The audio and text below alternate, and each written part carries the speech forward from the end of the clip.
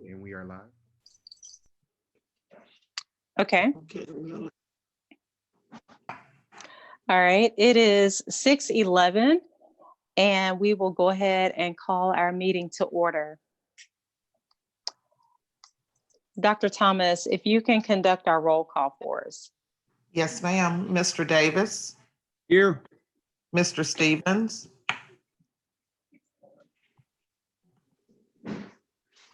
Mr. Stevens,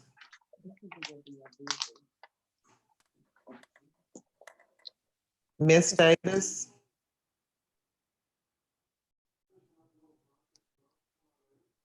Miss Davis. Can you all hear me? Yes. Okay. Okay, all right, I'm losing my earbuds. That seemed to be my problem. Sorry. Dr. Yeager, Here. Dr. Dykeman, Here. Mr. Worthy, Here. Dr. Gant, Here. Dr. Knox, Here. Dr. Maddox. Here. One more time for Mr. Stevens.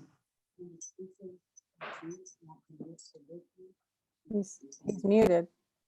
Okay, is he signed on? Yes. Okay. Okay, thank you.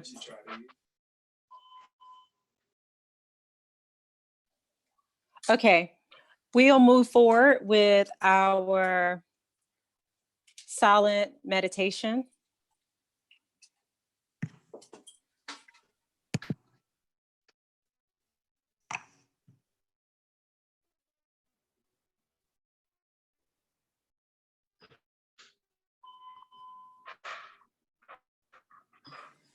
Okay, thank you. Going to move forward to agenda item number 2, which is to amend and or adopt the agenda. I'll open the floor for those motions. I move to adopt. I second. Second. Okay, any discussion or questions?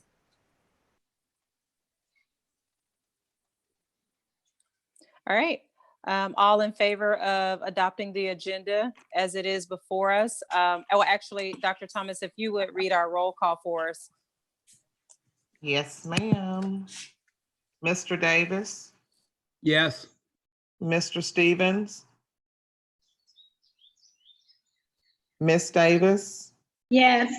Dr. Yeager, Yes. Dr. Dykeman, Yes. Mr. Worthy, Yes. Dr. Gant, Yes.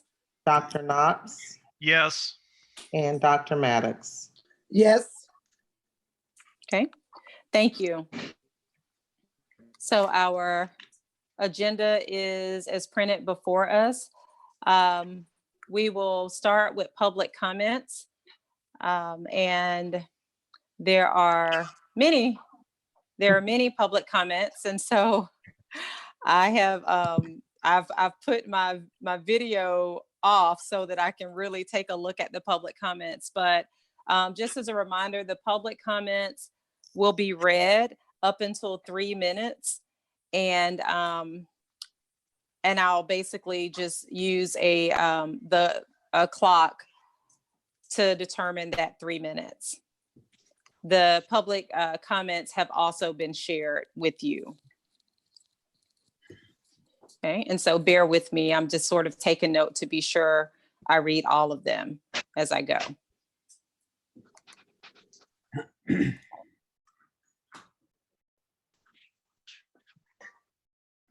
Hold on. That's fine. Okay. The first comment is from Adrian Helm.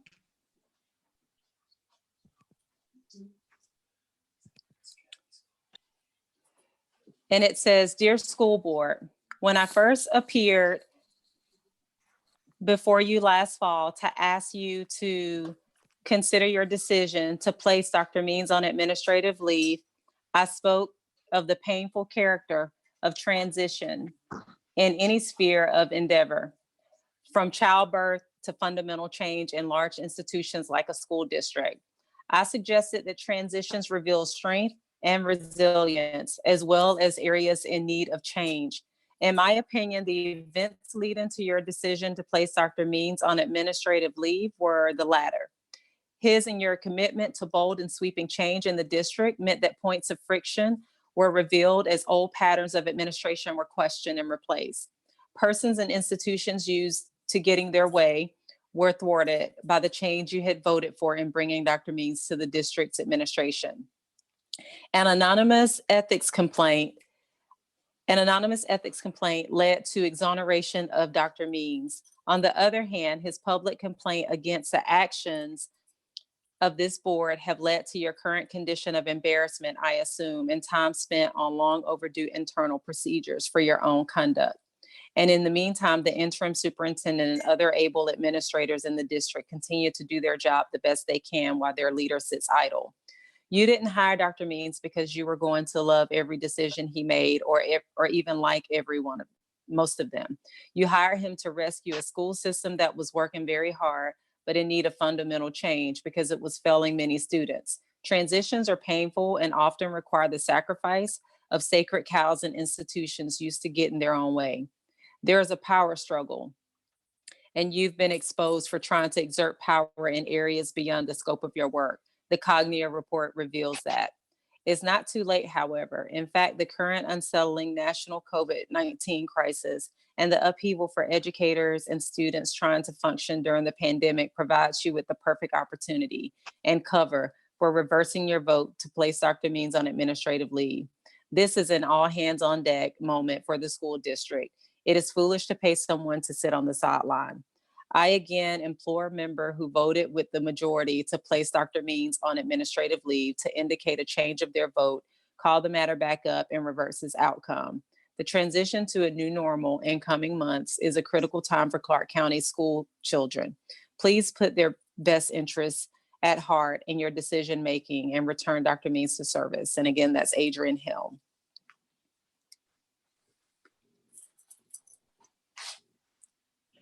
Our next letter is from Mr. Alvin Sheets. And it reads, I am asking that this be read at tonight's school board meeting. Dear CCSD board members, I trust you all are staying strong and healthy during this COVID pandemic. We are addressing you with this, for we want you to be fully aware of our communication with the community as it relates to our children education. The word says in Proverbs 16:18, pride comes before destruction and a haughty spirit before a fall. Pride cometh just before the fall. Let's be more wise and prideful in addressing the actions needed in this time of uncertainty. The unfortunate and tragic events in Brunswick, Georgia, has rejuvenated civil rights activists all over the nation. In the midst of the current world health crisis, we cannot ignore injustice and wrongdoing. The Athens Clarke County NAACP continues to advocate for the advancement of civil rights in our community. It is a spirit of advocacy that we would like to alert the community of a dire situation occurring with the Clarke County School District. As a result of poor behavior from the board members, the accreditation of the district is now in danger of being taken away. This means that as early as for the class of 2021, the diploma that students earn may not be recognized by the college of their choice. The stain of having your accreditation pool will set the district back years. The Athens Clarke County NAACP is asking you, the community, to become more aware of what is at stake if the board does not change. The failure of having an accredited school district will impact employment opportunities and negatively affect the housing market, as prospective parents will not buy a home in the district that is not accredited, and deter talented educators from coming to work in CCSD. We need your help in expressing to the CCSD board that they need to radically change now. The future of our children is at risk. Please join us in advocating for the change in behavior of the CCSD board. Education is a civil rights battle of the 21st century in Athens, Clarke County. The Board of Education in CCSD has ignored the children and advanced their personal agenda. hurting the district. Join us in stopping this behavior. Yours truly, Alvin Sheets, President, NAACP, Unit 5180.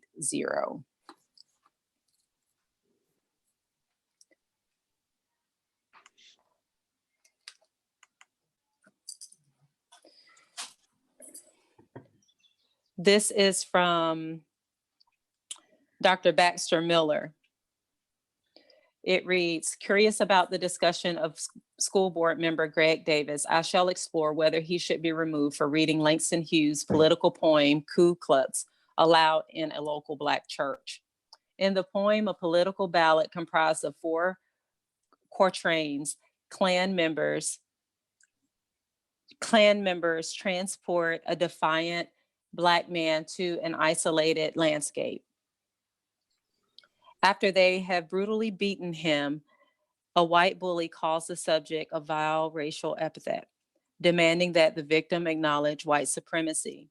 Written initially for Hughes' 1942 volume Shakespeare in Harlem, the poem was reprinted in his selected poems in 1959 and later in his collected poems in 1994. It remains an exemplary verse of the kind. Of the mentioned dates, 1942 is certainly symbolic within state history.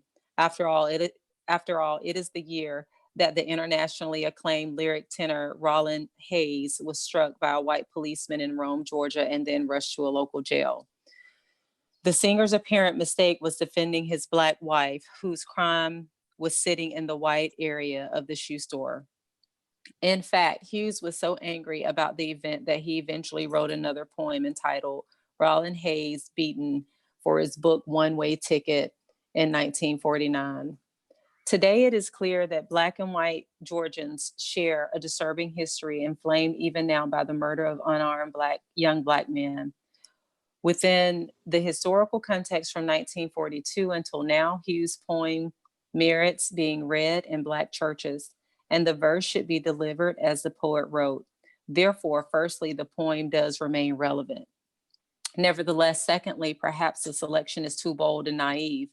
During the 1930s, I believe a Black minister passed Langston Hughes a message insisting that the secular poet should cease the reading of blues poems from the church pulpit. It was not the place to be experimental. In most instances, mainstream audiences prefer I Too Sing America from the New Negro in 1925 or Theme for English B from the magazine Common Ground in 1949, in which a white professor fails to appreciate a Black student's culture. Often African Americans prefer the question in Hughes' Harlem, what happens to a dream deferred? Was Davis' choice worth it? African Americans burdened with the memory of racial atrocities would avoid unexpected humiliations, especially in holy sanctuaries.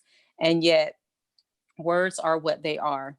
While the hiding of either history or language may often seem expedient, public silence hardly makes them disappear.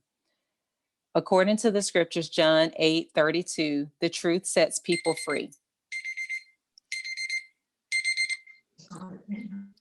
I'll stop there.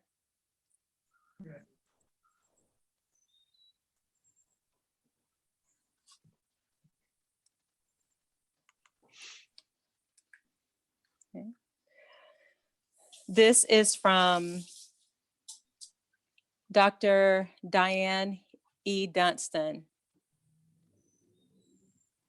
As an American board certified pediatrician, I am mandated to report abuse of children to the proper authorities. It is distressing when the abusers happen to be those who are in authority, those who should have the children's best interests at heart. I will continue to sound the alarm on this school board, on this school board, which allows the mental and emotional abuse of the children of the CCSD, especially by one of its members. Greg Davis's apology rings hollow, much too little, much too late. Any school board member who feels Greg Davis' actions in using the N-word at an African-American church directed at an African-American audience was not appalling and grounds for immediate dismissal from the Board of Education needs to be removed from the school board immediately. This school board has continued to jeopardize and marginalize the majority population in the CCSD, who happen to be children of color. The fact that this school board has placed the district in a position in which the accreditation is in jeopardy is not a surprise. Too many children are miseducated, leaving them ill-prepared to compete in a global society. The fact that the school board could so disrespect and disregard the talents of Dr. Means is further proof of the ill will extended to people of color by the CCSD governing body. I appreciate the opportunity to address you. I thank God for the gift of living in a free society, and I pray that one day Dr. Martin Luther King Jr.'s dream will be realized in Athens, Clarke County.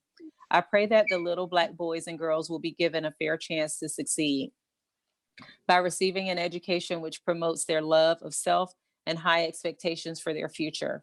I believe the immediate reinstatement of Dr. Means and the immediate resignation of Greg Davis would be steps in the right direction for this school district. I speak as an expert witness on behalf of children. I have no doubt if my recommendations are followed that our children would be much better served. Respectfully submitted, Dr. Diane E. Dunson, MD, FAAP.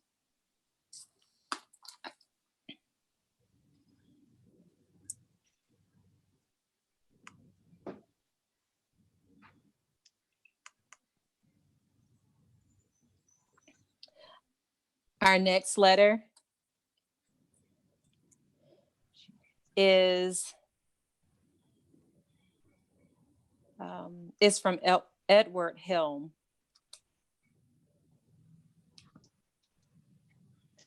And it reads, Dear Dr. Thomas and school board members, I have read Cognia's special review report of its January 26th through 28th, 2020 review of CCSD and its conclusion that it be placed on accreditation under review. An alarming and damning finding for a school system in the shadows of the proud University of Georgia and the secondary school alma mater of the governor of Georgia. A dangerous finding for our students seeking to use their education as a credential in life. Are you shamed by Cognia's conclusion? On page 10, the report identifies an insight from the special review. The code of ethics as adopted by the CCSD board is not adhered to with fidelity by most board members and should be a strong focus of training with accountability measures put in place to hold each board member individually and corporately responsible for improving public perception of the district leadership and board leadership. I urge each one of you to use tonight's opportunity to improve your fidelity to CCSD's code of ethics by each voting in favor of proceeding with a formal ethics hearing on Mr. Greg Davis. Behavior in reading the poem that he did, and as he did, introduced as he was as a CCSD board member. I regret saying I don't trust his recent apology, mea culpa. When Ms. CJ Ameson secretly wrote to Greg Davis and a select number of you board members, not all, she called for the removal of Superintendent Means. The link between Ms. Ameson's actions and my distrust of Mr. Davis' recent poem apology is this. Mr. Davis and I serve on a social action committee at church. We discussed your then recent actions against Dr. Means and my Records Act request to CCSD. Unprompted and sounding strange to me, Mr. Davis asserted he did not know Ms. Ameson, had never met her, and to others. So the next day I called Ms. Ameson and asked her if she knew Mr. Davis. She said she did. Her statement was qualified. So when Mr. Davis says after several months that he apologizes, I don't know if it's believable. The Cognia report's worst CCSD grade is an alarming big red insufficient for leadership capacity standard number 1.5, i.e. the governing authority adheres to a code of ethics and functions within defined roles and responsibilities. Cognia found this a key area for CCSD that needs more focused improvement efforts. The Georgia and local NAACP is closely monitoring how CCSD proceeds. Reviewing Mr. Davis's conduct through a formal review proceeding is a much better way for CCSD to demonstrate it recognizes. I'll stop there.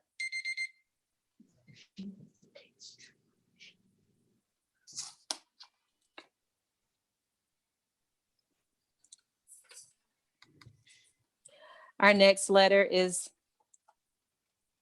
Mrs. Fanny Smith. And it reads, this letter is being written to support the need for Dr. Greg Davis to resign effective immediately as a member of the Clarke County Board of Education.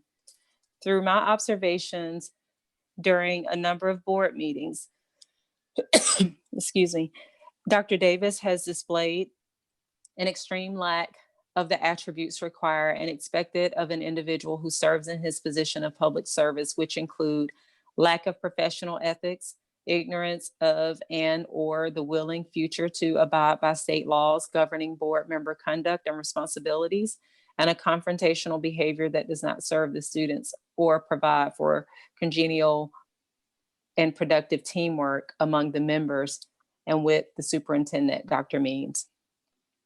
Looking back to one particular meeting, some form of outside interactions with certain board members was utilized to deliver gotcha moments in working with Dr. Means.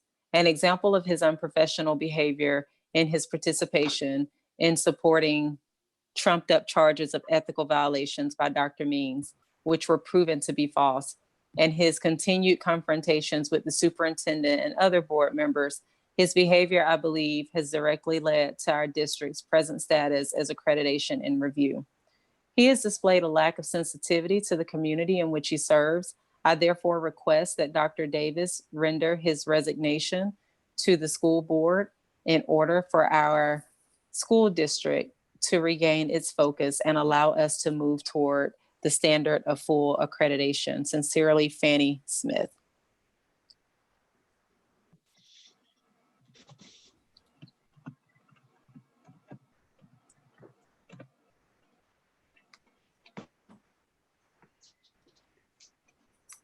Our next letter is from Francis Weems.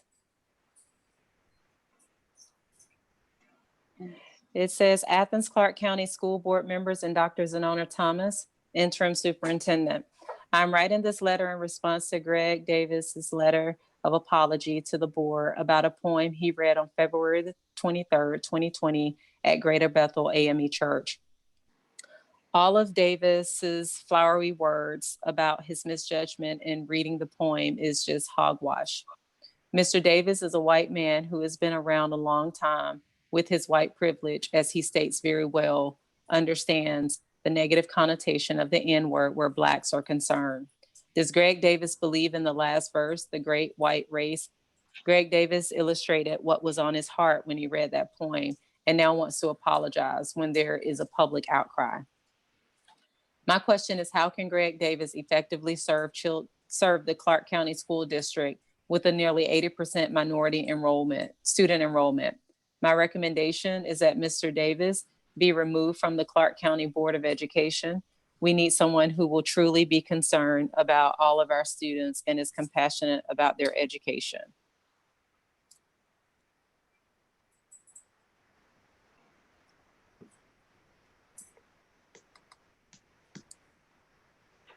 Our next letter is from Dr. Frankie Hill.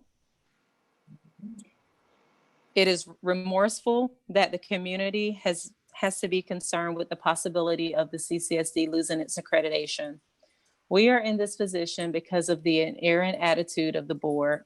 For the majority of 2019, 3 board members, G. Davis, T. Maddox, J. Knox, have consistently ignored the desires of the community. All we want was for these representatives to support the superintendent in his effort to find instructional leaders and teachers in implementing the district's strategic plan in closing the achievement gap. If Dr. Means had been allowed to do his job, Cognio would not have conducted an investigation mid-year. Cognio would not have given the board its lowest grade with the comment, some school board members are ignorant of the board's own policies and of Georgia's open meeting law. At last Thursday's work session, this board demonstrated that Cognio was right as they discussed Greg Davis's egregious behavior and poor judgment, according to him, in reading Ku Klux. This board can show some growth by giving some consideration to the following. 1, do not allow our district to suffer the degradation that Clayton County experienced by losing their accreditation. And 2, bring Dr. Means back to finish the plan that was initiated by him. I'm also reaching out to you, the Board of Education, to give strong consideration to voting to have a hearing for Greg Davis. Many community members believe that the whites tonight will vote not to have a hearing for Greg Davis, and the Black that has stated that she has aligned herself with Davis will continue to give affirmation.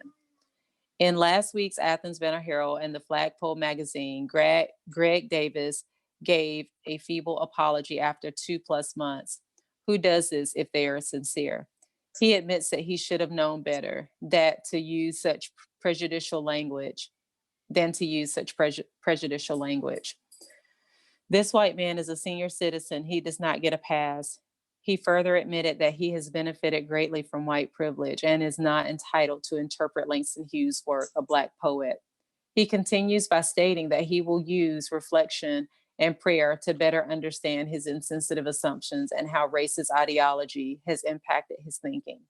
This apology says that when the blanket has been pulled back, that Greg Davis is a racist and should resign from his position as a board member.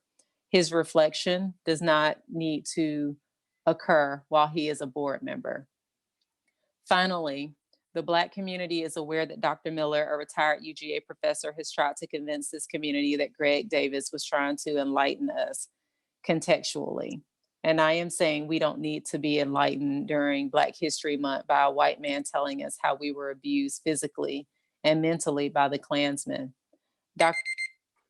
I'll stop there.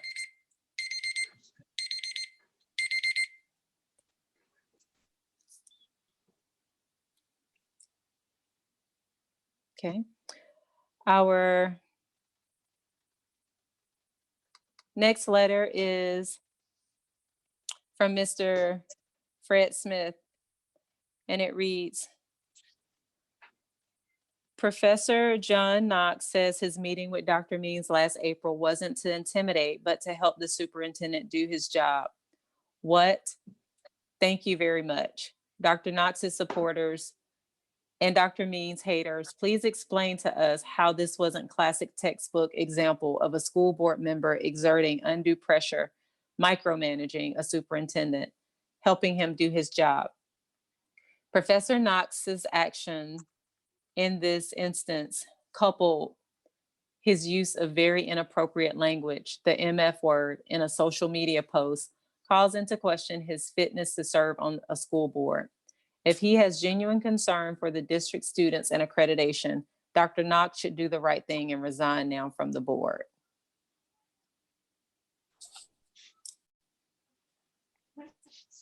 Okay. Our next letter is, okay, I'm sorry, hold on one second. Our next letter is from Glenda Colbert. Okay, and it reads, Langston Hughes was born in 1902 and he wrote the Ku Klux poem in 1920 at age 18. This poem is basically about him trying to save his own life, trying to save himself from being killed by a racist white men who were basically the Ku Klux Klan. He had been captured and tied up, and the N-word is what Black people was called by white people during that time and era, 118 years ago from the year of Langston's birth and 100 years ago when he wrote the poem Ku Klux. We are in the 21st century. The civil rights movement was initiated in the 1950s, and Black people have been fighting to stop the use of the N-word for years. And the word is still being used by some people. Where has this board member been for all these years? He knew better. If he didn't know better, he should have known better, especially saying this to children and possibly damaging their self-esteem. When you know better, then you do better. He could have said the N-word or skipped the word altogether. Greg is a professional counselor.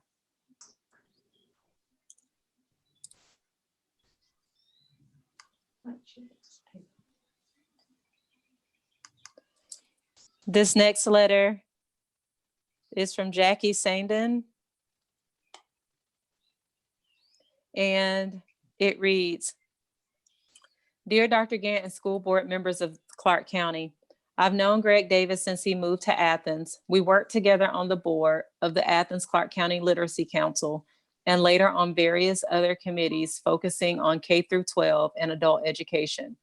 I grew up in New York City in a multiracial community in the 1950s.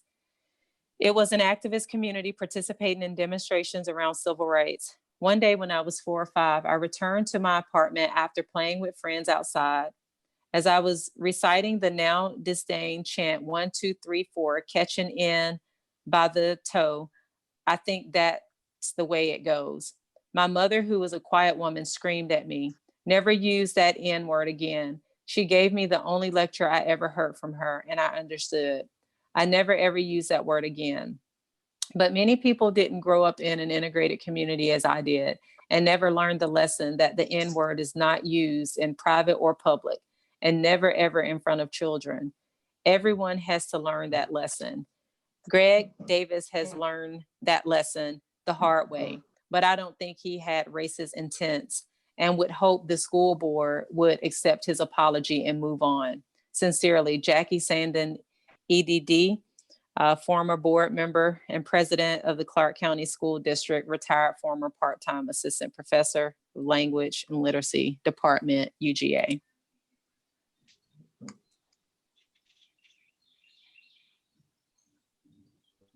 Our next letter is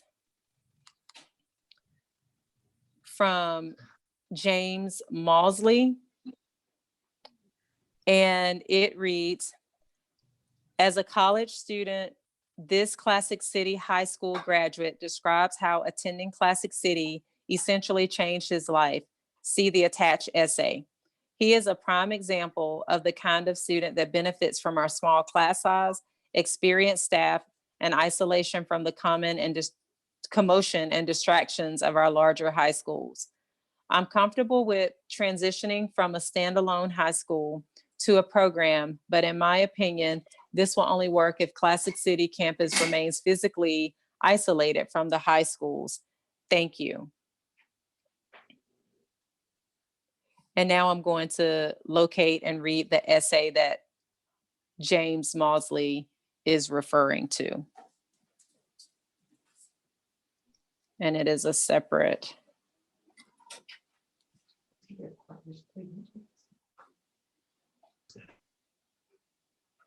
Okay. All right. The essay reads, it's by Daniel O'Connell. And it reads, Finding Stella, how a praying mantis gave my life a new direction. About 3 years ago, I was going to be a high school dropout. Even though I always got good grades and praise from my teachers, school had lost any meaning for me that it had in the past.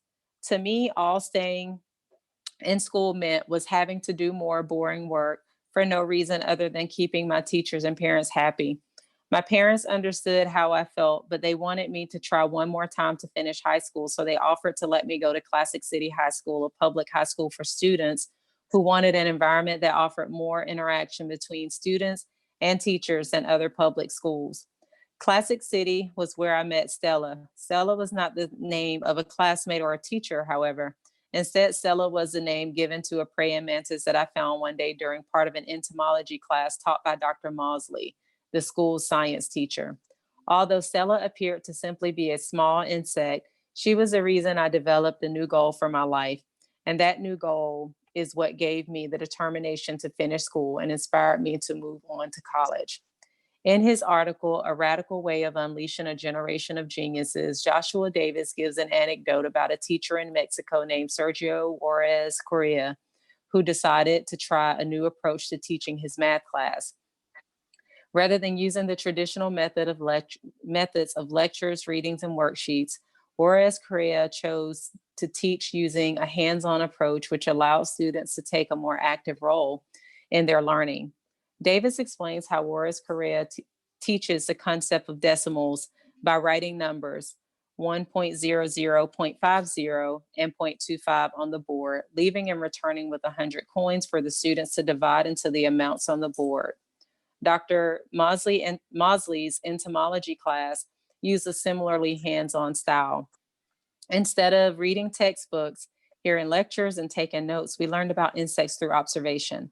Usually, Dr. Mosley would take the first portion of the class period to explain an important concept related to entomology, such as insect body structure, the differences between insects and other arthropods, the names and characteristics of different insect orders, and the different types of insect life cycles. However, the second part of the class period involved going out into the field and applying concepts we discussed to identify and catch different insects for our collection. If I had not been able to go on these insect collecting trips, I would have never found Stella, and Stella wouldn't have inspired me to finish school so I could study entomology in college. But because I went insect collecting in Dr. Mosley's class, I found Stella. And I'll stop there.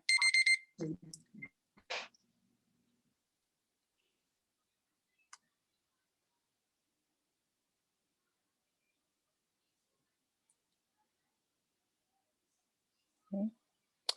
Our next letter is from Dr. Janet Frick.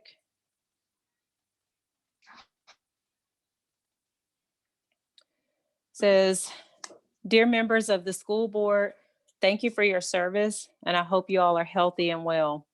This is a time of the year when course evaluations come in for teachers, and one phenomena that is often the case is that the only students you hear from this time of the year are the ones who have a complaint.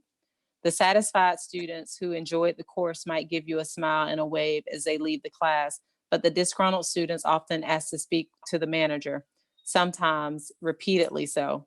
I don't doubt, based on what I observed at previous school board meetings, that you all are continuing to get the same complaints week after week, month after month.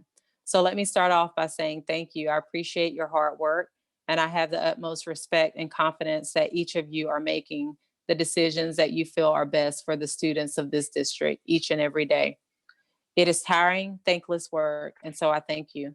I now have a high school graduate who has been in CCSD since his first day of kindergarten, and I'm so incredibly thankful for the education he has received. You all play an essential role in that. I'm writing today because I've seen a lot of chatter on social media about a school board member reciting a poem and saying a word that is found in that poem. Since this occurred at a gathering where several school board members were present, I am confident that if the incident was as problematic as some people have made it out to be, that it has been discussed among the members of the school board.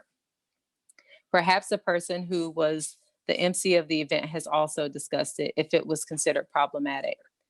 If it is a judgment of the African American people in attendance that what occurred was problematic, then I would encourage the school board member to listen, learn, reflect, and make amends. Those who are calling for resignations over this incident, in my opinion, do not have the best interests of the school district or district children in mind in their activism. I also hope that things are moving towards a swift closure with Dr. Means so that all involved parties can move on. Thank you, Dr. Thomas, for your enthusiasm and leadership during the interim appointment.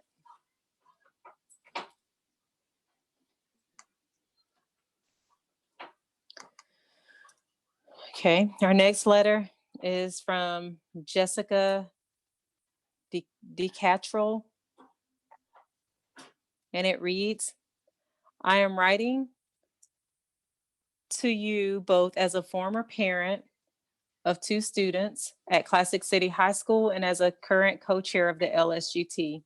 There are alarming rumors circulating in our community about the future of Classic City. These rumors whisper that students and teachers will be absorbed into Cedar Shoals and Clarke Central. It is absolutely shocking that teachers and administrators have to hear about this new development from the community at large rather than being informed by the district office in a timely manner. Notes from the BOE work session on the 7th of this month were instructive. They included a highlight section stating that when Classic City High School makes a transition to a program, it will be provided to students at their home school. The highlight section of the notes was followed by a table listing for this plan 4 strengths and 1 challenge. Both CTAE pathways and extensive career and college readiness support are already available at Classic City. Our students are exceedingly unlikely to take AP classes, and if they wish to return to a larger campus, they can enjoy more course offerings. At least half of our students have no interest in returning to a larger campus. The district has not provided even 1 shred of evidence proving that services would be enhanced in any way if they are moved to the large high schools that were not equipped to serve our children in the first place. The smaller environment on the Classic City campus ensures that no one of our students could possibly slip through the cracks of the large CCSC system. There is an esprit de corps at Classic City that provides unique encouragement and support to our students.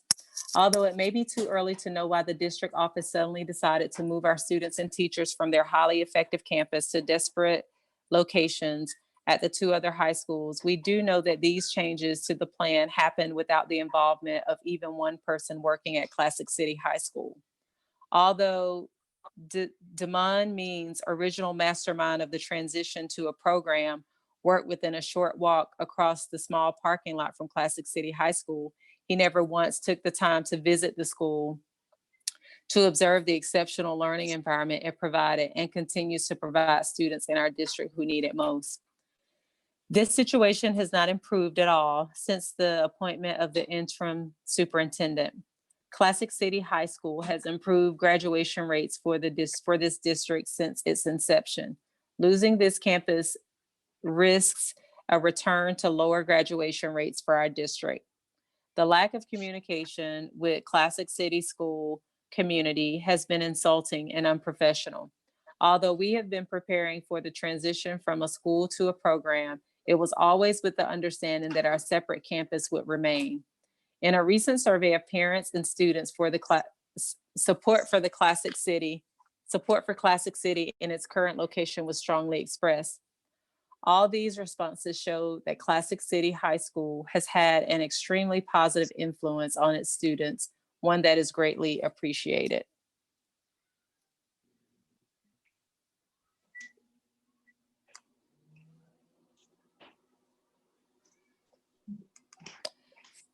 The next letter is from Joan Freeney Moon. And it reads, I am a lifelong resident of Clarke County and taught in our public schools. Of recent, I find myself deeply concerned about Mr. Davis's presentation of a poem, Ku Klux, written by Langston Hughes, that he read to a mostly African-American audience. It was not a good choice, given the present political climate. I cannot offer a reasonable explanation to inquiring young people as to why this particular poem was chosen. I can address the African-American experience, slavery, Jim Crow, poverty, police brutality, racism, etc. But I cannot explain Mr. Davis's thoughts or reasoning. What were his intentions? How does this poem relate to him? Bad choice.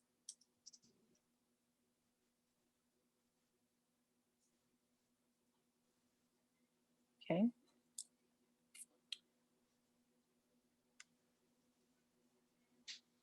Our next letter is from Katie Chappelle.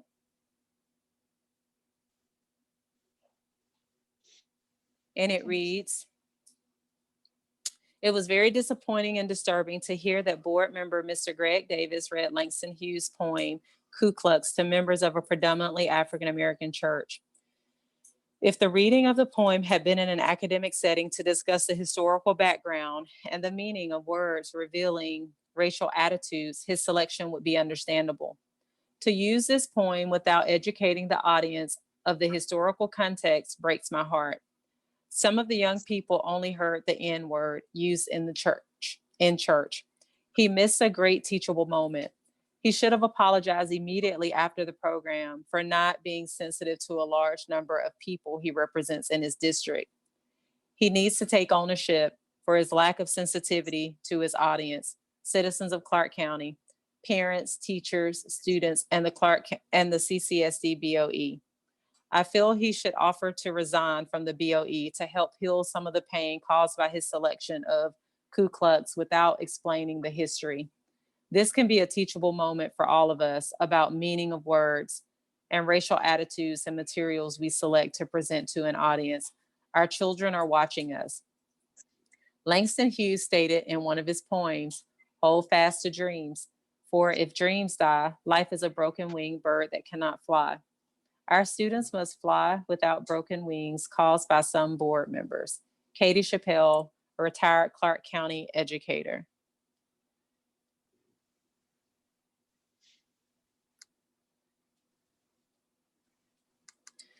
The next letter is from Kim Waters.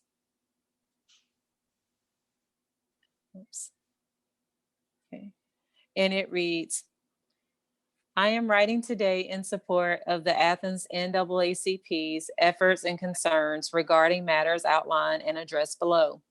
We must be ever vigilant in ongoing efforts to support civil rights, respect, equality, health, safety, and compassion in our schools, for our teachers and for all students, our basic American values, which must be applied across the educational spectrum. Please ask yourselves, how would you feel if roles were reversed? How would you feel if your concerns as parents were being ignored? If your children were not being adequately prepared for success? If your community and your voice were being disregarded and disrespected? Remember, a community is stronger when its ideals are upheld and available for all.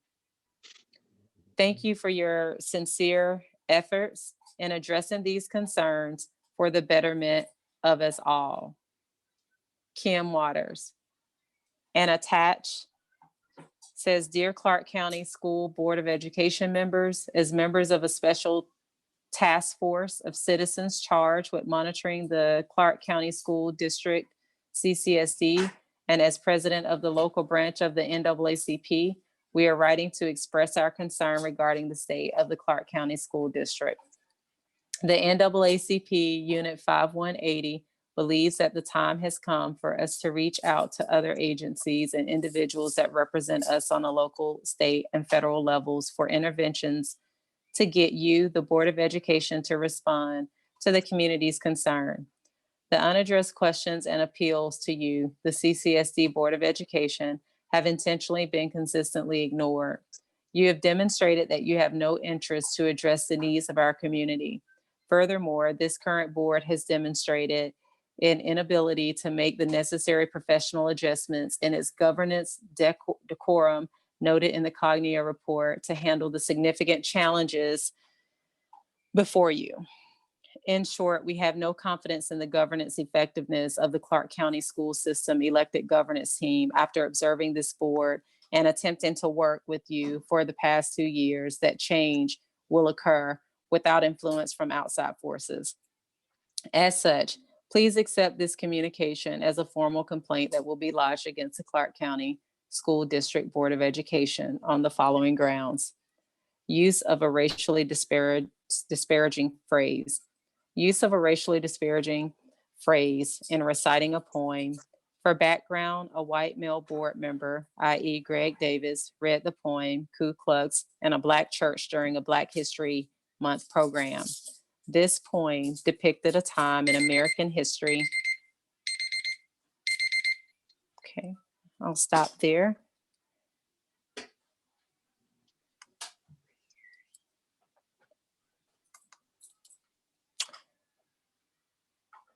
Our next letter is from LaWanda Hill. And it reads, the Classic City staff would like to express numerous concerns regarding Action 13.2, transitioning Classic City from a school to a program. Although the agenda for the May 14th meeting proposes an approval of this transition, we have been given the impression that Classic City will not be a school nor program for the 2021 school year, and that the staff will be sent to other Clarke County schools.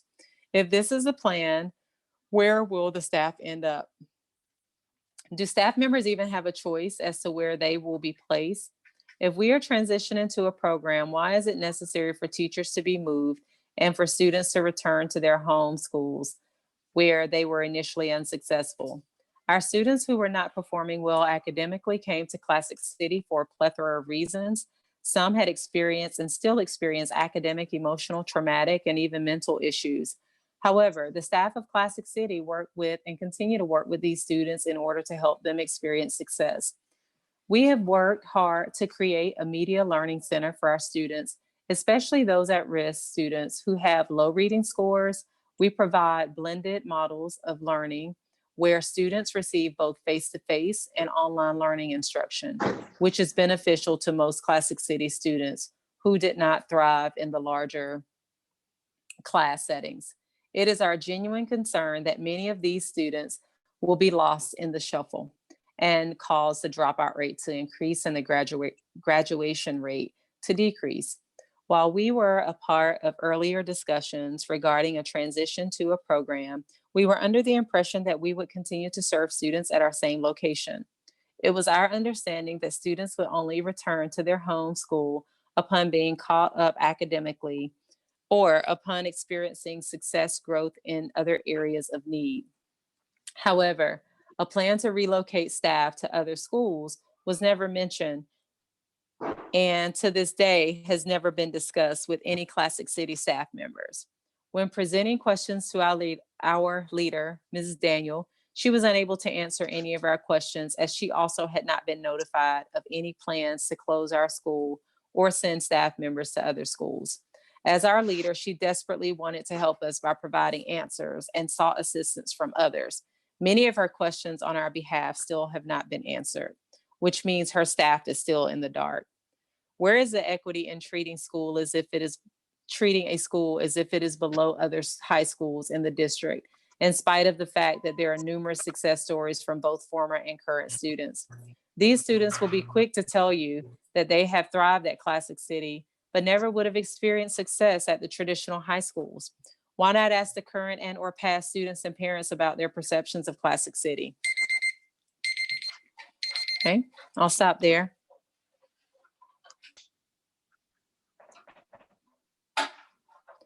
Our next letter is from Lee Smith.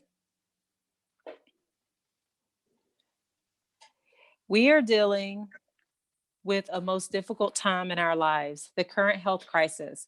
I hope you all are well. I continue to have questions and concerns pertaining to school board member Greg Davis, who attended an African-American read-in at Greater Bethel AME Church on February the 23rd, 2020, and read an inappropriate poem full of racial innuendo, including the N-word, and 2 statements about the great white race. Mr. Davis's poem was entitled Ku Klux, written by Langston Hughes. It's May 14th, and the school board has issued no statement regarding this matter. His actions can't be ignored. There needs to be an ethics hearing on this inexcusable behavior.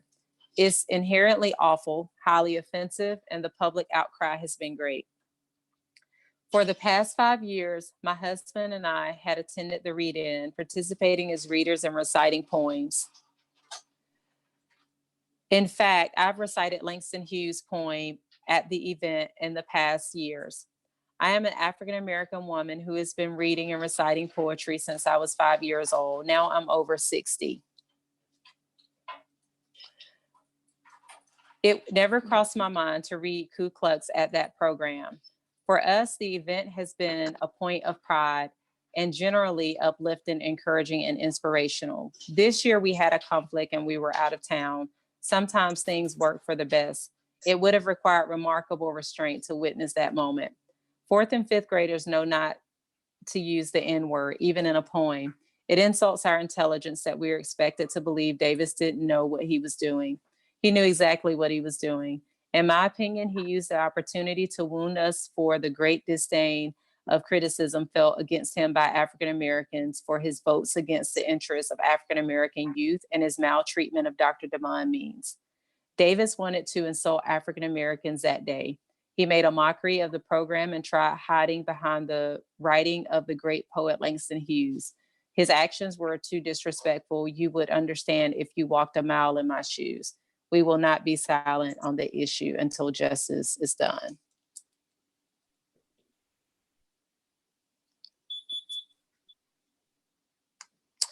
All right.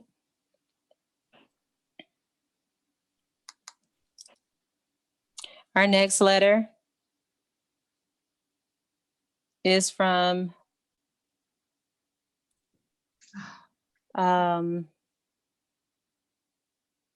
let's see, Martha Gilry.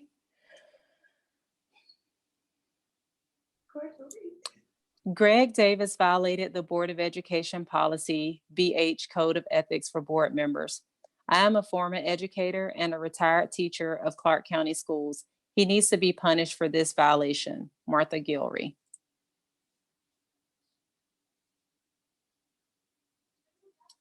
Okay.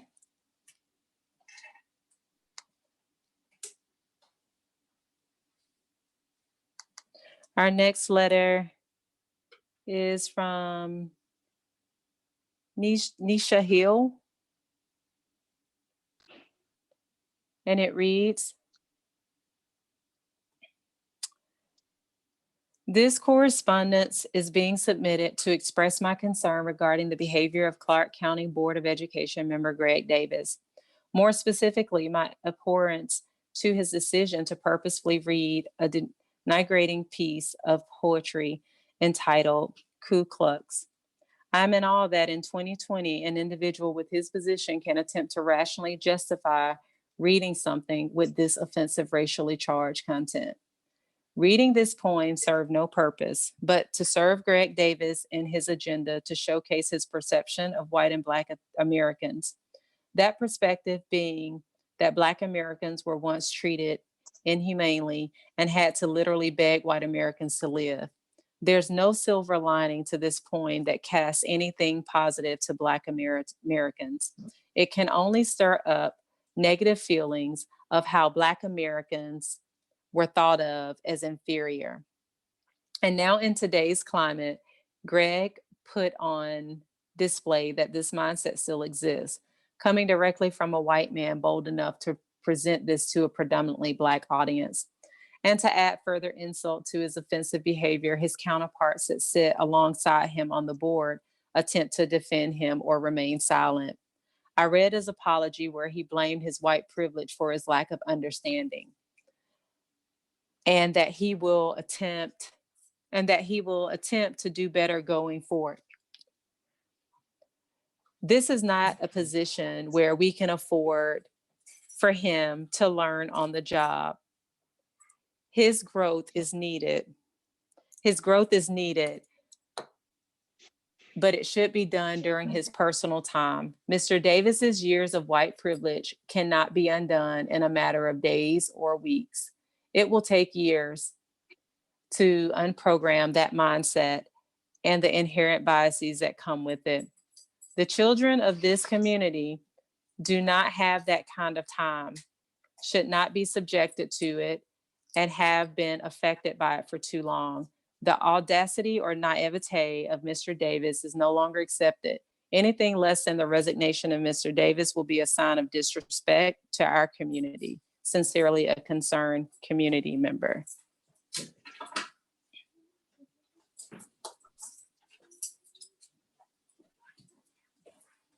Okay. Our next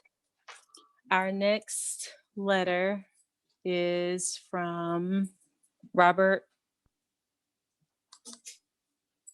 Capozzo. Quite sure I didn't say that right, so I do apologize.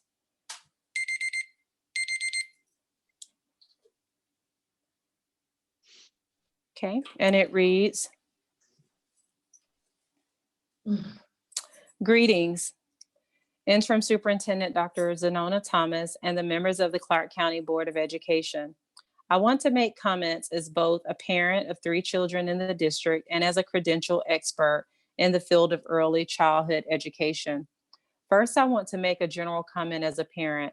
I've been extremely impressed with the district as a whole during this pandemic and specifically with our homeschool of Whit Davis Elementary. The coordination and speed at which teachers transitioned to online learning was simply amazing. Our children in kindergarten, second, and fifth grades were meeting with their teachers and class on a daily basis while there were minor technology related hiccups. Overall, I saw a benefit to the programs, lessons, and meetings. My second comment and purpose for this email is in regards to pre-K education and birth to 5 services in general. I am appreciative that the state of Georgia has one of the only state-funded pre-K programs in the country. While there are no silver bullets in this world of education, early childhood education and intervention offers us the best opportunities to help children and families learn and thrive and gives us the most bang for our buck. As many economists have noted, high quality preschool and pre-K provide the biggest return on investment of any possible educational endeavor. Studies from the Absedarian Project, I apologize for mispronouncing that, and the Perry Preschool Project have demonstrated that children that attended high quality pre-K programs live healthier lives, require less special education in later schooling, have higher rates of high school and college graduation, and utilize less public assistance as adults. I argue that our best and brightest teachers should be working with our preschool and pre-K students to ensure they have a strong foundation for the remainder of their experiences in Clarke County. We are falling short in Clarke County with preschool and pre-K primarily because the salary of a pre-K teacher is not commensurate with those of her same credentialed colleagues in grades K through 5. The state reimburses Clarke County at a certain rate for pre-K teachers. My recommendation is that Clarke County provides additional funds so that the pre-K teachers begin at the same rate and progress at the same rate as their K through 5 counterparts. During my 7 years as a resident in Clarke County, the same situation, a new teacher spends 1 year in a pre-K position and then leaves for a K to 5 position the following year, primarily for the salary increase. This revolving door can be mitigated by matching the salary of a pre-K teacher with those that teach K to 5. Clarke County has an opportunity to take steps to increase the quality of the pre-K classrooms.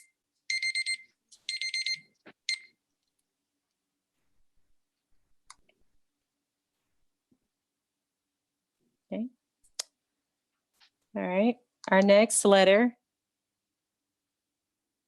is from Samantha Tomasi.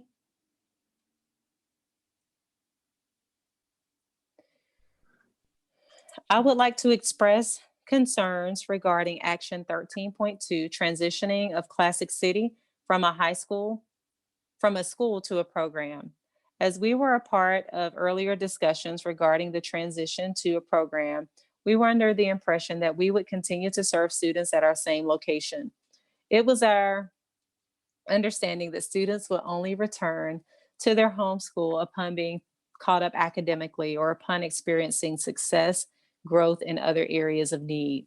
However, while the agenda for the May 15th meeting proposes an approval of this transition, we have been given the impression that Classic City will not be a school nor program for 2021 school year, and that the staff would be absorbed by other Clarke County schools.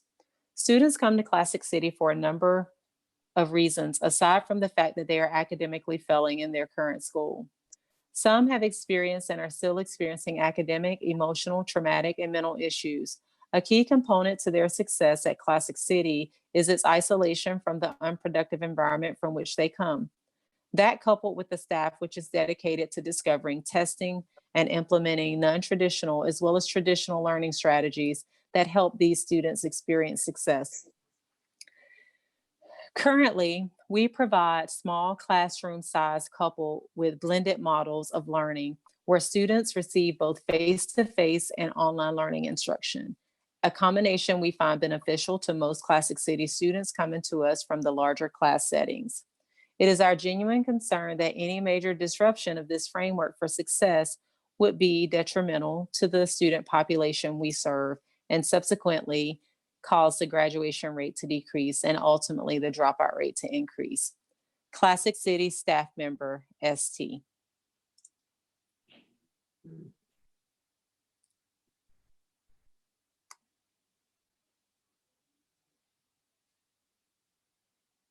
Give me a second here, just to be sure. Okay. Our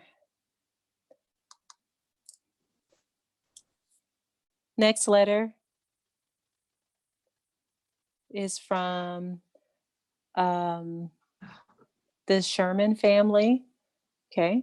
And it reads, "Hi there. I'm not sure who to email exactly, but I wanted to share my public comment for tonight's board meeting. I want to pass along my heartfelt thanks to the members of the school board. I appreciate and respect the hard decisions you have made during the past year. I am so grateful for Dr. Thomas's leadership during these last few months and applaud her ability to lead the district to transition to online learning and still keep the values of equity and relationships at the forefront of things. I also want to voice my concern about a hearing for Greg Davis over the reading of the poem Ku Klux. I am glad he apologized for erring in judgment. I accept his apology and understand that everyone makes mistakes. My understanding is that the organizer of the event didn't have a problem with him reading the poem before, during, or after the event. It seems to me that calls for him to resign have nothing to do with being aggrieved by his reading of the poem or with defending African American culture. This is purely political revenge and a hearing to appease the loud voices calling for Mr. Davis's resignation would be a huge waste of time and energy. Instead, I would like the board to focus on fighting to get CCSD employees a living wage and figuring out how to provide exactly what it is that our teachers and schools need to be able to serve all kids so that they can read at grade level. I think cultural competency training for the entire board is needed. I also think figuring out how to get all CCSD teachers this type of training would be a great step towards equitable education. Thank you. Ty Sherman, proud Whitehead Road Elementary parent."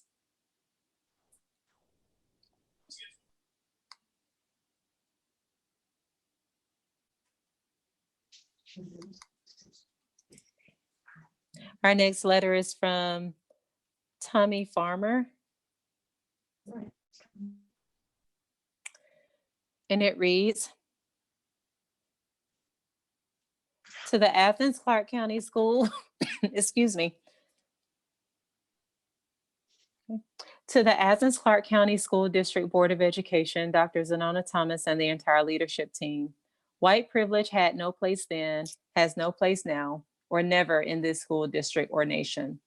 White privilege is defined as people with white skin who have the advantage in society that other people do not have because they are white, or unearned rights and benefits afforded to white people in Western society. Any Board of Education member who believes in or is influenced by this white privilege concept should resign. White privilege is what caused Kyle Larson to feel comfortable in using the N-word. It is because of white privilege that 2 high school students in Carrollton County, Georgia, thought it was okay to develop and publish an N recipe. White privilege is one of the main reasons for the issues in this school district. It is because of white privilege that a BOE member thought it was perfectly okay to bully Dr. Damon Means, and white privilege is probably the reason Dr. Means is on administrative leave. It is because of white privilege that Mr. Amal Aubrey was assassinated, shot 3 times by vigilantes, and on February 23rd, 2020, the same date that a BOE member thought it was okay to read the poem Ku Klux during a Black History celebration. The entire poem was inappropriate. Ironically, it has taken over 2 months for both of these incidents to surface and to be investigated. The concept of white privilege is the idea that white people can do whatever they want to do without consequences. The apology written to the board by Greg Davis is not enough. This white privilege concept has been accepted in this district. Enough is enough. Silence means consent. I urge each of you to vote for a hearing and impose sanctions on Greg Davis, who knew exactly what he was doing. This is not an insensitive assumption. He needs to resign with other policy violators. We need BOE members who truly care about the students. Ms. Tommy Farmer, retired educator, resident of Athens, Clarke County, Georgia.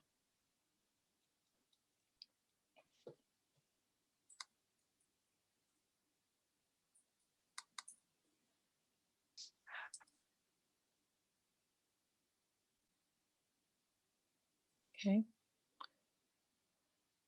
Our next letter is from Val Freeman. In parentheses, it says no just human. In my opinion, there are a lot of books Greg Davis could have chosen to read, To the Children by Langston Hughes, or other books by other authors for that matter, if he had the children's best interests at hand. Any member of a school board who thinks this is okay should not be a member. Red, yellow, black, or white, all children should be precious in all members' sight. This type of inconsiderate behavior makes you wonder, what is your purpose or priority for being on the board? This is not acceptable by no means. Greg Davis, shame on you. Respectfully, Val Freeman.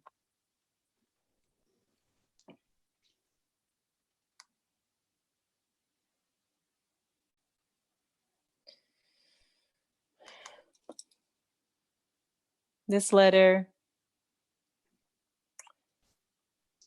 is from various churches. And it reads,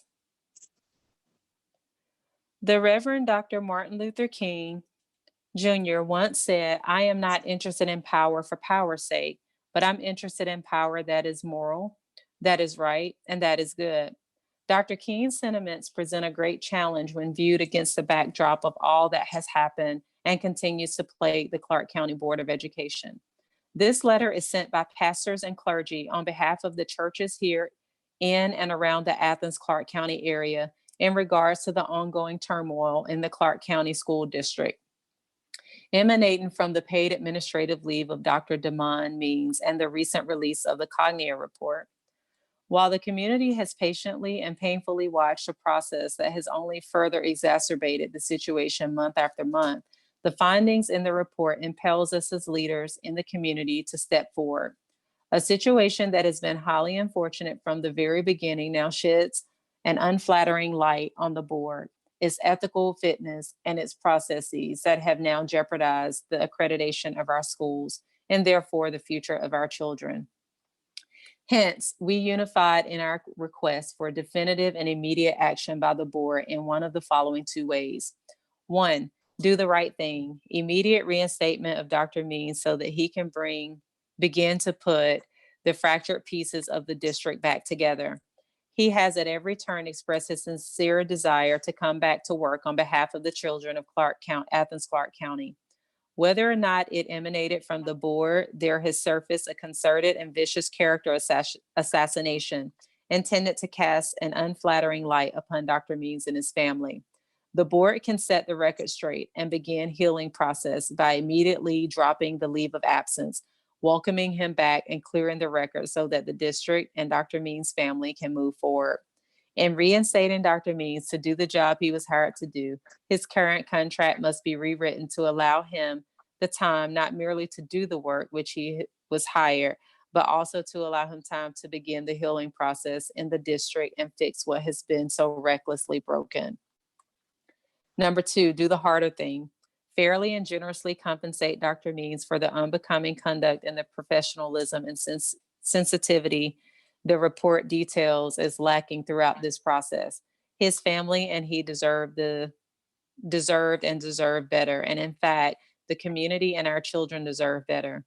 But if the decision is not to immediately reinstate him, allow him some dignity by remunerating him and allow him to relocate his family to a community in need of his sorely needed talents, skills, and gifts, and where they will be received warmly. On the heels of a damning report to the board,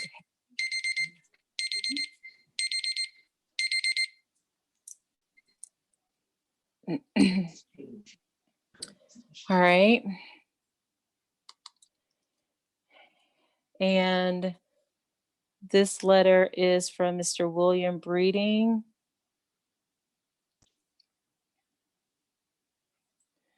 Okay, and says there are 3 main points I wish to address. 1, it is our belief that the relationship between board member Greg Davis and the Black community is unrepairable.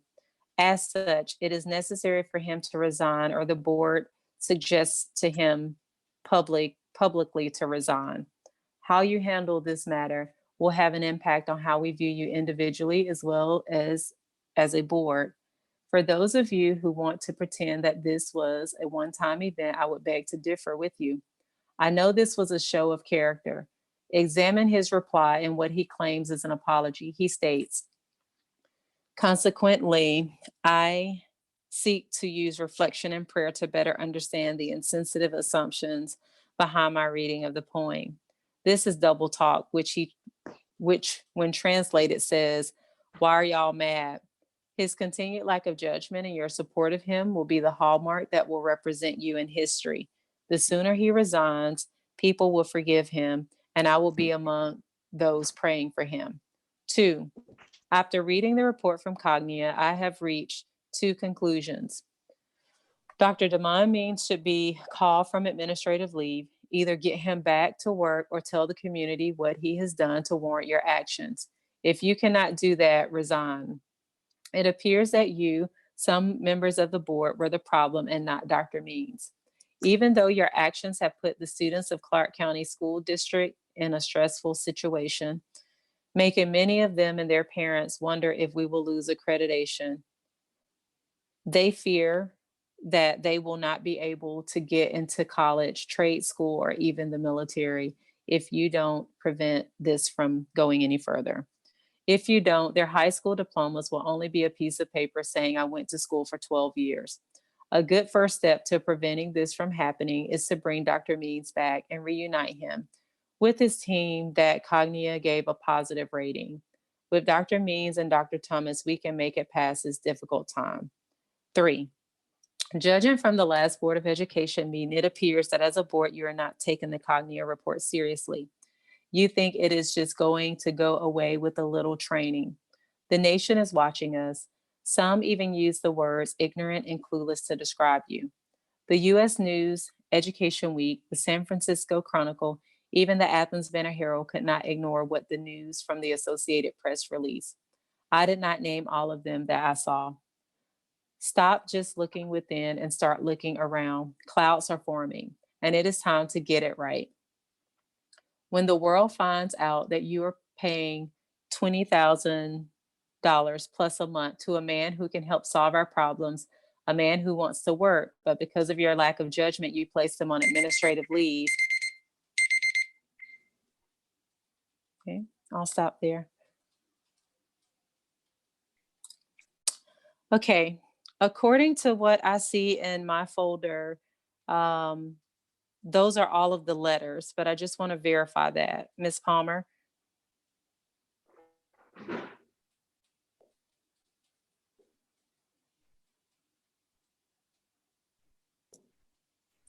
Was that a yes? I'm sorry, I was muted. I did not hear you read Terry Maudsley. I don't know. Terry? Yeah, I Okay. know you read her husband, I believe, but that was the only one that I saw that you that I didn't hear. Okay, it sounds like Terry Maudsley's, from what I can see, and please verify this, that it is signed James Maudsley, and it's also the exact same one that was written in his. Okay, perfect. It came in 2 separate emails, so that's why I wanted to make sure.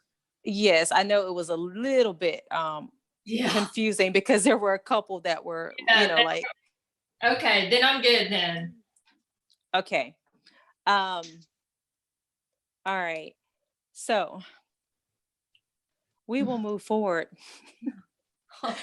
Okay. We're going to start with the Finance Committee. Any Finance Committee report or questions? Well, let me say this. I talked with Mr. Griner earlier this week, and we decided that we wouldn't have a finance committee meeting. He would be covering some things tonight, pertaining to that. Okay. Thank you for that. Thank you for that update, Mr. Worthy. All right. Government Relations Committee. Yes. Last week, Lawrence Harris, myself, and John Knox met through Zoom and planned a Government Relations Committee meeting to be held on May 19th, this Tuesday, from 4:30 to 6. What we have done, and Dr. Thomas and Mr. Griner have both said that they would be there. We have invited our legislators. We have 2 senators, Senator Ginn and Senator Calzert, and then we have Representative Gaines, Representative Wehour, and Representative Fry have all been invited to join with us so that we can discuss the upcoming budget that that we think will be coming down from the state, which will equal a fairly significant cut in our school funding. And so we thought before the legislators get back together, presumably June the 11th is the date I've heard, that at least our representatives will have some knowledge as to the impact that such a cut in state funding that the government is proposing.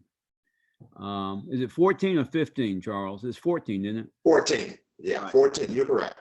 So that we can have a dialogue to give them kind of like a hands-on understanding as to what's involved for us having to handle that situation. So it's not that they can individually do anything, but I think it's just trying to keep that communications open so that the legislators, when they vote a budget that significantly cuts what a school system receives, that they can kind of get a backhand view or a backstage view of the processes that we have to go through to, to still educate children effectively and at the same time make serious cuts. So anyway, again, that meeting will be on Zoom, but it's open to the public. That would be May 19th, 2020 at 4:30. Only Spencer Fry has responded as of yet, but I'm optimistic that most of our other legislators will attend. Thank you. All right, thank you. Policy Committee. Thank you, Dr. Gant. The Policy Committee met on May 5th. At the beginning of the meeting, Mr. Davis stepped down as chair, which allowed me as the vice chair to step up and be the chair for the remainder of the year.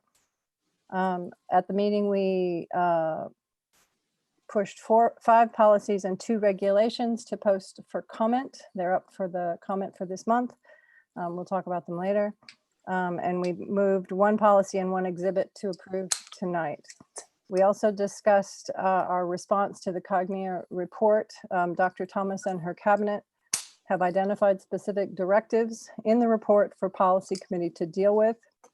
Specifically, Standard 1.4, revise the policy manual to ensure the policies are current and adhere to state law. So that's at the top of our list. We'll also be providing guidance on and address policies having to do with board effectiveness and efficiency, which is standard 1.4, part 2. There's also some standards in 1.5, the code of ethics, and looking at how that policy has been enforced, particularly the part about signing the annual agreement every year, which is, I think, the main reason they called us out on that policy, because we have not been doing that. So we're going to put that and make sure that that's clear in the policy. There's also some written procedures to ensure quorum guidelines. So we have some work to do, and we have a list, and we're actually going to add an extra meeting this month between now and the next meeting to get through this list, or at least make a good dent in this list. And we're on it. Okay, thank you for that update, that policy update, Dr. Yeager. Property Committee. Yes, property committee meeting will be held Zoom next Wednesday, May the 20th. And obviously, the agenda can't talk about, because we're talking about acquisition of property. Hopefully, we'll be able to some type of conclusion so that we'll be able to share some things with the public, et cetera. Anyway, that's Wednesday, May 20th. And I know that Lisa Palmer will be sending a Zoom message on that, prior to the 20th or on the 20th.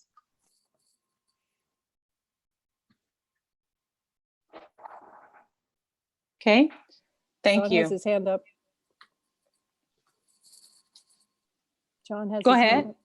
up. Oh, thank you. Just to be clear, that property meeting, is that at 4 o'clock? Mr. Fisher, are you with us? Yes, it's at 4. 4, yes. Mhm.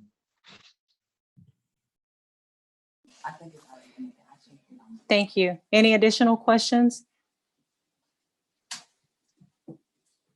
Okay, we'll move forward with our Athens, with our category of committees. Athens Area Community Foundation.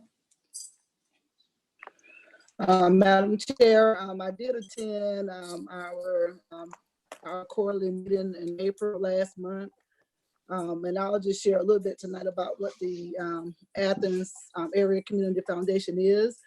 Basically, they help donors to leave legacies, and they help the community in areas in needs of support. Since 2008, they've granted over $3.91 million. And personally, I know that this is an excellent organization. My sister, we had a scholarship in her name through this organization, was able to help many students. And so I'll be delighted to share more as I continue to sit on this committee. Thank you. Thank you, Dr. Maddox. Our Community Oversight Committee and SPOS report. So that would be from me. The COC has met twice since our last board meeting. They met on April 14th and again on May 12th. We received updates on the completion of, almost near completion of Hillsman, the moving forward on the track and field at Clarke Central and Cedar Shoals, the moving of an architect to be engaged with the Clarke Middle School design, the discussion of West Broad being put on hold until we can have in-person community meetings to discuss how that property is going to be developed. The manufacturing labs are getting started at H.T. Edwards. There was quite a bit of discussion, as you might imagine, about the budget and the future of the SPLOST funding. We are in good shape for the bond payment that's coming up in September. And we need to maintain a monthly income of about $1 million to get through our next 2 bond payments before the SPLOST is done. And anything above that is what we would spend on the planned work ahead of us. So we're kind of crossing our fingers that we got a little more than that in March. I believe the amount came in at 1.8. So we're in pretty good shape for March, and we're all waiting to see what happened in April.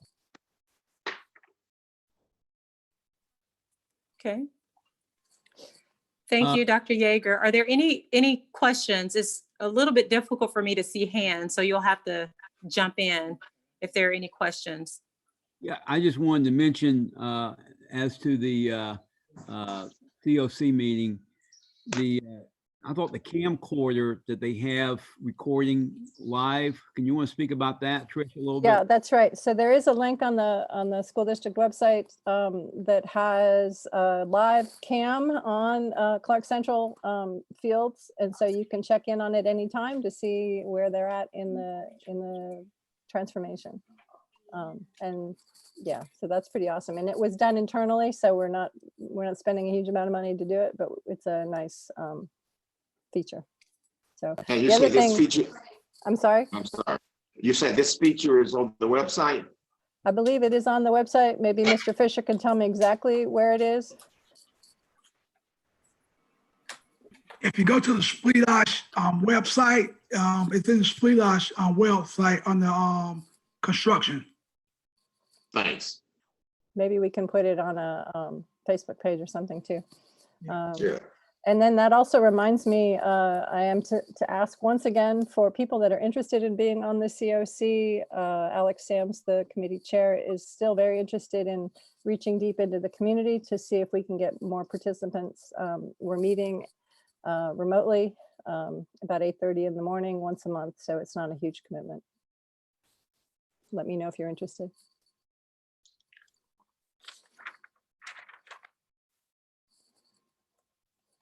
Okay. Others?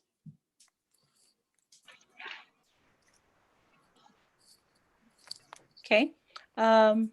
Envision Athens. Okay, we are about to transition leadership in Envision Athens. That's coming up in our June meeting. So we're moving forward with that particular aspect of business, but the IOC, which is what I'm a part of, is still very viable. We're still excited about what's going on and very active, thanks to Aaron Barger. So notice that I've sent to you guys the notices from Aaron, if you're not already getting them.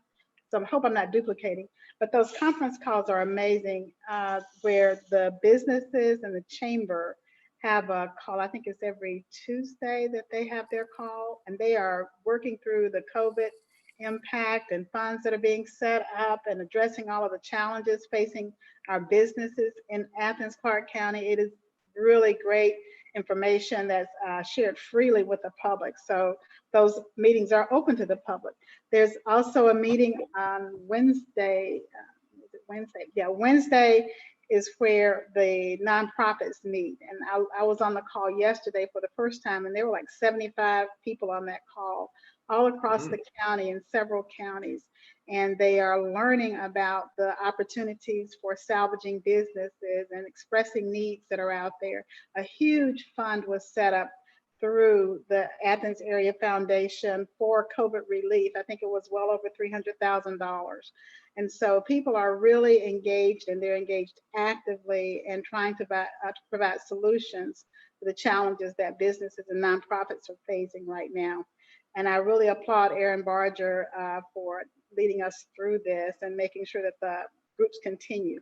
Educate Athens has a big conference call webinar coming up. I think it's tomorrow, actually. And it's going to talk about education going forward. And if I haven't sent that link to you, I will send it in case anybody wants to join that. I think they have room for like 700 people. But Envision Athens is really moving forward. We are staying true to the mission of Envision Athens, and a lot of initiatives are continuing, and people are revamping based on, you know, what the changes that the economy is demanding right now. It's a good place.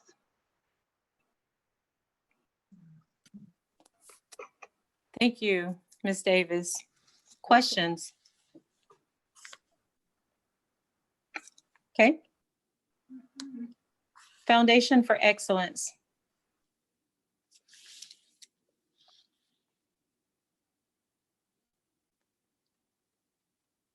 Yes, that's me. Yeah. Okay, Hey, sorry, hang on just a second. All right. So the Foundation for Excellence, we got an update from the executive director 2 days ago. The two main items were that the Eve Carson Award winners had been announced for the district. And so you should have seen the really good press release that went out from Beth Moore just recently about that.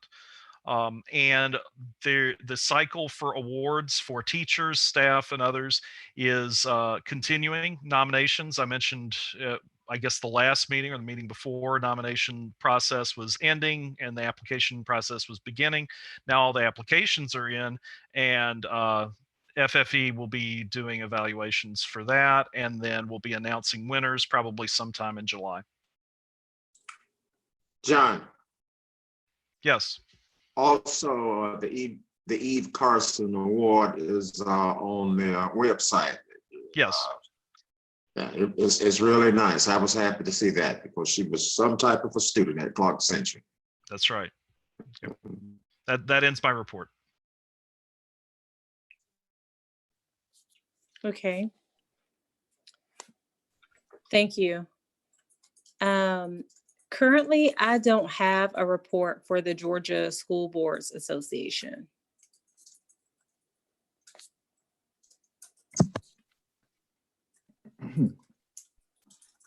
Madam President, I'm Uh, sorry, what was that, Greg? yeah, I was just going to add that you're right, that they postponed the into the late summer, fall in terms of the actual summer conference.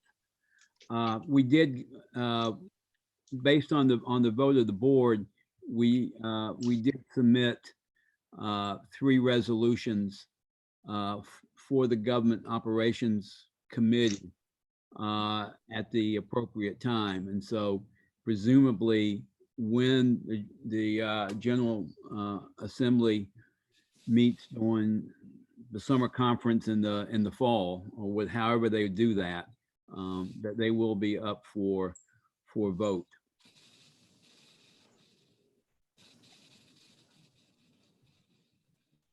Thank you. Okay. We'll move forward with our March financials as well as the budget presentation. Okay, thank you, Dr. Gant. Good evening. You'll notice that I want to give Mr. Schooneman credit. We redesigned the financial reports. This is what happens when you have a couple months where you're working at home, you get a little bit more time. So, hopefully these are a little bit more informative, much easier for Ms. Palmer. They're all in one PDF now. And you'll see the key performance indicators are on the actual section they apply to. So we just thought this flowed a little bit better. And again, if y'all have any, would like to see any changes of this, just let us know. Lisa, can you get back to the first page? Thank you. Sorry. Cash position at the end of March, a little over 61 million, still trending to that 30 to 31, $32 million range at the end of the year. Most of that is invested. We had about 7 million in the bank, and then the rest of it, and all our money earns interest, even if it's sitting at Truist Bank. We're still earning actually 1% on that money. Actually, it's going down to 0.6. I think they adjusted it this month. And then everything else is either in U.S. Treasuries or it's in Georgia Fund 1. Again, cash position, fund balance, we talked about. Lisa, if you could scroll down to total revenues. Statement of revenues, you can see we're at about 80.7% for the year, 99.2% on our collection of property taxes. So we're getting close to that 100% range. Delinquent taxes are coming in as well. Income as a percentage collected, a little bit higher right now than we were last year. Budget versus actual revenue, some of that fluctuates with our state QBE, the way it's pretty much even throughout the year, but then they do there's a 2-month accrual because our salaries go into the next year. So that kind of skews the budget versus actual revenue numbers a little bit. No concern there. Revenues by source, you'll see the breakdown between local and state. That state number will go up just because of what I mentioned. So the QBE, there's an accrual entry we make at the end of the year that'll pick that number back up. Though you will notice when we talk about the budget that the state number is a lot lower compared to previous years. I know Mr. Worthy's pointed that out before, the mix between state and local. So we'll talk about that in the budget. Lisa, if you can scroll down, statement of expenditures. Everything looks good here. Expenditures are less than where we were last year. Budget versus actual, we're a little bit lower than what we had budgeted. Again, all good trends. The very last page is the very wide cash flow projection, which I know is kind of hard to read. Lisa, if you scroll down to the very bottom, the highlighted number is the number we always key in on. Still anticipating fund balance of at least 3 million. Honestly, I think that number is going to be a little bit higher. I'm just not ready to commit to a number there yet. I'm hoping, 3.5 to 4 million.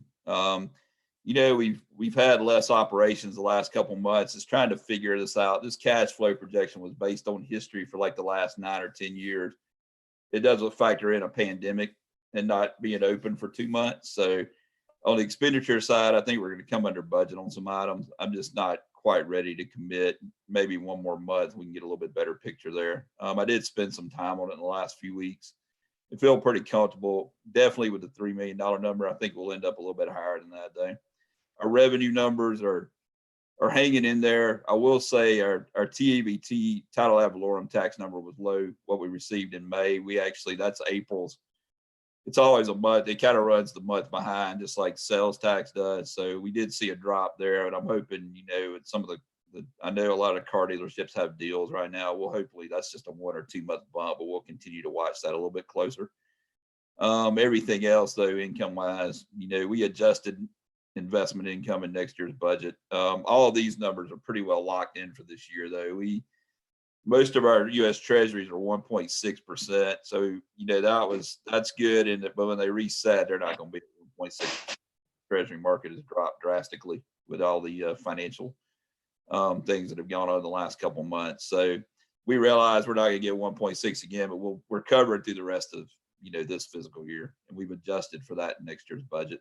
So I'll be happy to answer any questions. Again, everything looks good. We're tracking right along where we thought, all year. I've got a question, Chris. Yes, sir. In terms of the statement of expenditures. Yes, sir. I want to make sure that I'm reading it right. Now the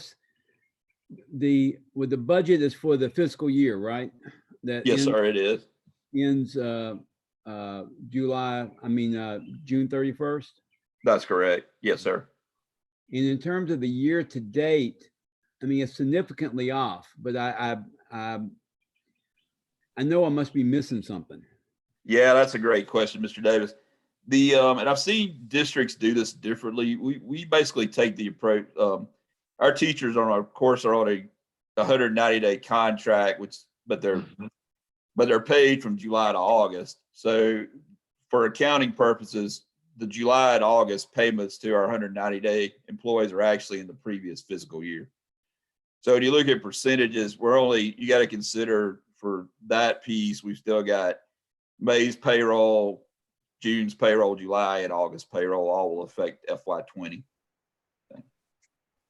It's basically accrued salaries because they've already done the work, but we're still paying them in July and August for that work that got done the previous year.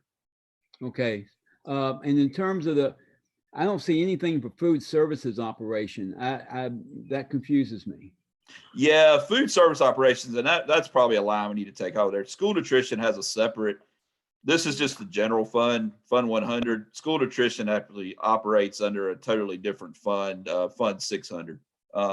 That typically hasn't been presented to the board. All the other funds like capital projects, school nutrition haven't been presented.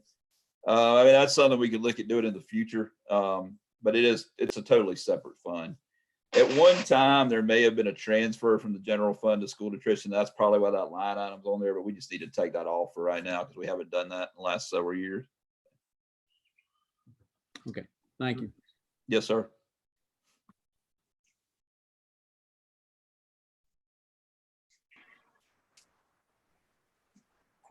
Additional questions? I do have questions, but it doesn't, I can wait till our finance committee meeting, I think. And I just want to understand that Fund 600, because that's all in the news about what we're doing in our school in terms of the COVID response. It's all about nutrition. And so maybe a separate conversation about that at some point in the future would be helpful. Yes, ma'am. We could definitely do that. Yeah, school nutrition's always had its separate fund. It is a little different now with the COVID-19, and that's you know, something we can definitely take a look at, because I know they're not being open for 2 months has affected their revenue pieces as well, because they weren't able to, you know, but I know they've also got additional support from USDA, but it would be interesting, something we probably need to look at, and we can definitely do that. Thank you. That would be great. Yes, Yes, sir, Mr. Worthy. Chris. Yeah, I have one question. Well, just for clarification, that you said the investments with Truist, is that with I thought I heard you say U.S. treasuries, or did you say treasurer bills, T-bills? Yes, sir. It's Mr. Worthy, it's actually Truist is our bank. It used to be BB&T, and they merged with SunTrust. So Yes. I still say BB&T. I actually called it Truist this time. So that's our just general bank account. We earn 1% interest on that, now 0.6. We opened a Georgia Fund 1 account, which is a government pool of money. It's just really like a money market account. We have money in that account. And then Mr. Hamill and Mr. Schiedemann worked on a cash flow analysis and basically bought U.S. Treasuries. There's 0 coupon U.S. Treasuries. And they schedule that out for 12 months. So basically, it takes our property tax money we collect in October and it invests that money over the next 10 to 12 months. And So then that's US what that big, and that's gradually now we're getting those maturities back in. It's all scheduled to where we try to take the most advantage of that money. Okay, thanks. Yes, sir.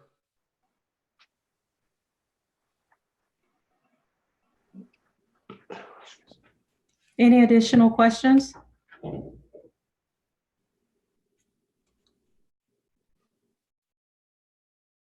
Okay. We'll move forward with our budget presentation. Okay. Let Ms. Palmer, there we go. Okay, Lisa, if you get the next slide, please.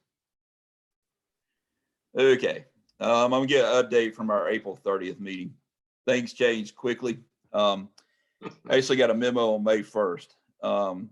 Wasn't expecting one quite that quick. You know, we budgeted for worst case scenario of 10%. I think I told y'all on April 30th, we hoped that was going to be the worst case. Unfortunately, on May 1st, we got a memo that all state departments were having to cut their budget by 14%, which also affects the Department of Education, which in turn affects QBE, which accounts for about 40% of our income on an annual basis. So a 14% reduction in QBE to us amounts to around 10.5 million. As Mr. Davis pointed out, these are numbers I will definitely share in our Government Relations Committee meeting. I think that, you know, our representatives need to hear how much that cut is for our school district. Back when we did the 10% reduction, we were looking at QBE being reduced about 7.5 million. So at the 14% QBE reduction, we're looking at a deficit. If we go back to April 30th, with the same numbers we had in that budget, and you just do a 14% reduction, I'm sorry, we're looking at $11.5 million deficit. So that's what, on May 1st, that was the number that stuck in my head. So since May 1st, myself and the rest of the cabinet have really just been trying to figure out how do we make up that deficit and use, whether it be fund balance or, you know, the CARES Act, to the best of our ability. So that's what you'll see before you tonight. Is a little bit more deep dive into the budget, but then also how do we attack that $11.5 million deficit we were faced with. So we do have final numbers from the CARES Act. We're actually receiving right at about 5.8 million. I think it's 5,793,000. So we have 5.8 million from the CARES Act. And you'll see we're planning on deploying a lot of that back into the general fund to try to keep continuity of staff and service. You'll hear that word a lot. There's basically 5 to 6 main areas that the CARES Act can be used for, and continuity of staff and services is one. And translated, that means to offset any potential state reduction. They just didn't call it that, but that's really what that is. Distance learning, other areas, which we are planning on spending some money on distance, or there's a budget for distance learning that Mr. Gaskins is working on. So we have allocated some of the CARES Act money for that as well. There's also a piece where our private schools, this is based on a Title I allocation method. It's a little different in the CARES Act. It's not considered Title I money, but it has some of the same pieces in there. So we have to do what's considered an equitable share to our private schools. So about $515,000 of the CARES Act that we're receiving has to go to our private schools in the Clarke County area, and there's actually 7. And we can give y'all more details on that. I think Ms. McGuire, who's our federal Title I director, is still kind of working through the calculations on that. And you've probably seen that in the news lately. There's been several AJC articles on that private school allocation and how it's different from the Title I calculation. So that's kind of where the CARES Act. So again, our revenue assumptions, we have QBE based on the 14% reduction. The tax digest, we do have final numbers from our tax commissioner. We're looking at a 7.47% increase for FY21. Last year we were at 8.77. So not a significant 8.77. If you go over the history of our tax digest, was a really high year. 7.47. Normally 5 to 6% is a good number. So we're still a little high there, which is good. Trust me. So I think tax notices are supposed to go out. I want to think today or tomorrow is what I've heard from the tax assessor. The county's moving forward with the consolidated government, I'm sorry, is moving forward with their budget presentation. They're going to do their tax hearings in June. I've been coordinating with their finance director. So and their assistant finance director. So we know the tax digest piece, which I will say, if you look at other counties around us right now, they don't know a lot of them don't know their tax digest. And I don't think without that, we probably wouldn't be presenting a budget to you tonight, because without knowing that number, it's such a huge piece of what we're going to talk about later. TABT, I did decrease a little bit. We're going to continue to look at those motor vehicle sales just to make sure that number is not going to drop drastically. We did build in a little bit of a decrease there. We didn't have May's numbers when we did that, so I'm hoping May is just kind of a little bit of a small blip, and then we're going to see an uptick again, but we'll continue to watch that. We did adjust the interest income, as I mentioned, based on lower rates. The tentative millage rate, our millage rate has been at 20 mils. I didn't go back and look at how many years, but again, we're asking next week for the tentative millage rate to vote on it to stay at 20 mils. And then of course we would do the final adoption in June. Based on the tax digest numbers I mentioned, the value of a mill for the school district right now is projected to be about 4.5 million, 4,566,000. A lot of times people will ask you, well, what does 1 mil of the tax digest bring in for the school district? That's the answer right there. That's about $4.5 million. There's 2 components to the tax digest every year. There's a reassessment piece, which is if you have on property the prior year, did it get reassessed? There's a second piece, the growth increases any new construction. So when you look at that 7.47% increase I mentioned, 5.83% of that is on existing properties being reassessed. The growth in the county was 1.64%. That's about what it was for the FY20 year, which is the 19 tax digest, was about 1.6%. So those numbers are staying consistent. And we hope they stay consistent. So here's our overall revenue projection. You'll see the FY20 budget on the left, FY21 on the right. Top number, property taxes, you can see about a $7 million increase. Keep in mind that when we do pay a 2.5% collection fee to the county to collect the taxes. That's standard throughout the state of Georgia. Delinquent taxes, I did get some information from our tax commissioner. That's where the 720 came from. And we do take a discount off of what's actually outstanding as delinquent. Other real estate taxes is your any other transfer taxes, anything that falls into that category. That number has been honestly consistent in the budget for many years. I did reduce the title ad valorem taxes. We've got transportation fees, left that the same as last year. Investment income, I did drop from 709 down to 402. Indirect cost is where we charge our federal programs.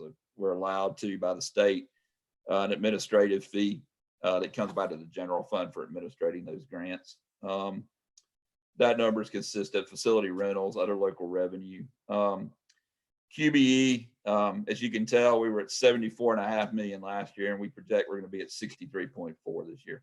So about an $11 million drop.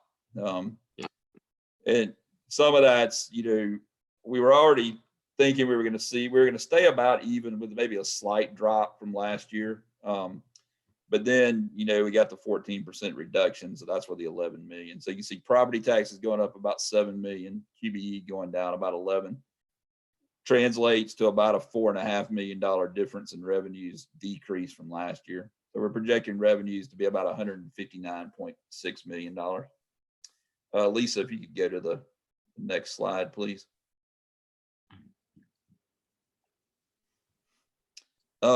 Overall expenditure projection. There's three main components I wanted to point out. Salary and benefits, a little over 143 million. Our operating budget about 24 million. And we're going to look at comparisons here in a minute. I'm sorry, this is just FY21. And then the CARES Act allocation of the 5.8 million, we feel like doing our distance learning with the private school allocation leaves us about 4,250,000. That number shifted a little bit higher this week since we did this presentation. It's more like 4,335,000. So we feel like that money we're going to have to transfer over to the general fund. Again, CARES Act is federal money, so it's going to be transferred over to the general fund. There's a lot more leniency with the CARES Act. There's no supplanting like you have with other federal programs. They've taken a lot of the restrictions off this money because they realize districts are going to have to use this to supplement the loss in QBE. So our total revenue, our expenditure projection is 162.7 million at this point in time. Lisa, if you could go to the next slide, please. This is our expenditures by function. Every school district has the same chart of accounts. We all have the same functional areas. Instruction being the main line item, pupil services, improvement of instruction, instructional staff training, which is a lot of professional development, educational media services, which are a media specialist. General admin is most of the district, that's your district office. School admin is your principals, assistant principals. Business services is my area, business and finance. Maintenance and operations, transportation, Mr. Fisher's shops there. Support services central is technology and human resources. Other support services kind of covers, it's kind of a catch-all for what else is not out there.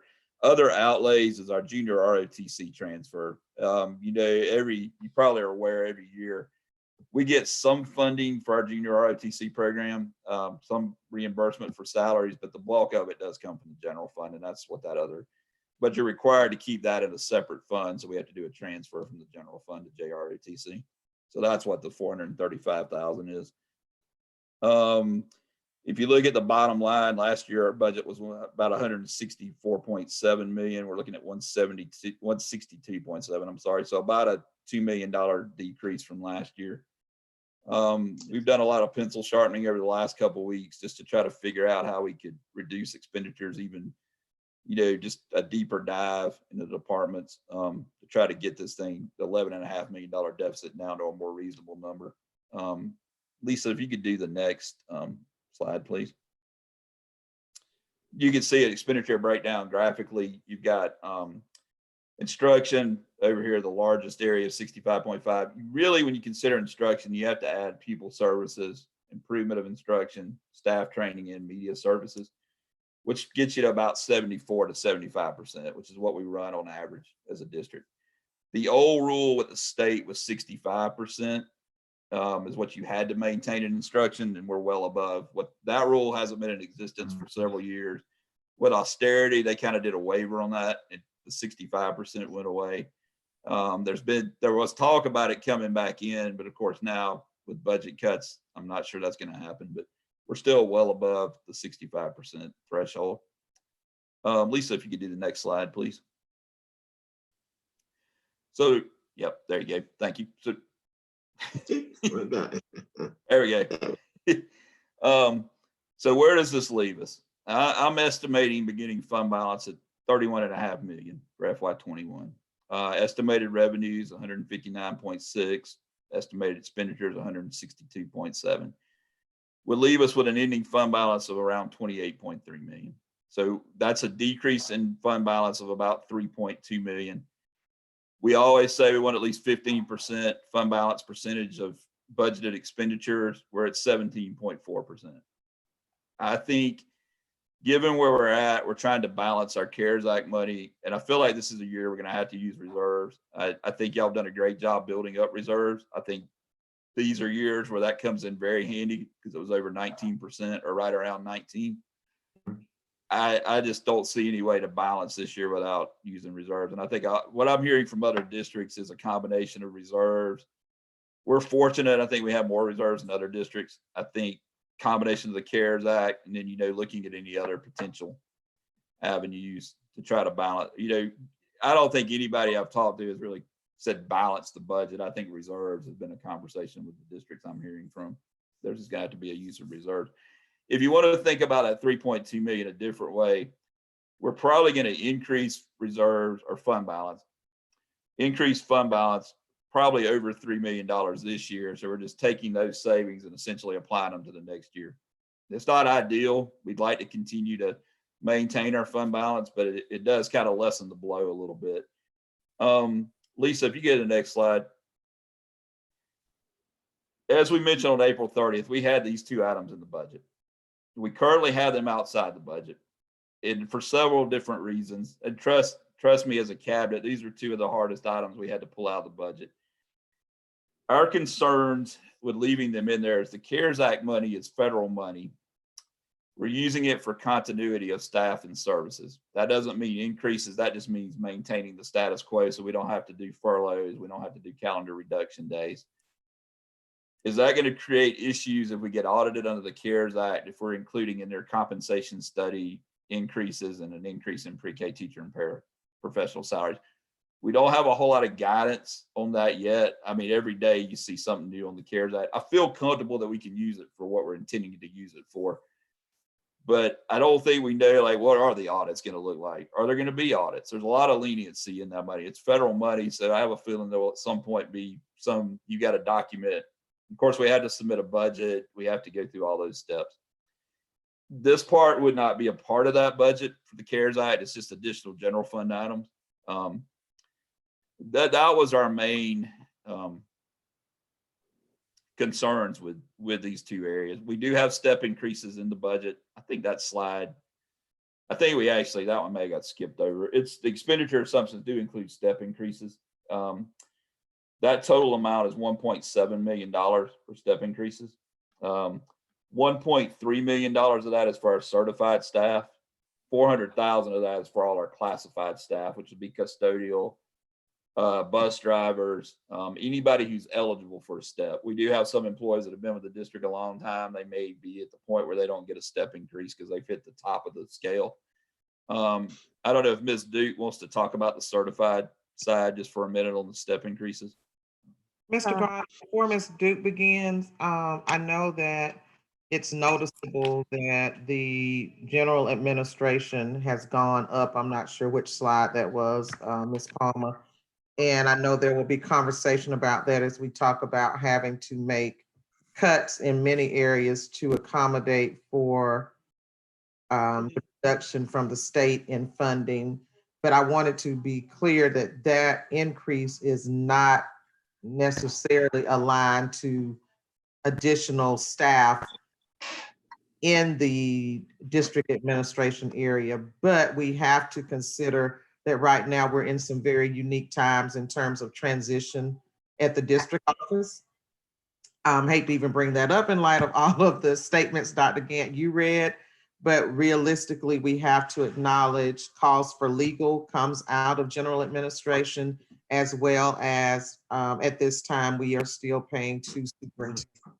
And even though I would have been paid as chief of staff, there's a differential in that salary, and that is also reflected in general administration. So some of the costs we're incurring during these times of transition are reflected in general administration. I just want to point that out because I don't want the narrative to be that we're adding staff, because we're taking a significant hit in terms of budget as well at the district office. And I want to be sure that we're very transparent that that increase is not indicative of us doing additions, but of other calls that are associated with our current situation as a system.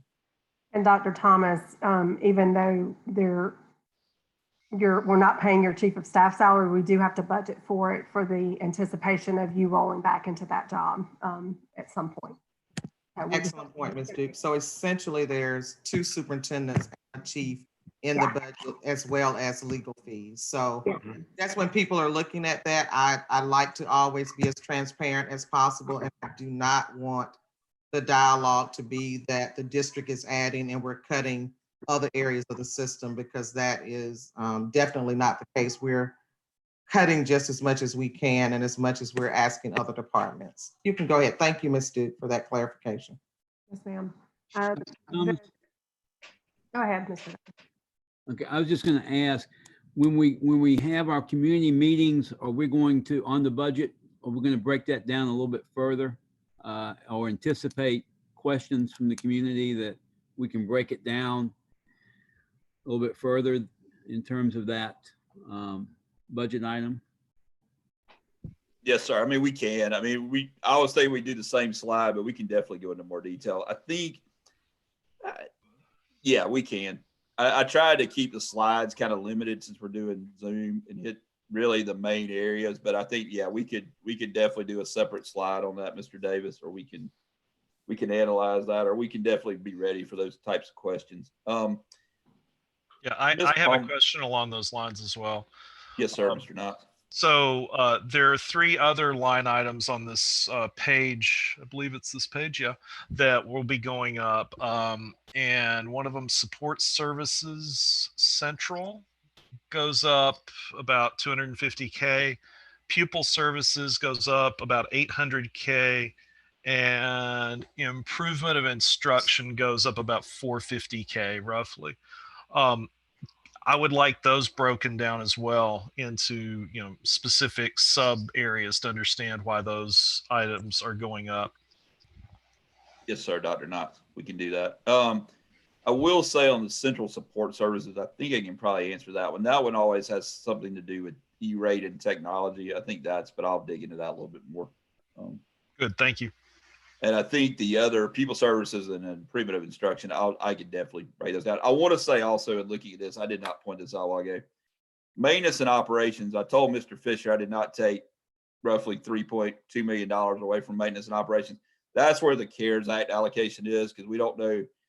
It made more sense to take it out of maintenance and operations at this point. We're still trying to figure out what the ramifications of, like, what can we move from the general fund over to the CARES Act. I mean, we know we could do that. It just made more sense to me, given where we're at, to take it out of maintenance and operations. So Mr. Fisher did not lose $3.1 million in his budget. So no. I have another question.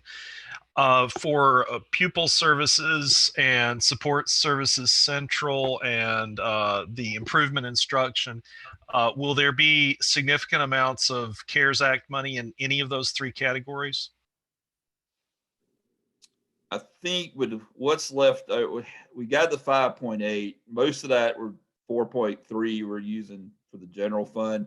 I'll let Mr. Gaskins, there is about $1 million that this combination of distance remote learning pieces. And then, the rest of it is that private school allocation. I think 5.8 always, we are fortunate. Trust me, a lot of districts around us didn't receive that much, but we found out it goes quick, it goes by very fast spending that. But I'll let Mr. Gaskins, if he wants to jump in on the distance learning pieces for a few minutes. Right. So we will try to use most of the funding that we will need for distance learning in the CARES Act. I believe the increase in the improvement instruction is also to do with our textbook adoption. We are adopting resources for math at K-8. We did hold back some of the adoptions that we wanted to do for ELA and for high school because we knew that there would be a budget shortfall. Also, there are, you don't see the $1 million increase because we tried to balance it by not filling some vacated positions that will be in instructional services and school performance due to retirements. So we try to balance it by saying we need to get textbooks now, but we won't fill those vacant positions due to retirement. And then we'll try to revert the money needed for remote learning to the CARES Act fund. Yeah, and the remote learning, which item is that in? Is that improvement of instruction? It's actually, Dr. Knox, not in the in this budget. We're budgeting that for out of the CARES Act money, which will be a separate fund altogether. But yes, it will fall into that improvement of instruction category, I believe. Mr. Gaskins, is that correct? Yes, sir. But that means that then the increase in improvement of instruction that's shown here doesn't have to do with distance learning, because that's off budget. Yes, sir. It's at a whole separate fund. What they originally with the CARES Act, they were going to do it through the general fund or Fund 100. They decided to create a whole separate fund at the state. So it's actually Fund 420, 425. I can't remember if it's 420, 425. So all that money is going to be in a whole separate budget because it's federal money. So. Okay, that I'll just circle back and stop here and just say that's why I would like to know what's increasing in improvement of instruction as well as the other items. I think we need a breakdown. Yes, sir. And what we could, we have a call meeting next Thursday night to approve the tentative budget. I'll add a slide on each one of those areas with bullet points, if that'll be helpful. Can I've got a question for Mr. Gaskins. I see that, you know, the instructional budget is pretty much the same.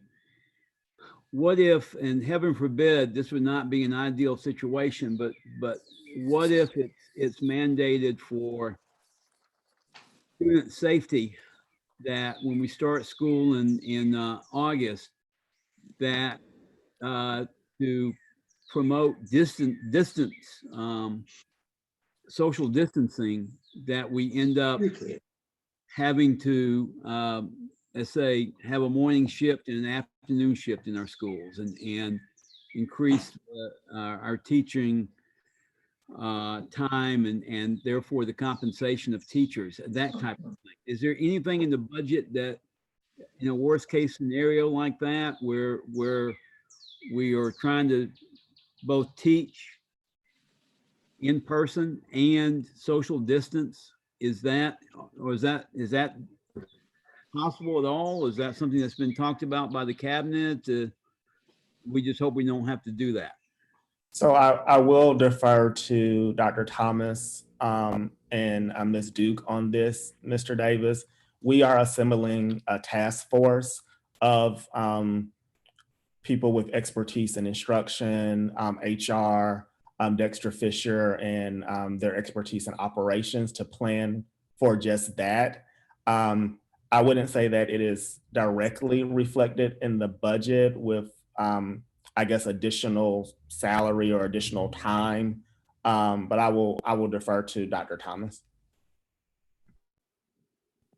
You're right, Mr. Gaskins. So we do have the CARES fund, and we are working on budgeting for that. And that task force will begin meeting, I believe, next week to have reopening plans with different scenarios of us having to maybe come back virtually, coming back blended, coming back full face-to-face.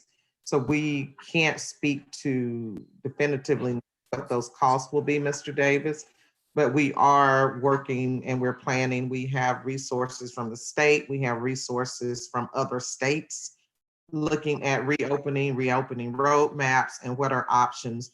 So that's why we don't want to overcommit our CARES Act funding to help with this deficit, because we know there will be new expenditure needs that will be necessary for us to support student learning in a new way. Ms. Duke, do you have anything to add to that? I'm just thinking that, to be fully transparent, there's no way that CARES Act is going to carry us too far with staff salary to extend to like gifts and things like that. There's just not enough money, because you guys know that our budget is almost all salary.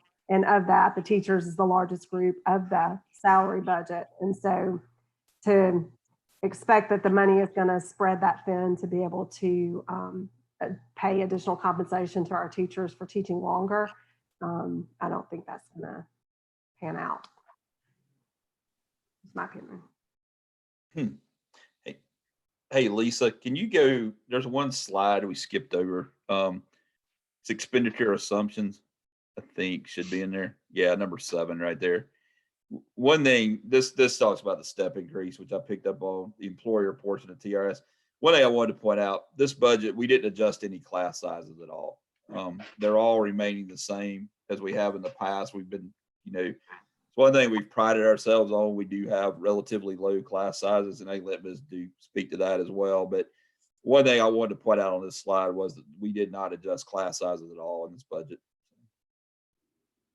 Right. I never went back and talked about step increases either.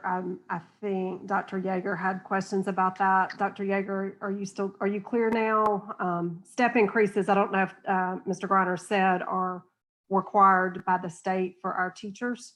And that is the biggest portion of that step increase raise is, and he told the numbers that I can't ever remember, but those are required. So we have to give step raises to teachers, and it's just step raises mean you get another year of experience.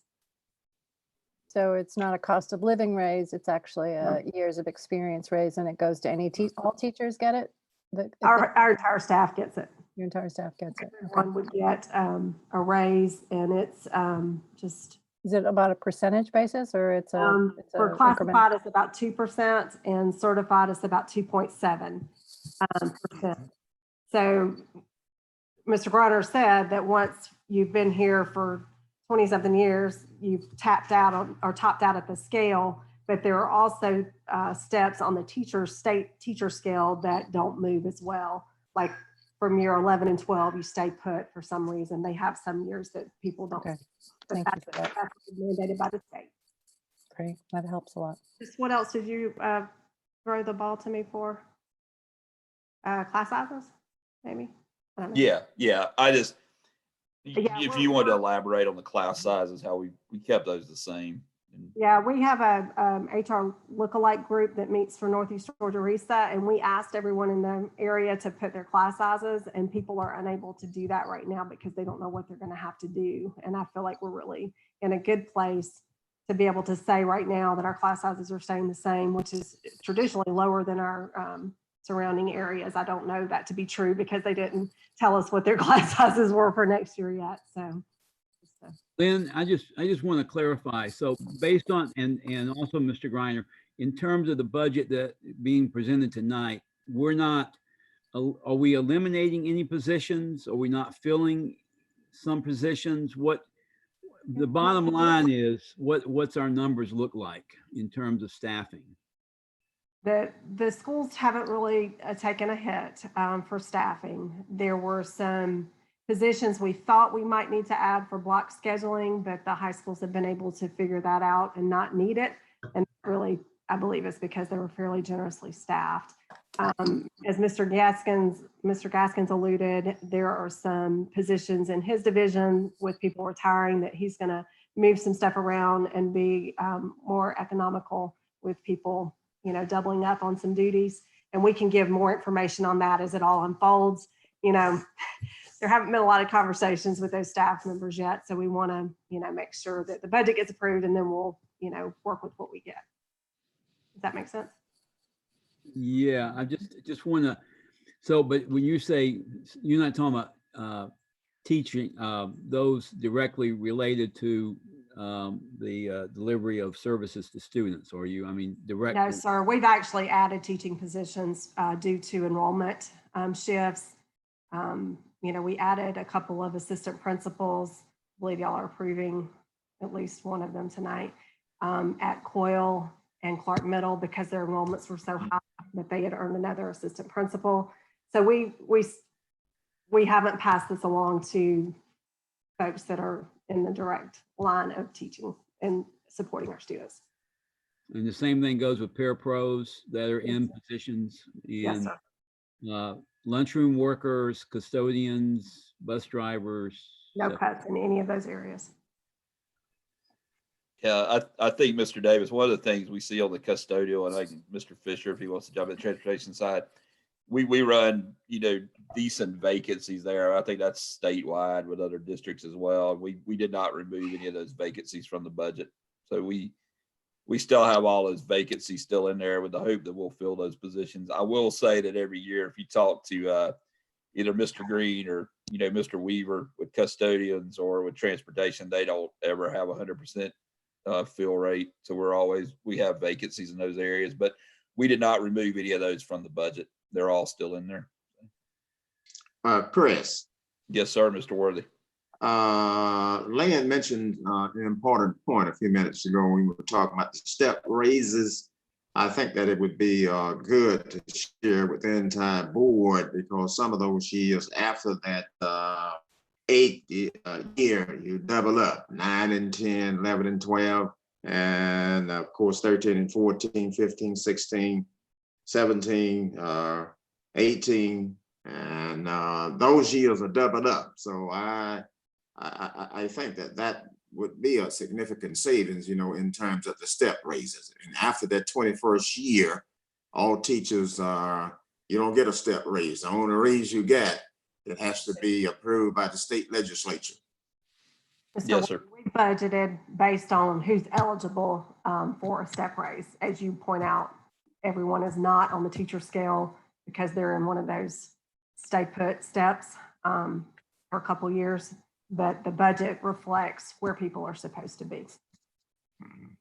Even the And we can, first I year don't know, teachers- we Yes, could sir. share the Hey, state Clarke. salary schedule. It's online. If you go to the Department of Education under the It's all- financial reviews section. But I don't mind, I can see what the state salary, it doesn't necessarily correspond to, our schedule, of course, because there are local supplement pieces and other, but I could share that with you. And it would show you where the step increases on that state salary scale, whether or not they're correctly, Well, Ms. Duke. and in fact, the teacher salary schedule, certified teachers, it's on the website on the Lynn's department, human relations. Yeah, Never so you can get go to there that as well. click.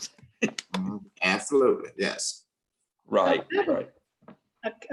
Something I learned on that conference call today with the nonprofits for summer camps, the state guidelines, it may even be federal guidelines, are no more than 20 per class, and that includes instructors. So if that's what's happening for the summer camps, especially, I'm not sure how much that will carry over into the fall. And I don't know what that configuration looks like either, but we, if I remember correctly, and I haven't seen a breakdown in a while of our class sizes, but we are running around 2022. Is that about right? For kindergarten, but it Kindergarten? goes like 22 for kindergarten, 23 for grades 1 through 3, 25 for grades 4 and 5, and grades 6 through 8 is staffed at 28. So yeah, if that continues over because of the COVID distancing requirements, then that does create some concerns given the high number of students that we have in those upper grades. Yeah, that task force that we have will come up with some plans and figure out what is best based on the current guidance. It just is changing every day, it seems. Yes, it is. It is. Okay. But Ms. Davis, I would add that although we do have class sizes that are large, we do have additional staff such as EIP teachers, gifted teachers that are used in innovative ways that also lowers the class size. So we do have class sizes depending on the school, depending on the program, that may have 17 kids compared to that 22 or that 23. But I'm good with that, but I'd love for you guys to, I'm excited to hear that you're having these planning sessions, but I would love to see at the end of that, maybe just update us and educate us on what's the experience in our schools every day in terms of class sizes and teacher-student ratios. Lisa, could you get back to that next to last slide where we were talking about there you go. Thank you. We did do a little scenario like without those in the budget and with them in the budget, just so I could see the difference. I'm gonna get Lisa to put, it's actually a separate PDF that we're gonna something we worked on. It's not on board docs. She's going to put it on board docs after we discuss it. It's one of those add-on items. You want me to show that now? Yeah, if you don't mind. And then we got to get back to the slide presentation for one more slide, but we can, while we're on this slide, we can at least look at that. Sorry. That's okay. Just takes a minute for my computer to, there we go. Oh, that one. Oh, Brent. Yeah, that did something weird when it translated over. Did it? It's supposed to be a PDF. I think it's trying to pull up in Google Docs. Let me see if I can, give me a second. Yeah. Okay. So Chris, are these Sure, the Don. multiple, are these the multiple versions of the budget that we talked about in emails this afternoon? Yes, sir. Yeah, it is, Dr. Knox. Really, the only change between was adding back in the comp study and the pre-K piece is what we talked about. I think that's what I think Dr. Yeager had asked, and I believe you as well, Dr. Knox. And I apologize. I did it in Google Docs and then, or Google Sheets, and then converted it to a PDF because I thought that would be easier. Is that better? Yes. I mean, if you could just maybe blow it up a little bit, it's hard to see. Okay, let me see. Okay. How about that? There we go. That's better. All right. The one on the left is the one y'all just saw presented, which leaves us with a $3.2 million decrease in fund balance, about 17.4%. If you add the compensation study and the pre-K salaries back in, it gives you to about a $4.4 million decrease with a 16.52% fund balance. Again, as I mentioned, our concerns are maybe more with the CARES Act. Is that valid? We really can't tell right now. Something, we talked about in cabinet is maybe next Thursday night, y'all would approve a tentative budget. The final budget doesn't get approved. You'll notice when we look at the last slide on the presentation, I moved the final budget approval to almost the end of June because we have a budget by state law required by June 30th. I feel like guidance changes every day. I feel like we can approve a tentative budget, approve the millage rate, but that final budget, maybe this is something we think about, between now and then, if there's any other guidance, say the state cut is, heaven forbid, larger than 14%, then we're gonna have to re-punt and think through this all over again. Say it's 12%, then that gives us room to work with. So my thoughts were, next week, maybe present the budget on the left side with the caveat that these items are still on the table, and then we don't make a final decision on that until the end of June when we do the final budget approval. But again, this is the two scenarios.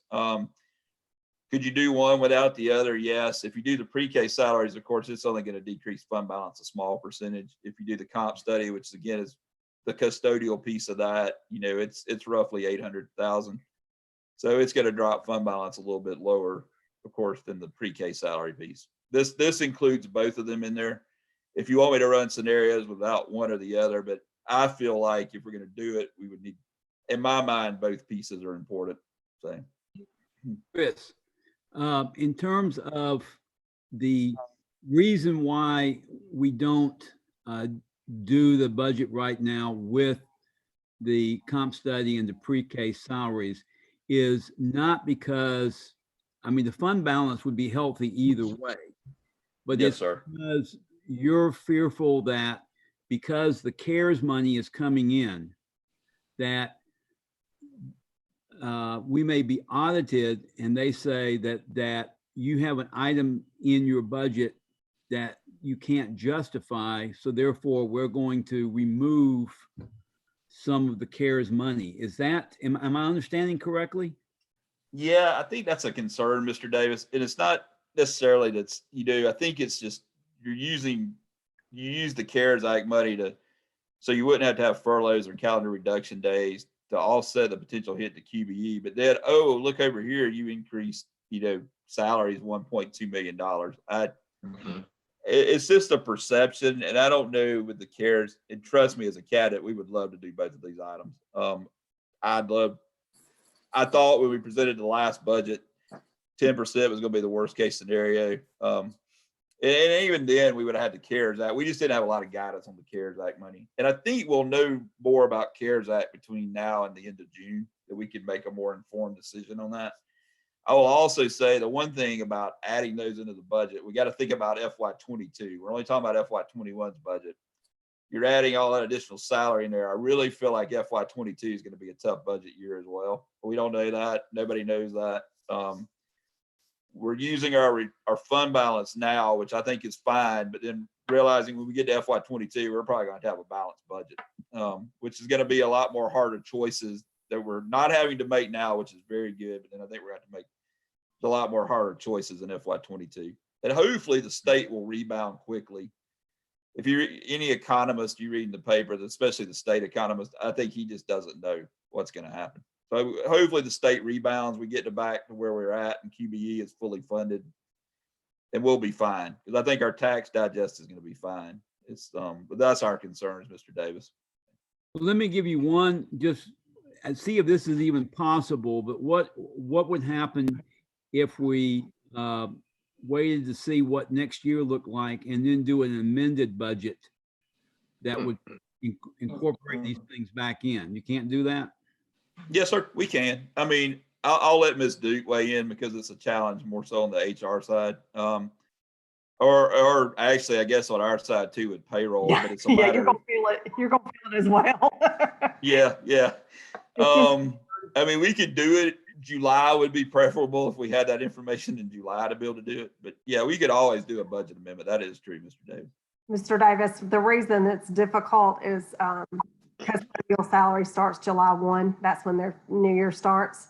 And if we delay it, then we have to calculate their pay, how many days they were paid on the old salary, and then how many days they're paid on the new. And basically, we have to do them all by hand. Not a deal breaker. Our staff would love to do that just to, compensate those custodians. We're all rooting for us to be able to afford that. So it's not a deal breaker. It just would certainly be much easier and less room for error if we're able to have it starting on July 1. I mean, I'm just saying, Lynn and Chris, that looking at how little the fund balance is affected by this chart, I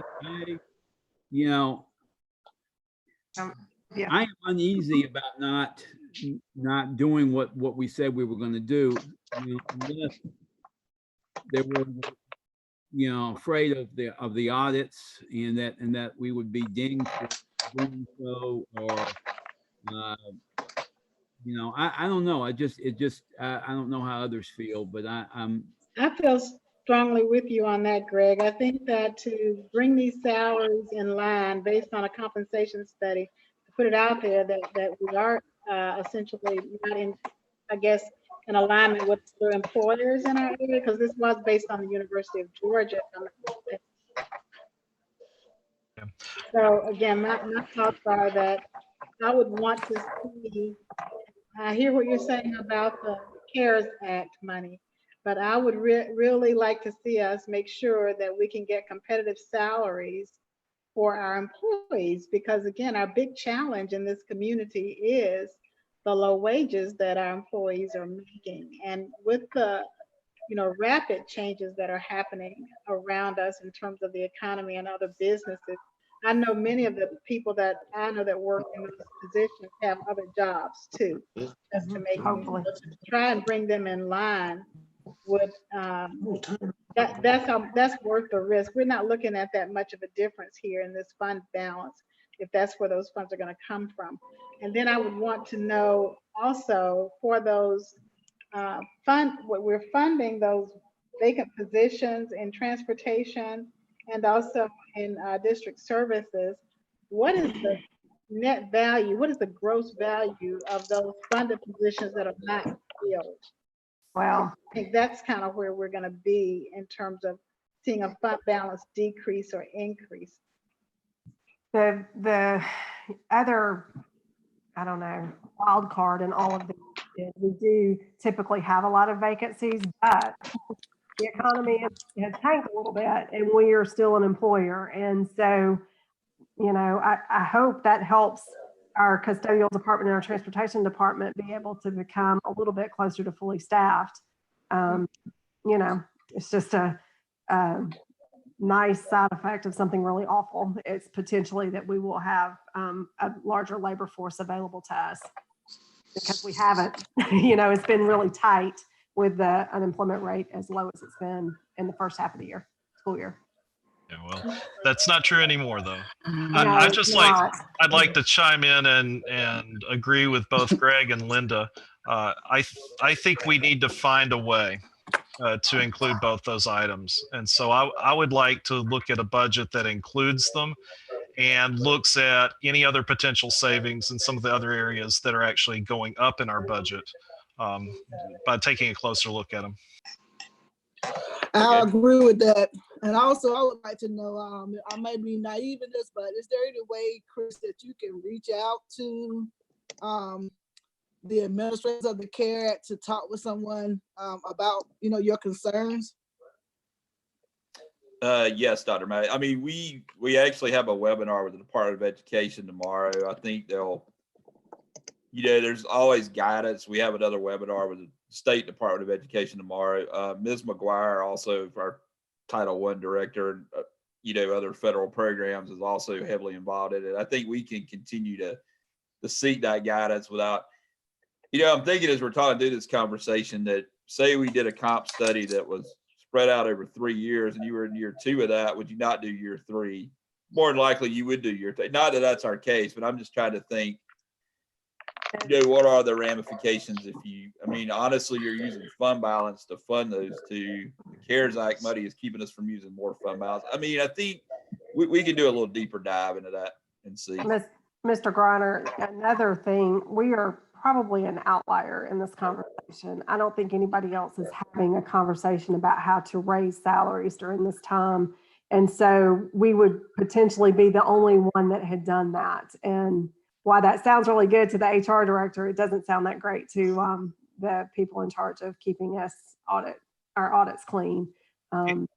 So could the question be posed to the feds and say, are we going to get dinged if we actually raise the salaries of people at the lowest end of the scale that were not paid comparably to other people? Perhaps the government is that kind of twilight zone, but it doesn't strike me that we're going to get you know, thrown into the river for that. It sounds, I agree. It sounds like it's a perfectly reasonable thing to do. I just doubt that anybody's going to be able to answer us at this point because it's still so evolving. Yeah. I don't know. That's my concern. I will say with the step increases, you know, another way of looking at it, we're basically locked into the certified. We don't have to do classified. We need to do classified. Trust me, I'm not, but you're already doing an increase for your classified. I don't know, you know, I mean, other districts are in the same boat there as well. But yeah, Ms. Duke's correct. I mean, I think that's the perception is that we're not only, you know, we're increasing salaries, but again, it's something that's needed to be done for a while. So I think we could definitely, I don't know if we're going to get the answers, but we can look into it a little bit more.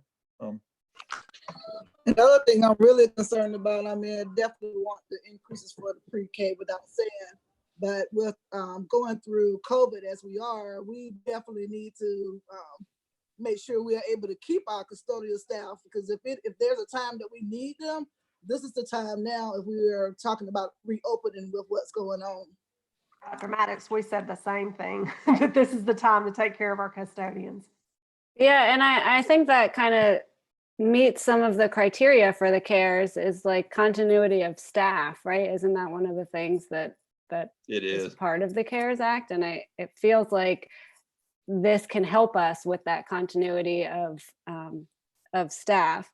And I mean, I agree with what everybody else has said, and I had written down that in the last 2 years, I know that we've come in under budget each year. I know this current year, it's going to be about 3 million, maybe more. And I know some of that is not, you know, is due to unforeseen circumstances, but I know we came in under budget last year too and added money to the fund balance.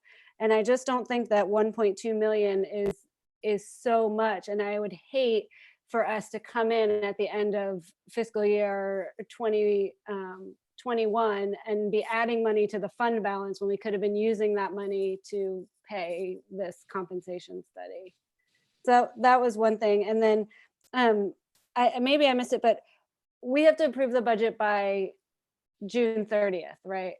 Yes, ma'am. That's but correct, Dr. Dyke. But the plan is to vote on it next week? Do we need No, to- I'm sorry. The way the process works, be able to do the millage rate in the public hearings, you have to vote on a tentative budget. And I use that word tentative very strong.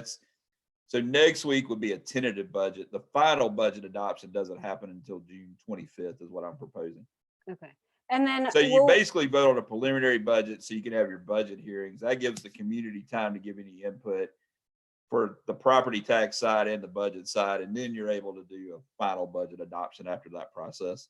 Okay. And then will we get I know last year we got like a giant binder with all of the line items and all of the things prior to adopting the budget. Is that something that will happen this year? My understanding is that some years that happened, some years it didn't. We can certainly work on, putting that together for y'all. I didn't know with the whole trying to do all this through Zoom. It's a little, but yeah, we can definitely, we can do that and have that before the June 25th final approval meeting for sure. Okay. Mr. Greiner, can you talk? This is a very, very, very small budget item compared to what we're looking at here.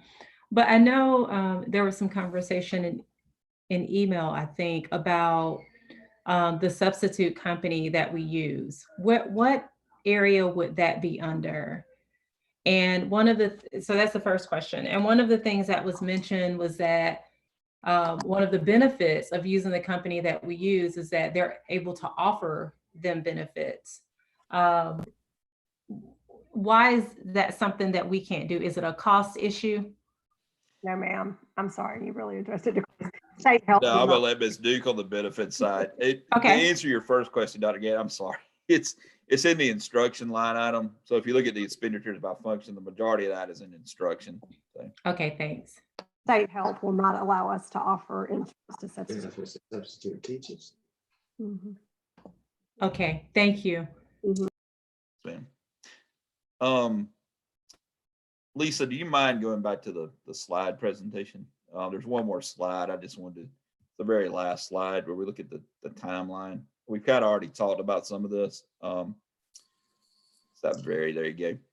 So next Thursday night, we're looking at a call board meeting at 6 o'clock to adopt the tentative budget. I moved the community budget meetings back a little bit just to give us a little bit more time. Normally we have those closer to May 21st. I think with everything going on, it's more imperative that we've got the month of June. I think we need to take advantage of that a little bit more. We're required to have 2 budget meetings, 3 millage rate hearings.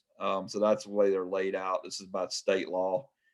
You can do 2 in the same day. So I'm proposing we do a community budget meeting at 12:30, a millage rate at 1. It limits us to only having to do this 2 days instead of 3 days. I'm open to suggestions. We have to run ads in the paper by June 2nd. So we just need a finalization of a timeline. But so we would do the community budget meeting for 30 minutes in the millage rate hearing.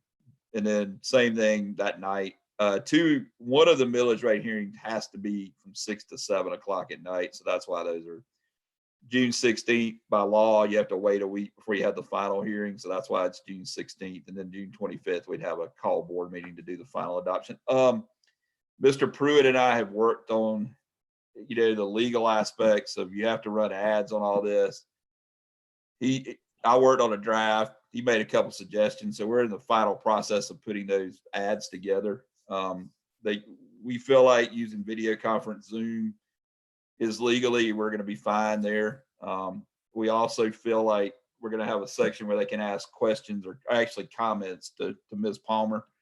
And then those comments can be read, and that's going to be in the ad. We're going to say comments can be emailed to Lisa Palmer ahead of the meeting. And then y'all will see those. I will see those before the meeting, and then we can address those questions during the budget meetings.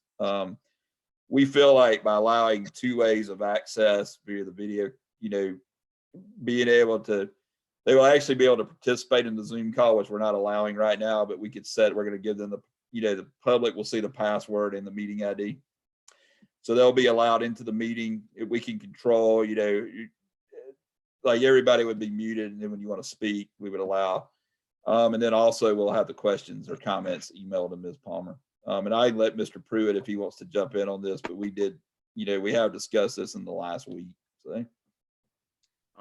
Nothing really to add. That's exactly right. I think that will be more than sufficient. I've talked to different state organizations and other local government attorneys, and I'm satisfied that that more than meets our requirements. And this will meet the timeline for Athens, Clarke County government. It allows the tax digest to move forward where tax notices, the bills will be due in October like they had in the past, which not only benefits our cash flow, it benefits their cash flow as well at the county. So, it's just it's the same process. It's just a lot of different dynamics this year because we don't know the state number 100%, but it allows us to keep the process moving and allows the tax bills to go out, which is mainly what we were trying to, avoid a delay in those going out, which not only would hurt us, but would hurt other entities as well. I just had a suggestion. If there are, there's only 2 budget meetings that are required. Is that right? Yes, ma'am. But 3 That is millage rate hearings. And other people can chime in too, but I feel like if we're gonna do just 2 budget meetings, I feel like they should be on different days, just in case people can't do that day for whatever reason. Like if you could move one of the June 9th community budget meetings to before or after the June 16th millage rate. I mean, if y'all are willing to do that, we could do, that's a great comment, Dr. Dykeman. If you want to do the community, I didn't even, when you put this together, you kind of look back on it now that you point that out. Maybe we do the community budget meeting on the 9th and the 16th and have those at 5:30 and take the 12:30 one off as a suggestion. And then we could do the millage rate hearing at 1 and then do one at 6. That's perfectly fine if we want to do it that way. I agree with that. Okay, that's a great comment. I appreciate that. I'll think through that, but we can do you can do a millage rate hearing without the budget hearing. And I think if you do the budget hearing at night, you're probably going to have better input, I would think. So, whereas the millage rate hearing, you're allowed by law to do 2 in the morning if you want to, and then 1 has to be at night. But I feel like that way we have 2 at night and we have 1 in the afternoon. Okay, I like that suggestion. Thank you. I think if we go forward with the compensation study proposal, these will go very fast. Okay, I will, based on what y'all are saying tonight, and we'll talk about this as a cabinet as well. We have a cabinet meeting in the morning. Of the tentative budget, I mean, we can, again, go ahead and add that in if y'all want to. It can stay in there until we get to the final adopted budget and we can make a final decision. That's kind of what I'm getting the pulse of the board tonight, is to include that in the tentative budget. So Can you all I think update? so. Can you update me? I got offline just as we were discussing this. So what are we, just recap it in 2 sentences. So Yeah, because we're talking about the compensation, but not the pre-K. I was understanding we would try to put both of them in there. Okay, great. Thank you. Okay. Yes, sir. Yeah. And I got kicked off too. I'm not sure why, but I would also chime in and say I support that. Okay, so what I'm hearing for the tentative budget meeting is we would have those in there, and then I will get, as Dr. Knox pointed out, those functional areas where we have the increases, we'll have either a slide or we'll be able to explain those, what the differences are for next Thursday night. And can I offer another suggestion? And that is, I would have a slide about, because people are going to be reading about CARE, funds. And I don't think we have a slide that specifically addresses that. And I would also like it to specifically talk about what private schools in Clarke County will.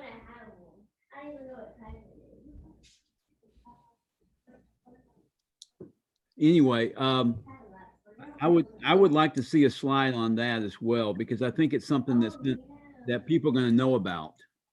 And yeah, what we can do, Mr. Davis, is do the total CARES amount, and then this is what it's budgeted for. And then we can, like I said, there's 6 main areas you can spend that money on, and we could even list those out on a separate slide. There's actually a great frequently asked question thing that the State Department's put together on that.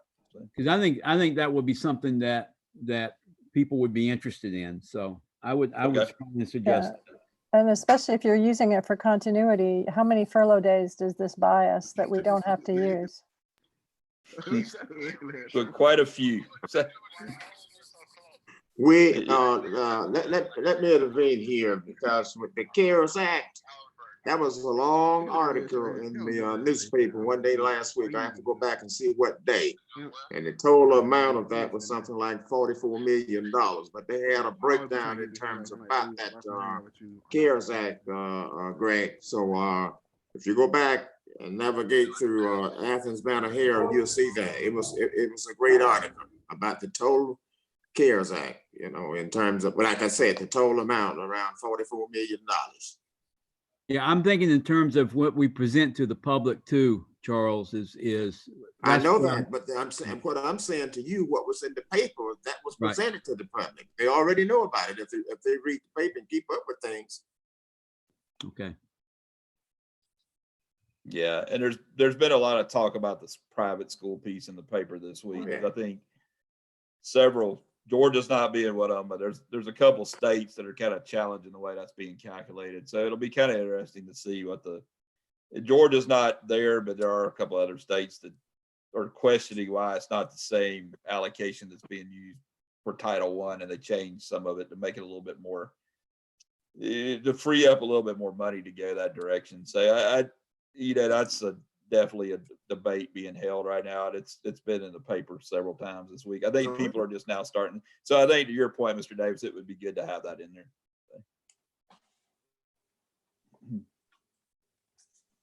Okay. So it sounds like we'll have a call meeting next week, and the general consensus of the board is to include the items for raising the pay for our custodial staff, as well as our pre-K teachers and professionals. Okay, sounds good. All right, thank y'all. Okay. Thank you, Chris. Thank y'all. Thank you very much. Okay. We are going to move forward with, let's see, I think, yeah, the board president's report is fairly brief. One is, I just wanted to let you know that we are in the process of just putting pieces together for an overall plan in response to our Cognia report. I am hopeful that by June, I will be able to have a very succinct, I don't want to use the term presentation, but like at least an overview of how we're addressing different areas. So far, we have, I should say, spoken. Dr. Thomas and her team are continuing to work on how they will address the operational aspects of the report. I think 2 of the standards. And then Dr. Maddox and myself and Dr. Thomas have been talking about how we address the parts that are related to board governance. So far, I will be meeting with Dr. King and Dr. Rame on Friday, and with the hopes of building a more complete professional development calendar for fall and spring to bring back to the board for approval or feedback and then approval. Dr. Maddox will be working on our orientation piece, so pulling different pieces of information that need to be a part of our orientation so that we can make that more of a standard part of what we do and be sure that we're delivering the same information and we have the same processes for new individuals on the board. And then I've spoken with Dr. Yeager as well, who will be looking over back over the report and is also open to scheduling some additional policy meetings just to focus on the areas that are implicated by Cognia. And so I just ask that you all remain open-minded. There are a few more of you that I will likely need to reach out to and ask you to work on a particular aspect. And again, I'm hopeful by June, I'll be able to give at least an overview for the board as well as for the public to hopefully clarify how we plan on addressing the issues that were cited. Secondly, we are inside of under the board president's report, you see their information from Envision Athens. I guess one of the things I should have asked Mr. Greiner, I just assumed that this money was already a part. I know it seems like it's a small amount compared to the overall budget, but the amount for Envision Athens, has that been added to the budget, or that's added after or if we approve this MOA? Dr. Gant, that money's already budgeted for next year. I think it's one of those things that if we didn't approve it, we would pull it back out, but it's in there. I think it's $11,000, I believe. Yes, that's right. That's already budgeted. Okay. And so I just wanted you all to keep that in mind. There is not under an action item, but it will be as we move forward. So there are 3 documents that go over the memorandum of understanding, but also goes over Envision Athens work. And then it goes over the other partners as well as the costs for each of those partners. And so I do ask that you read through that over the next month so that when it comes to our agenda, we'll be prepared to make a decision on how to move forward with our partnership with Envision Athens. That's it for me. Are there any questions? Okay, move forward with Superintendent's report. Dr. Thomas. Yes, ma'am. Good evening, everyone. I wish mine was as short, but I have some fun things on the front end and then just some business keeping to share on the back side of my presentation. We would like to congratulate once again the class of 2020. Both of our high schools did distribute yard signs within the last week, and students and staff were very excited, and that token of our appreciation for them has been very well received. We have our virtual graduation scheduled for next Friday, May 22nd. Cedar Shoals will air first at 4 o'clock. Classic City will air at 6 o'clock, and then Clarke Central at 7 o'clock. So we will do the airing at essentially the regularly scheduled time for those face-to-face graduations. We will do the same times for the virtual, but then once they are aired, they will be on the YouTube channel for people to go back and view. At this time, we do have a brief celebration video that our board members have joined together to wish our class of 2020 best wishes. So at this time, Ms. Palmer is going to play that, and then I will come back with my last couple of items. Okay, give me 1 second and I'll get it started. Okay.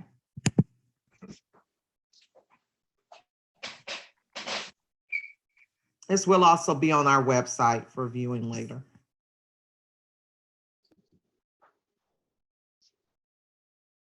Yes.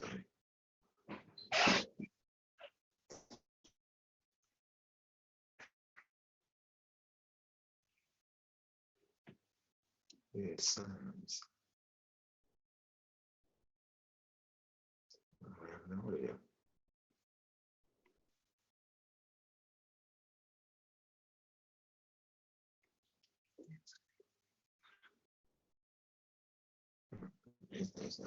Lisa, the sound's not playing.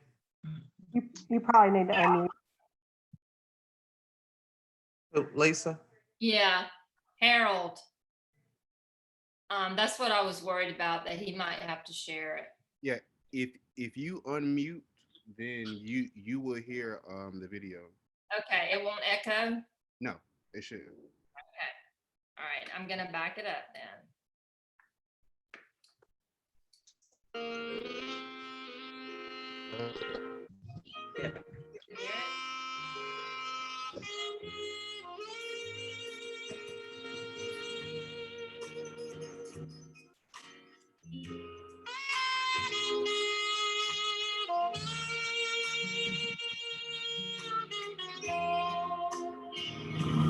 Congratulations, graduates, 2020 of Clarke County School District, all three high schools. We are so proud of you and so grateful that you are beginning a new life's journey. Your education is just beginning.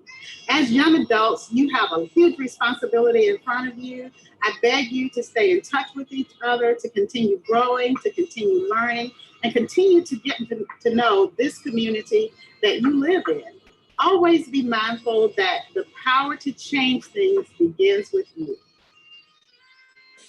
Congratulations, graduates. We're so proud of you for all your hard work and dedication. This has been a tough year and you have gotten through it. Good for you.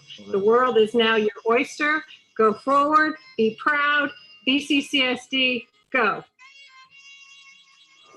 Hi, graduates. I'm Kara Degman, a school board member from District 5, and I changed out of my pajamas today so that I could congratulate you on your graduation from high school. I know that it hasn't been easy, especially these last couple of months, but we just know how resilient you are and how amazing you are, and all of Athens is really, really proud of you. There's no class like the class of 2020, and we can't wait to see what you do next. Okay, greetings. I want to take this opportunity to say congratulations to the senior class of 2020, Cedar Shores High School, Classic City High School, also Clarke Central High School. We are extremely proud of you, and do remember that you are getting ready to do something that you will never do again. That is to graduate from high school. You only do that once. And again, we're extremely proud of you. Say thanks to a classmate, a teacher, and also give your parents a big hug and say thanks. Couldn't have done it without you. Go Jags, go Glads. Hey, Clarke County School District seniors, this is Lakeisha again. This is a message to say how proud I am of your accomplishments. It has been a very unpredictable year, but you have made it. I am so proud of your achievements and can't wait to see how far you'll go. Congratulations again. Congratulations to the class of 2020 graduates of the Clarke County School District. I'm John Knox, District 8 of the school board, and I congratulate all of you and best wishes in these unusual times, and best of luck in the future. Congratulations, class of 2020. I am so proud of you. I know that your journey took a winding turn near the end, but you demonstrated that you are more than conquerors and that you are ready for success. So in whatever you decide to do, just continue to keep this drive. It starts all over tomorrow. Have a great day. Congratulations, class of 2020.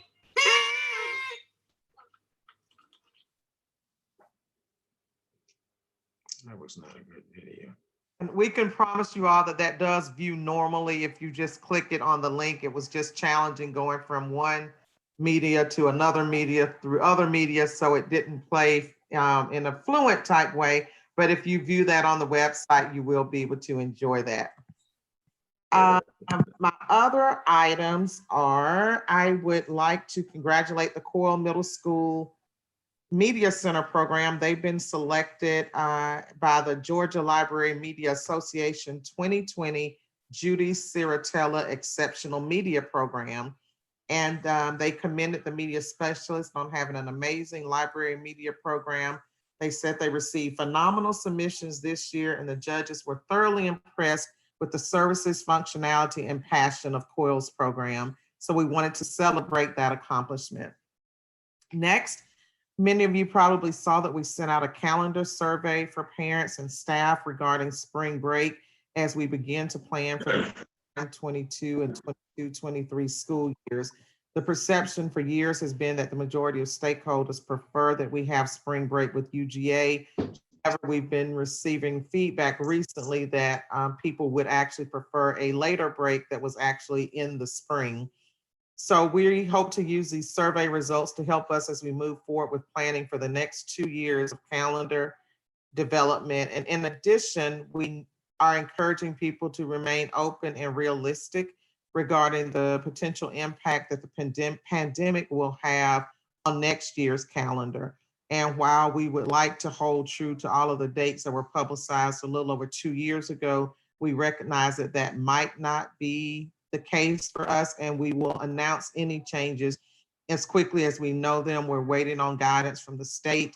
We're working with the superintendents in our Northeast Georgia RESA to look at when it would be best for us to return to classes. So just depending on that, we may have to make some shifts in the calendar, but we will be flexible with any family or staff member that impacts, as well as get that information out as quickly as possible. My next to last item relates to what Dr. Gant shared, and that's the Cognia report. Most of you know we received the report from Cognia on April 24th. And since that time, the district staff and board members have reviewed the report and the related findings, and we're working collaboratively to address the directives in the report. Work teams have been established with board members, and they have clear guidelines to monitor their progress toward addressing the issues. And then there were 2 items that related directly to our district office and schools, and that was strengthening the process of analysis, interpretation, and use of data, as well as using data to capture perception, experiential, demographic, and program evaluation to enhance opportunities for student success. So our team has developed a data dashboard, and we will be working with school leaders, teachers, and board members to understand what that instrument contains and how to access it. We have tons of data points available. Those are meaningless if we don't use them appropriately to make sound instructional and programmatic decisions. So we're excited about the opportunity to respond to the Cognia directives, knowing that many of these areas were things that we were working on as a group anyway. And lastly, last week we did present, and you all have heard today, several statements regarding Classic City High School. The plan has consistently been to move it from a school to a program. We've had ongoing dialogue about options, but other things that have occurred unexpectedly has caused us to fail to vet effectively the best model and best options for that program. The decision for 2021 school year still is to transition to a program, but that would be in the current location. So at this time, Mr. Brandon Gaskins is going to present more information on that decision. Thank you, Dr. Thomas. Ms. Palmer, I'm going to take over and share my screen.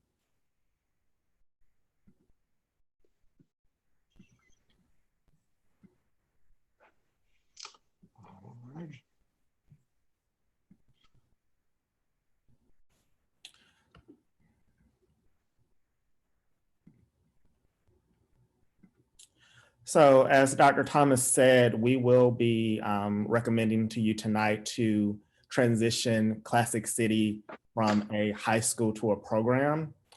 So our objective is to transition it from a high school to a program and align it with the Georgia Alternative Education Program standards. So there are 9 program standards for Georgia's Alternative Education Program, and we will focus closely on 7 of those standards. So standard 2 implements a transition process to support a seamless entry into the program and a seamless return to the traditional high school or external agency, which includes a plan for transition. So that means that students will be able to transition to Classic City as needed, receive their support in their deficient credits, and transition back to their home high schools. Standard 3 just talks about an opportunity to maintain or accelerate their current progress towards graduation. Standard 4 is to ensure that each student has a fully developed graduation plan. Standard 6 and 7 are similar. Standard 6 is focused on having a very robust and successful counseling program for our students, and Standard 7 is a successful and robust social work program for those students. Standard 8 talks about supporting academic success and making sure that all instruction is aligned to the Georgia Standards of Excellence. And then Standard 9 is to ensure that we're making effective data-driven decisions for our students. That also includes digital and virtual learning programming. So based on our recommended change, we foresee some strengths and some challenges. So our first strength is we think that students will transition back to their home school once they have met their credit deficiency requirements. With it being a program, it will be similar to the program that we have at ACCA, where those students can move more fluently. Standard 2, students will have advanced placement, CTAE pathways, and other college and career readiness options provided to them currently available at their home school. There was a comment earlier today that CTAE classes exist, but they exist in a virtual option. This will be CTA with a face-to-face teacher, which alludes to the third bullet. Students will be offered both face-to-face and blended learning options to support their academic needs. Also, transitioning to a program will have a positive fiscal impact on the district, as we will earmark money to continue to support credit deficient students. So it's about a reduction from $1.1 million currently to about $750,000. So an estimated savings of $350,000. The challenges, as we know, is transitioning students back to their home schools. We do realize that there are students and staff members that have a Classic City identity, and we know that that will be a challenge, and we are here to support them in that. And then we do anticipate that one teacher may be displaced to one of our comprehensive high schools as we make changes in staffing. So currently, this is our enrollment numbers. The first row represents when Classic City opened, there was an enrollment of 121 students. Currently, there is an enrollment at Classic City of 63 students. To break down those enrollment numbers a little further, it's 33 male students, 30 female students. As we look at the demographics based on race, the majority of those students are African-American students.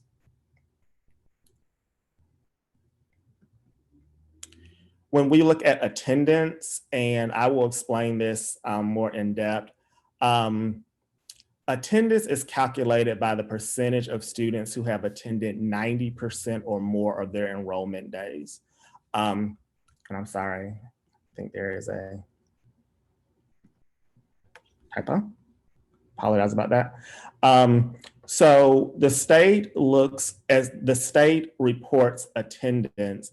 They calculate the percentage of students who have attended 90 or more days. So if a student has a full enrollment, that is a little less than 180 days, that means that they would have attended about 162 days.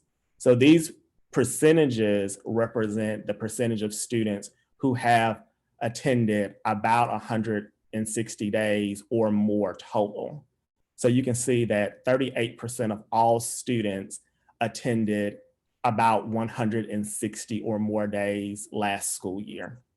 And then there is also a breakdown by racial background, Black, Hispanic, and white, and then as well as economically disadvantaged and the percentage of students with disabilities that are attending Classic City, 90 or more of their enrollment days. So achievement is, of course, important to all of us. Last year, Classic City, they did improve their graduation rate. It is currently a 54.5 compared to Cedar Shows, Clarke Central, and our state average of 82.6. One other thing that is very important as we consider graduation is also college and career readiness. We know that having a high school diploma is not enough, that we also have to have our students college and career ready. So when we look at the readiness score on the ACT, SAT, or AP exam, we have 2% of those students from last school year that are actually meeting the readiness score for ACT, SAT, and AP. And so we know that is important as we consider college entry. As it relates to end of pathway assessment, we have 4% of those students that are actually completing 3 courses in a pathway and sitting for the pathway assessment and earning industry certification. We also have 2% of our students that are successfully completing work-based learning. And currently, or excuse me, last year, we had a literacy rate of 25% of those students meeting on-grade level literacy as measured by the Georgia Milestone End of Course Assessment for ELA. So as we think about the fiscal impact, we will, with transitioning to a program, have more flexibility around providing support. So we plan to reduce personnel based on retirements and or resignations, not replacing those positions. Provide more shared personnel support with our comprehensive high schools and district staff. So more counseling support and more individuals in my department that can support Classic City with the virtual learning. And this will be replicating the current model that is implemented at ACCA. Again, we anticipate an estimated savings of about $350,000. That's an estimated operating budget of $1.1 million, actually going to about $750,000. Excuse me, $750,000 annually. So that is what I have for you, but I will entertain any questions that you may have.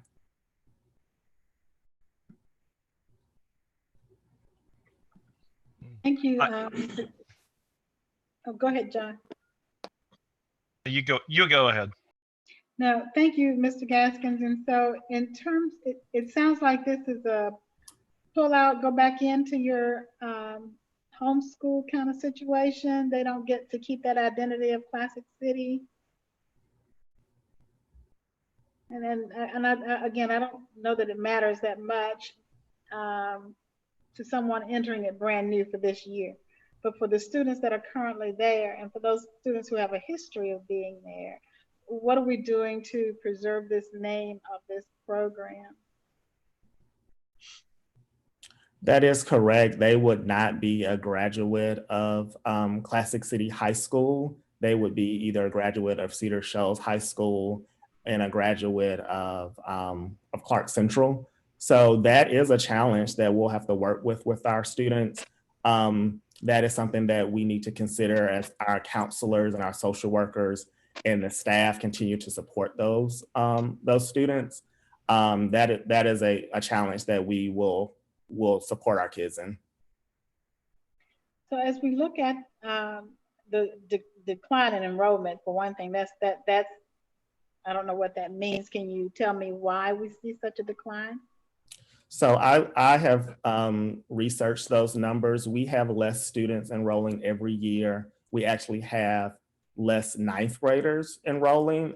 That's good that we have less students enrolling, but also we have programming at our comprehensive high schools that mirrors what is done at Classic City. So when a student falls behind at Cedar Shoals or Classic City, they can take an Edgenuity course. Their counselor can work with having them retake that course again in their schedule. So we're seeing less and less students enroll because they can address their credit deficiency at their home school. Okay, I have a question. So what was the original motivation to move from the high school to the program model? So part of the original motivation from my perspective, and I may have to defer to Zernona if there was something before my time, is that as we work with the state, something that I did not mention is that Classic City is a comprehensive support of instruction school, meaning that it is in the bottom 5% of high schools in our state. I'm sorry, Mr. Gaskins, may I interrupt? If all participants, if your phones or videos are not on mute, I don't have the capabilities to mute other people. Okay, but can you please be sure that it's on mute? And if not,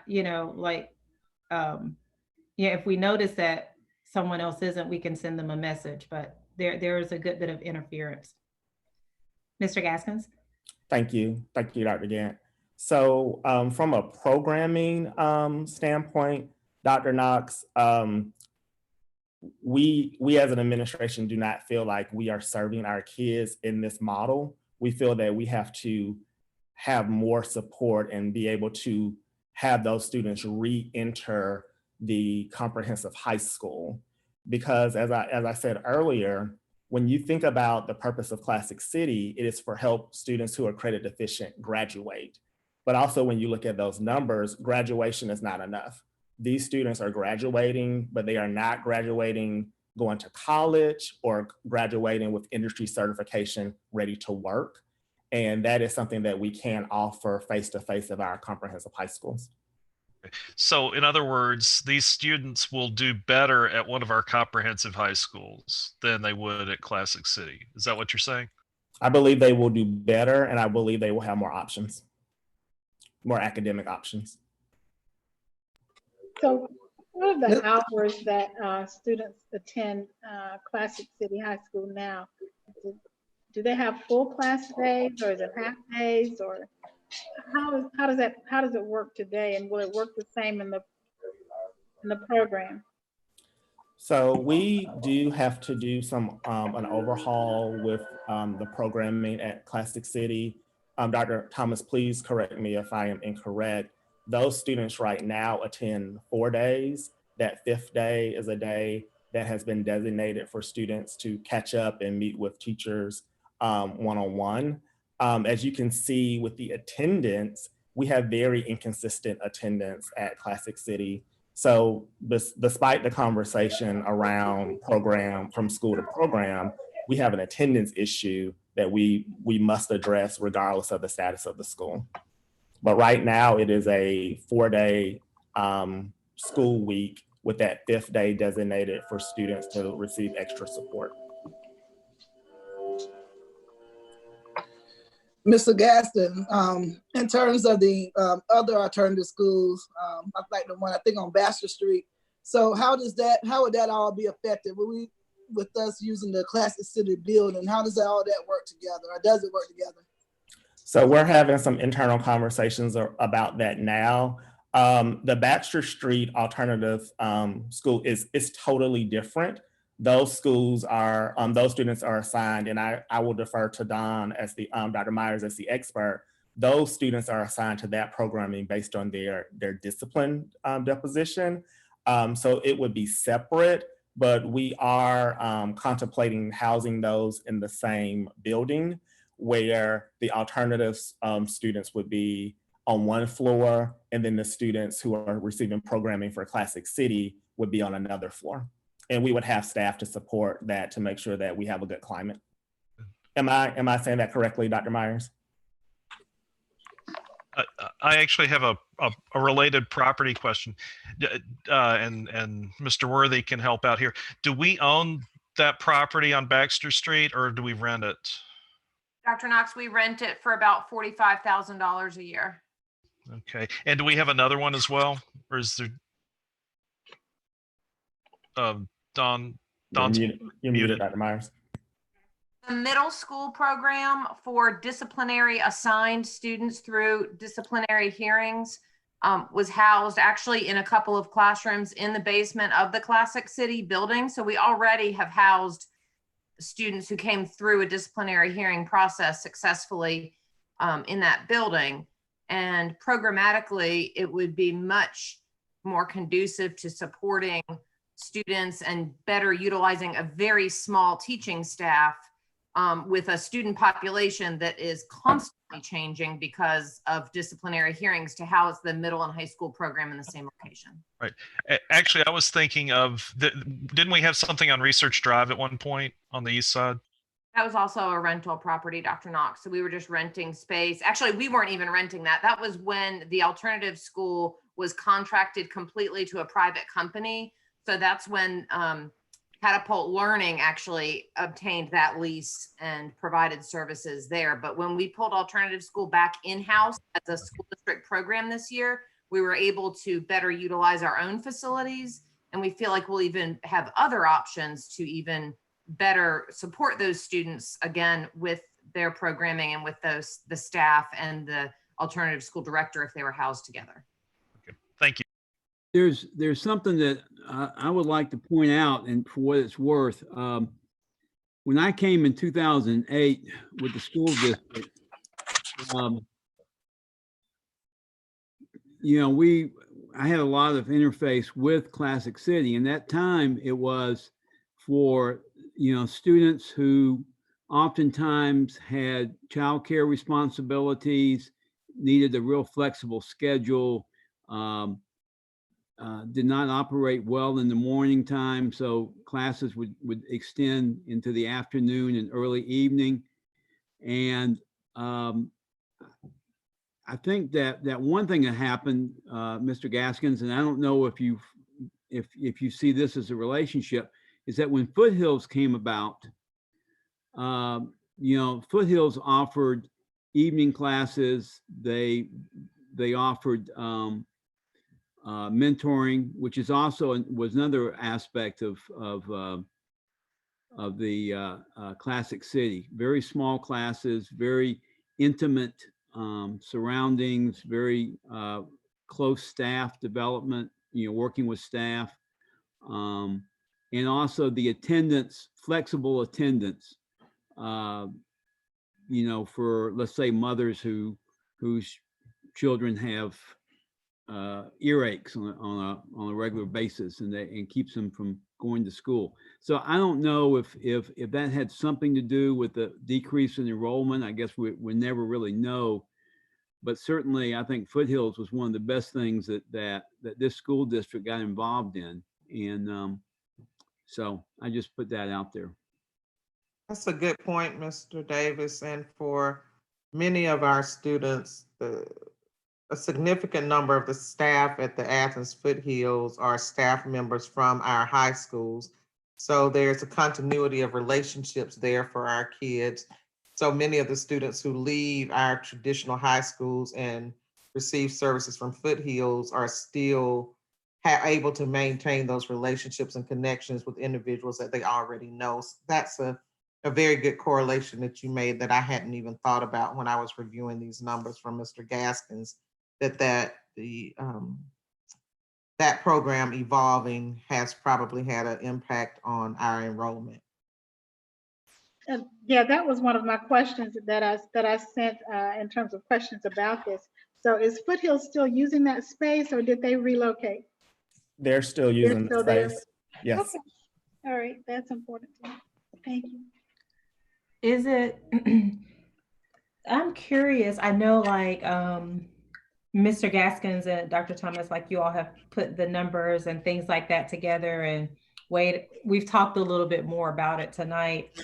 I still have a few concerns, or maybe just feel that I need to think a little bit more.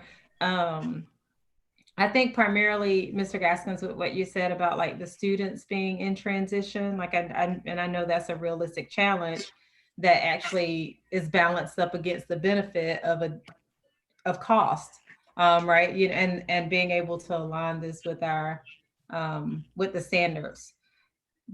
But I'm wondering, is this something we can maybe, what you all feel about tabling the discussion? Or like, I feel that I haven't really, I don't know, there's so many changes coming up. So like we have like the uncertainty we're all assuming that we're going to be going back in August. So we have, but that level of uncertainty, we have the uncertainty with budgeting, and then to like go back, and although it's a small number of students, you know, I think Classic City is a pretty special place. It creates a culture that can't be created at the high school, but that's my own opinion. I feel like it's a lot of changes at one time. And so I want to digest this a little bit more before I would feel, you know, like fully confident, because I know like one of the benefits is that you all said that it would be kept at the Classic City building. So I think that's significant. That's huge. And I think that would be great. My fear would be in the future over time, you know, like, might it get absorbed with the high school, you know, within the high schools? And then how does it really maintain its own identity in the high school. So those are some of my concerns and reservations about it. Like, it's a small number and it's a lot of money to put into 50 students. I mean, but then when you think about the reasons that students come to Classic City, you know, I would guess they came because, you know, the larger high schools weren't quite working, although it still has a lot of issues. So in my head, I would be thinking, like, how do we build Classic City High School? You know, how do we get more students there? And how do we, I don't know, work on the attendance issues? And we're probably already doing that. I can't remember if they have a social worker and things like that, but They do. Okay.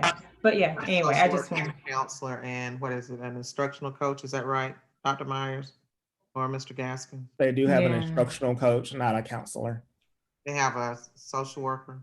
I'm sorry, Lynn is saying they have a counselor and They have a social worker, a counselor, and an instructional coach. That's what I thought. I thought they had all three. Yeah. Yeah, that's a lot. A lot of staff.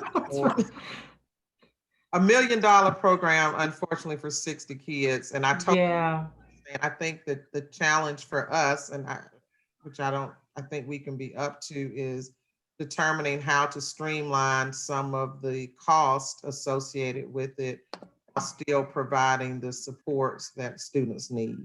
And I think what I hear you saying is that there are some social, emotional, and academic needs that are there for the kids, and for us to determine, you know, how do you weigh and how do you do that? And not that that's impossible. I think that's something that the team can look at, is how to provide supports without such a large budget commitment. Yeah, and I don't want to hold up progress. I did want to share. So we can table it. We can table it. But we don't, that was just me. It's 8 other people. So we don't have to table it. I just wanted to get what was in my head out.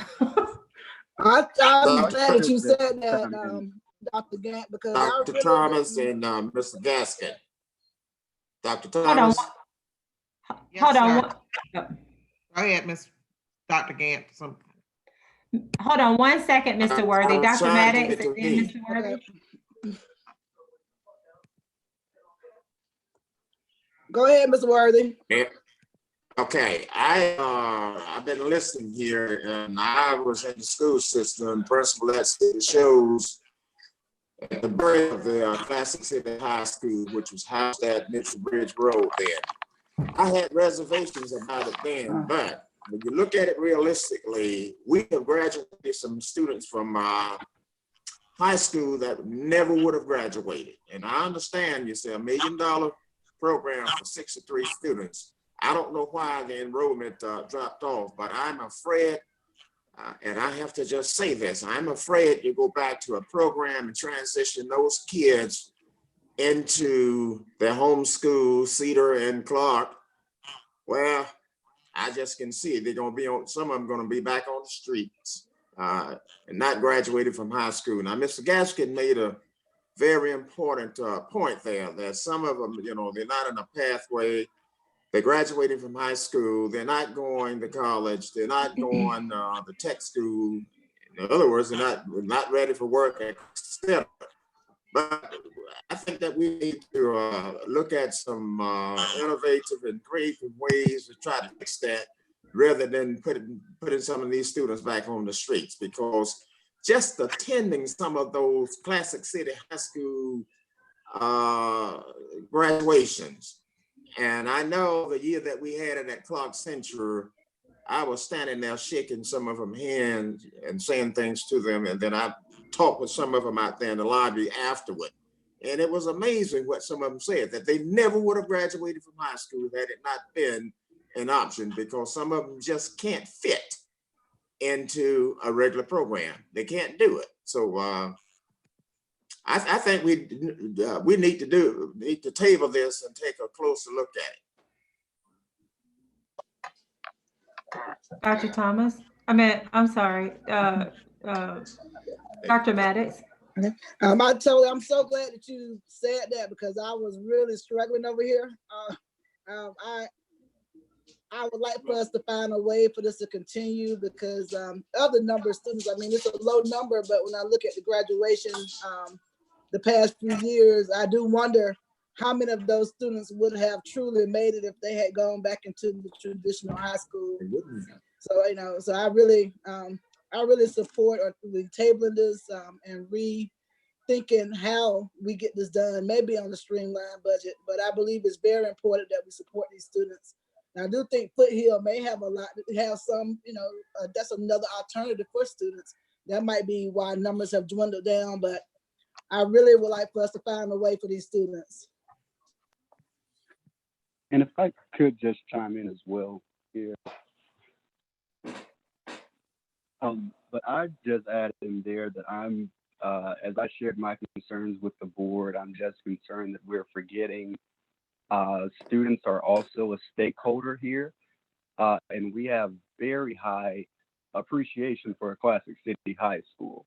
As I shared with you guys, and I know many friends who have come through that school and they're so appreciative for the leadership of so many leaders who've come through that school, including Kelly Gertz, who have remained at that school. It's an essential school in this community, especially for the minority community, and I'm supporting this because I know it goes up for vote and person who votes as I've been.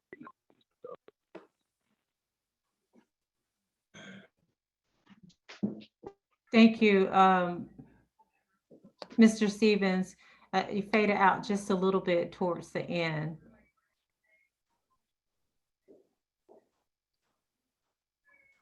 Other thoughts? I do know that the like ideally,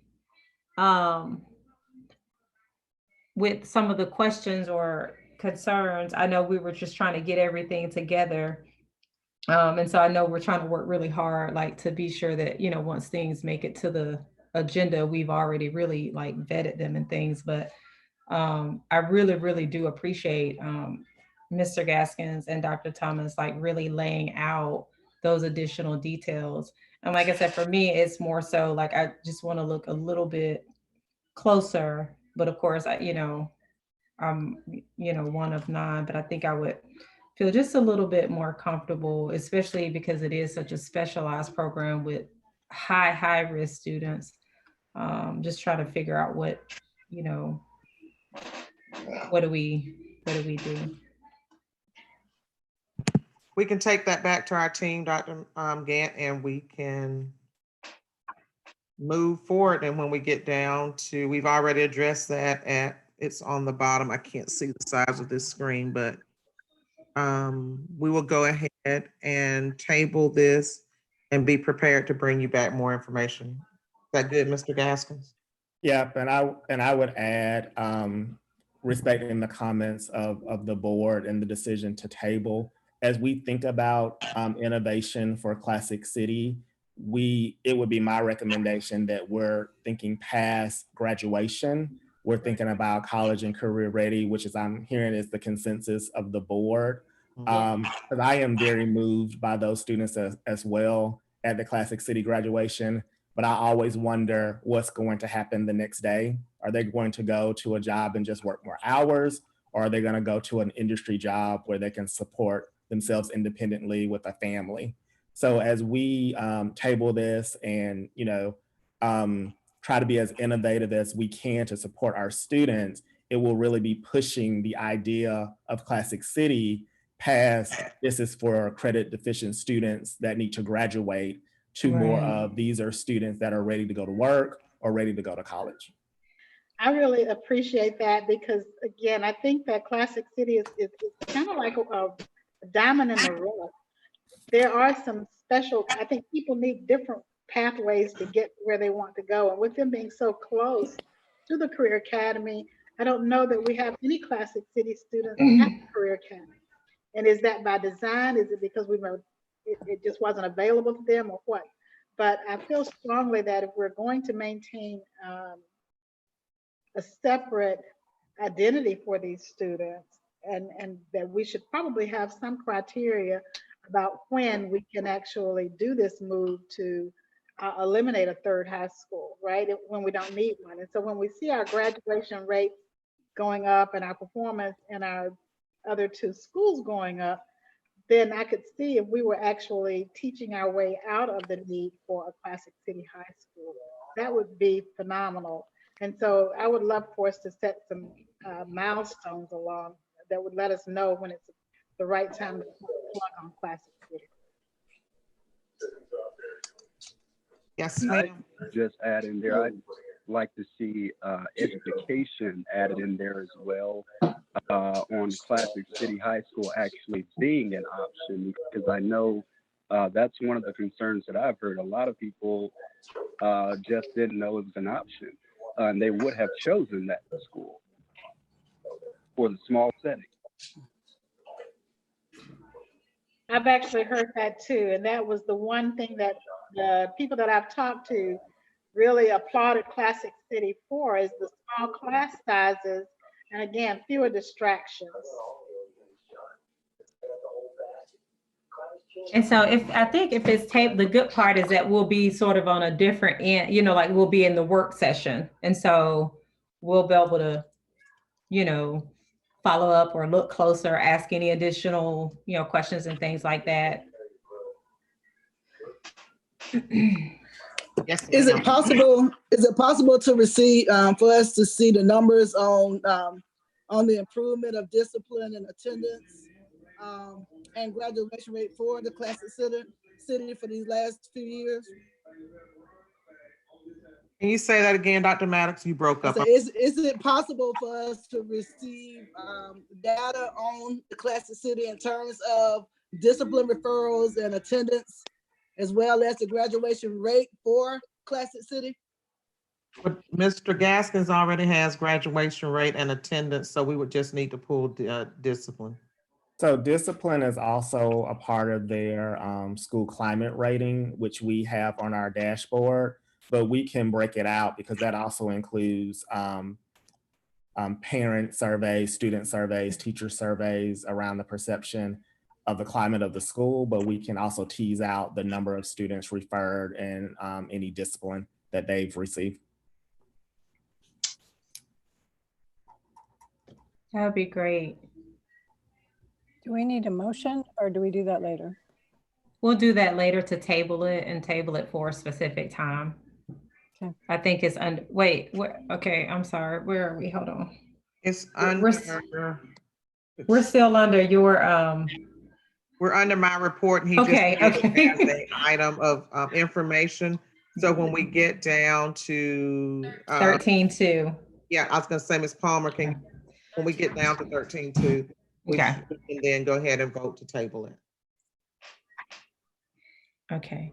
Just a time, we're ending that one, Dr. Gannon. We can move. A lot still to cover, and it's 4 hours in. Oh, okay. Can we like chop meetings in half and have the agenda? Okay, you said that was the conclusion of your report, Dr. Yes, Thomas? ma'am, that's it for me. Okay, we'll move forward with policy. Tish, if you and Dr. Myers could just give us a brief overview and we can take some action on some of these. Okay, yeah, so JQKA is to revise and update the foreign student. It used to be called foreign students, and we've now revised it to be a statement about non-citizens that Athens Clarke County School District will educate students regardless of citizenship status. I don't know if you want to bring up the actual policy, but the policy committee worked through it. You might remember that we discussed this at the last meeting and there was some confusion about the changing of the words. So we fixed that. So now the policy reads, non-citizen students, the Clarke County School District will enroll students residing in Athens Clarke County without regard to citizenship or immigration status in accordance with the Supreme Court ruling. So that needs to be posted for public comment for 4 weeks. And do we need to have a vote? I think we do, right? You're muted. Can you go ahead and do the regulation as well? Okay. And we can have a motion for both of those? So the regulation is to basically rescind a complicated, unneeded part of that foreign students. It had to do with charging people tuition, which we don't do, and was all confused about the visa status. It's not a relevant policy anymore. Okay. So it needs to be rescinded. All So right. do we have a motion to move these to the policy and the Move. regulation? Any questions? Second. Any discussion? Okay, all in favor? You do that. Dr. Thomas, can you do a quick roll call for us? I was waiting. Yes, ma'am. Mr. Davis, Yes. Mr. Stevens, Yes. Ms. Davis, Yes. Dr. Yeager, Yes. Dr. Dykeman, Yes. Mr. Worthy, Yes. Dr. Gant, Yes. Dr. Knox. Sorry. Yes. Okay. And Dr. Maddox. Yes. Okay, 9.3. Item 9.3, Dr. Yeager? Yeah, so this is JQK, which we are also approving for posting. This one has to do with, again, changing a policy to be simpler and clearer. The Clarke County School District welcomes and accepts exchange visitor program students in its high schools, again, according to federal or state policy. So no, nothing complicated here, just approved for posting. Okay, is there a motion? So moved. Second? Second. Any questions or discussion? Okay, Dr. Thomas, if you can do a roll call for us. Yes, ma'am. Mr. Davis, Yes. Mr. Stevens, Yes. Ms. Davis, Yes. Dr. Yeager, Yes. Dr. Dykeman, Yes. Mr. Worthy, Yes. Dr. Gant, Yes. Dr. Knox, Yes. There we go. and Dr. Maddox. Yes. Okay, and 9.4, let me go ahead and ask for a motion and a second first, and then Dr. Yeager, that way you can give us the brief overview during the discussion. So moved. Okay, is there a second? Second. All right, Dr. Yeager? So 9.4 and 9.5 together, they're basically, one is a policy that has been reviewed with no changes, and then 9.5 is the revised regulation, and it's the changes are only in the regulation. And this was a policy that we first just started to fiddle with because of the number of days that were discussed in 12-month faculty, but we realized in the process that we wanted to also include emergency closing related to public safety, which we are in the middle of right now. So we've added some words to include emergency conditions other than inclement weather. Move to adopt 9.4 and 9.5. Okay, I think we have the motions to and the second to Okay. for You do both? Okay. or to clarify, Yeah, for both of these. Are there any questions about 9.4, 9.5, or further points of discussion? Okay, Dr. Thomas, if you can do a roll call for all in favor of 9.4 and 9.5 being posted. Yes, ma'am. Mr. Davis, Yes. Mr. Stevens, Yes. Ms. Davis, Yes. Dr. Yeager, Yes. Dr. Dykeman, Yes. Mr. Worthy, Yes. Dr. Gant, Yes. Dr. Knox, Yes. Dr. Maddox. Yes.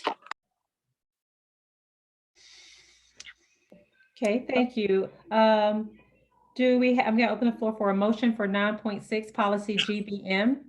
So moved. Second. Second. Okay, Dr. Yeager. Okay, so GBM is professional personnel transfer rules, and we went in to try to fix the timing, and in the process also decided to simplify. Again, the goal of the policy committee right now is to make our policies more streamlined and clear, and so that's what this is. It's changing to match how the practice of personnel transfers are being done, and tighten up the language. Okay, any questions? All right, Dr. Thomas, if you would do a roll call for us. Yes, ma'am. Mr. Davis, Yes. Mr. Stevens, Yes. Ms. Davis, Yes. Dr. Yeager, Yes. Dr. Dykeman, Yes. Mr. Worthy, Yes. Dr. Gant, Yes. Dr. Knox, Yes. and Dr. Maddox. Yes. Okay. Open the floor for a motion for policy GBRH So moved. to be posted. Okay, is there a second? Second. Dr. Yeager? Okay, so this one's really easy. We made one very small change at the very end to change the definition of 12-month employees, again, to match practice, and just use the word 12 months rather than the number of days. Okay, any questions? Other points of discussion? Okay, Dr. Thomas? Mr. Davis, Yes. Mr. Stevens, Yes. Ms. Davis, Yes. Dr. Yeager, Yes. Dr. Dykeman, Yes. Mr. Worthy, Yes. Dr. Gant, Yes. Dr. Knox, Yes. Dr. Maddox. Yes. So I'm only seeing policy AFC. Are we not scrolling the policies now? This is GBRH. Yeah, we just voted on GBRH to be, and that was the last item under those to be posted for 4 weeks. Great. I'm just saying the screen didn't change. No, it didn't. Oh, okay. Okay. I'm sorry, I'm trying to record your votes at the same time sharing my screen. So y'all were going a little fast, so I was trying to get it all down. Bless you. Thank you. Thank you, Ms. Palmer. Okay, we'll move to item 10, and these are the policies to be rescinded and adopted. And I open the floor for a motion for both of these to be considered or to be voted on. So moved. Second. Okay, Dr. Yeager? So JCDA is this the policy, and what we fixed in this was to remove the requirement for parents to sign and return an acknowledgement of the code, but they are still going to be asked to acknowledge the receipt, usually in person during a meeting with during their conference or when they come in the building. I think there's a couple different ways we've got to make it easier for parents to acknowledge that they received the code. And then we added the sentence, failure to acknowledge the receipt of the code does not prevent the application of the code to the students. Okay. Any questions? I don't know, Dawn, do you want to comment? I think we've talked about this one. Yeah, no, you did a great job. And did we get any more public comment or any public comment? That's a great question, Dr. Dykeman. We've received 0 public comments on either the policy JCDA or the actual code itself, which is an exhibit. Okay. Okay. All right, Dr. Thomas, if you would take the votes. Yes, ma'am. Mr. Davis, Yes. Mr. Stevens, Yes. Ms. Davis, Yes. Dr. Yeager, Yes. Dr. Dykeman, Yes. Mr. Worthy, Yes. Dr. Gant, Yes. Dr. Knox, Yes. Dr. Maddox. Yes. Okay, thank you very much for that overview of those policies, Dr. Yeager. We'll move forward with our personnel recommendations. Item 11.1, the May personnel recommendations, Dr. Thomas. Yes, ma'am. It is my recommendation that the board accept the personnel list as provided. Okay, thank you. Open the floor for a motion to accept moved. these recommendations. Thank you, Mr. Davis. Second. Second. Any questions or discussion? Okay, Dr. Thomas? Mr. Davis, Yes. Mr. Stevens, Yes. Ms. Davis, Yes. Dr. Yeager, Yes. Dr. Dykeman, Yes. Mr. Worthy, Yes. Dr. Gant, Yes. Dr. Knox, Yes. and Dr. Maddox. Yes. Dr. Gant, before we go on, can I just make sure that we voted to approve both 10.1 and 10.2 together in one vote? For the policy, Yes. yes, we did. Okay.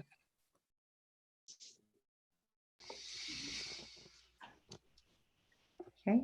The May contract list. Dr. Gant, can I interrupt you for just 1 second? Sure. I think Dr. Thomas dropped off of the meeting, but we wanted to recognize in the personnel report that Dr. Beverly Ford will be the new principal of Coyle Middle School. We're very excited. She was currently the assistant principal there. She was the assistant principal at Alps Elementary. She has been in the district for a while, and we're just really proud of her appointment and her ability to lead Coyle Middle School. So we just wanted to publicly congratulate her. Great, congratulations. Great. Thank you, Mr. awesome. Gaskins. I pressed the wrong button. I'm back. Thank you for that. Thank you for sharing that. Yeah, that's awesome news. I used to work with Beverly as a behavior specialist. Okay, open the floor for Dr. Thomas. I think, have you recommended this list, Mr. Gaskins, or did Mr. Gaskins just recommend it? I did That's the right. personnel recommendations, so the next would be the May contract list. May contract, okay. Yes, ma'am. Okay. Motion to accept. Second, Mr. Davis? yes. All right, Mr. Stevens? Yes. Sorry, Dr. Gann, you didn't ask for questions. Were there any around the contract list? I'm so sorry. No, that's okay. My eyes are in all different places. I don't even know where we are on the agenda anymore. Okay. If there are no questions, we can continue. Okay, Mr. Davis, Yes. Mr. Stevens, Yes. Ms. Davis, Yes. Dr. Yeager, Yes. Dr. Dykeman, Yes. Mr. Worthy. Yes. Thank you, Dr. Yes. Dr. Knox, Yes. Dr. Maddox. Yes. Mr. Worthy is still awake. Thank you. No.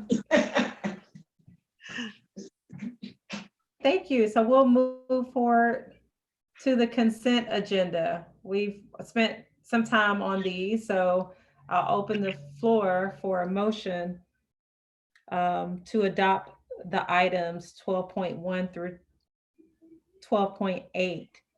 So moved. Second. Okay. Are there any questions since last week? Yes. Okay. Dr. Thomas? Mr. Davis, Yes. Mr. Stevens, Yes. Ms. Davis, Yes. Dr. Yeager, Yes. Dr. Dykeman, Yes. Mr. Worthy, Yes. Dr. Gant, Yes. Dr. Knox, Yes. Dr. Maddox. Yes.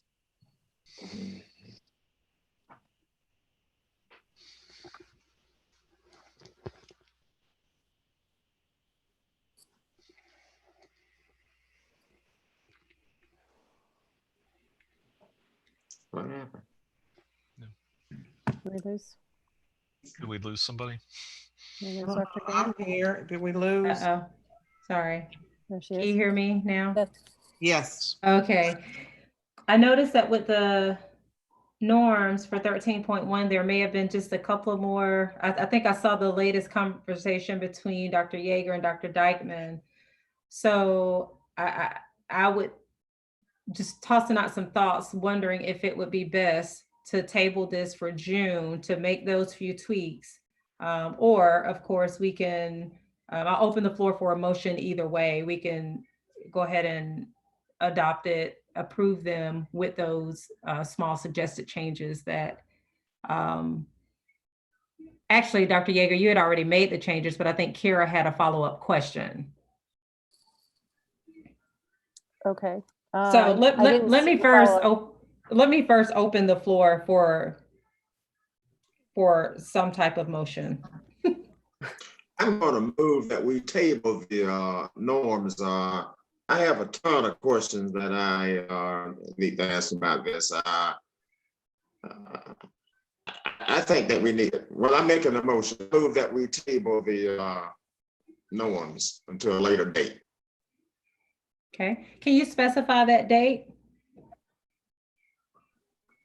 Well, June would be fine. Okay, so there's a motion to table the norm school visits until our June meeting. Is there a second? Second. Okay. Follow-up discussion or questions about that? Dr. Knox. I would just say, Mr. Worthy, if you have a ton of questions, if you can circulate those in advance of the next work session, that would be great. Okay. Yeah, so I guess what I was going to say was that the original draft is rough, and I spent some time, especially after we got some input from Mr. Pruitt, fixing the wording and cleaning it up. There was a series of comments this afternoon, which I believe I addressed. I don't see the second comment from Kara beyond the one that I fixed. So I don't think there was a Okay. second one. I think maybe Uh-oh, we didn't okay. see that you had already answered That may be what I true. had asked. I sent a comment asking that it be compared to the school visits policy. Did you get that? yes, ma'am, I did. And I added an appendix which lists the full policies and confirmed with Dawn that both policies are consistent with each other. So I guess I'm a little bit leery of pushing this off into the future. It's not that complicated. It's a very simple document. Maybe Lisa, if you could put up the friendly amended draft and we could look through it just really quickly. It's not complicated. Yeah, I've seen it. I don't think I saw you addressing Dr. Dykeman's So I simplified question. that sentence quite a bit. I said something about, I just made it a very simple, again, Lisa, maybe, do you have it or can I show my screen? I guess I can show my screen if somebody gives me permission. That would probably have. Okay, so there it is. So can everybody see that okay? So I added to the draft that was posted last week, I added this sentence about what norms are, and I got that straight from the GSBA guidance about how to make norms.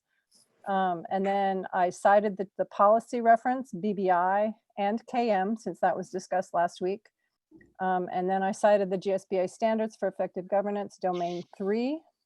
And if you go down to the appendix, which I've added, I listed both the domain 3 text and also the KM regulation and policy, and then also BBI. And I think Dawn has looked at this and she's compared it, and I think she's given her approval. But so the document itself is fairly simple. We give the rationale, which was there prior. And then the main guts is right here. School visits by board members may come about for different reasons, which we discussed quite detail when we had our retreat. In all cases, board members must be mindful about distinguishing their governance roles from their roles as parents, community members, or educators. That was a key part of this discussion.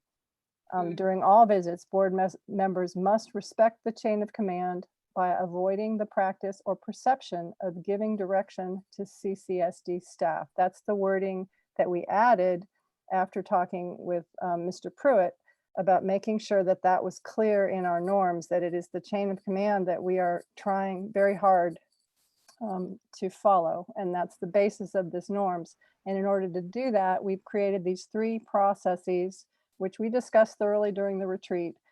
In a governance role, if we're going as a board member that wants to inspect or see something going on at a school that we've heard about, we request the superintendent. The superintendent will organize a visit, and then we will extend that invitation if more than one of us wants to go. And again, this is wording from Mr. Pruitt, with care taken to avoid any potential violations of the Open Meetings Act. So that was the main one that has been a contention and matches very much with BBI, except for the part about, being mindful of the chain of command. The other 2, quite a few of us do go to the schools in roles outside of our board membership. And so we talked quite a bit about that.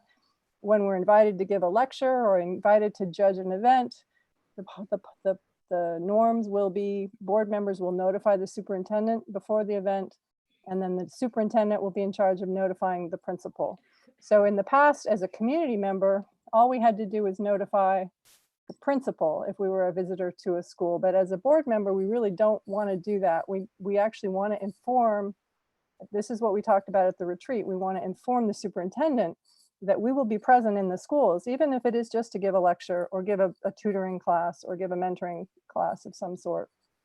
And then the third possibility that we talked about and that was in the original draft is this idea that sometimes we go in our capacity many times, like band concessions or consistent tutoring, or your kid is in school there and so you're there all the time.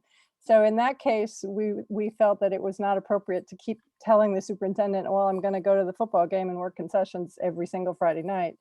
In this case, you just have to tell her or him once that you're going to be engaged for these commitments. So it's not complicated. It's exactly what we discussed during the retreat. I've added the rationale and firmed it up just a little bit with some wording, and I've cited the policies. I have a question. Okay. My question, are we planning to write these norms as a part of policies? No, we're working from the policies to create the norms. This is part of the SBA recommendation. That's not what I'm asking. If sorry? you're not going to write these norms into policies, I won't have anything to do with it. It's because not. a governing body shouldn't be coming up with norms to do what you all are saying. From my recollection with our training, that was not like a recommendation. They could be a part of more outlining, like formalizing the processes, but that they don't have to be a part of policy based on our training with Dr. King and Dr. Rain, from what I recall. I thought I heard something totally different. I thought Dr. King was saying just what I'm saying. I don't see any Board of Education coming up with norms to do what they want to do. And then the next board would come in, make changes, etc. That's not what a governing body is all about. As I said, you are going to move forward with it. I'm not, and if you're not going to write it in policies, I'm not going to be a part of it. Wow. Because well, okay, so let me try to get a little bit of perspective on the meeting. We have a motion to table. We have a second. We're in discussion. Dr. Yeager, am I hearing a substitute motion that we go ahead and adopt this? Yes. or not? Are we going to move forward with voting on that? I move this as a what did you call it? Substitute motion. Yes. I would second that.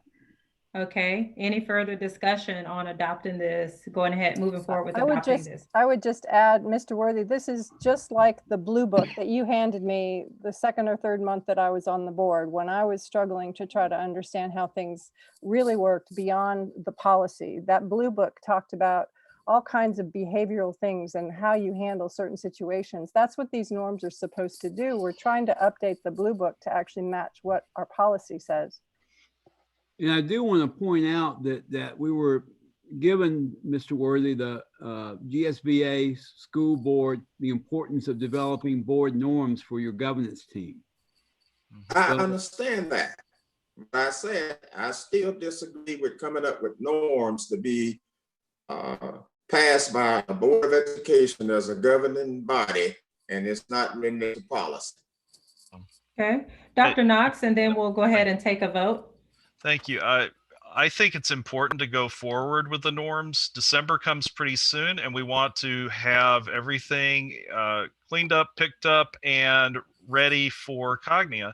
And I think that if we wait on this because of a philosophical difference with regard to what a board should and shouldn't do, that's a mistake. And I'll close by saying that this may again be something that we've talked about before, in that Balanced governance is a phrase that appears in the state code, and we've had long discussions with GSBA people about that.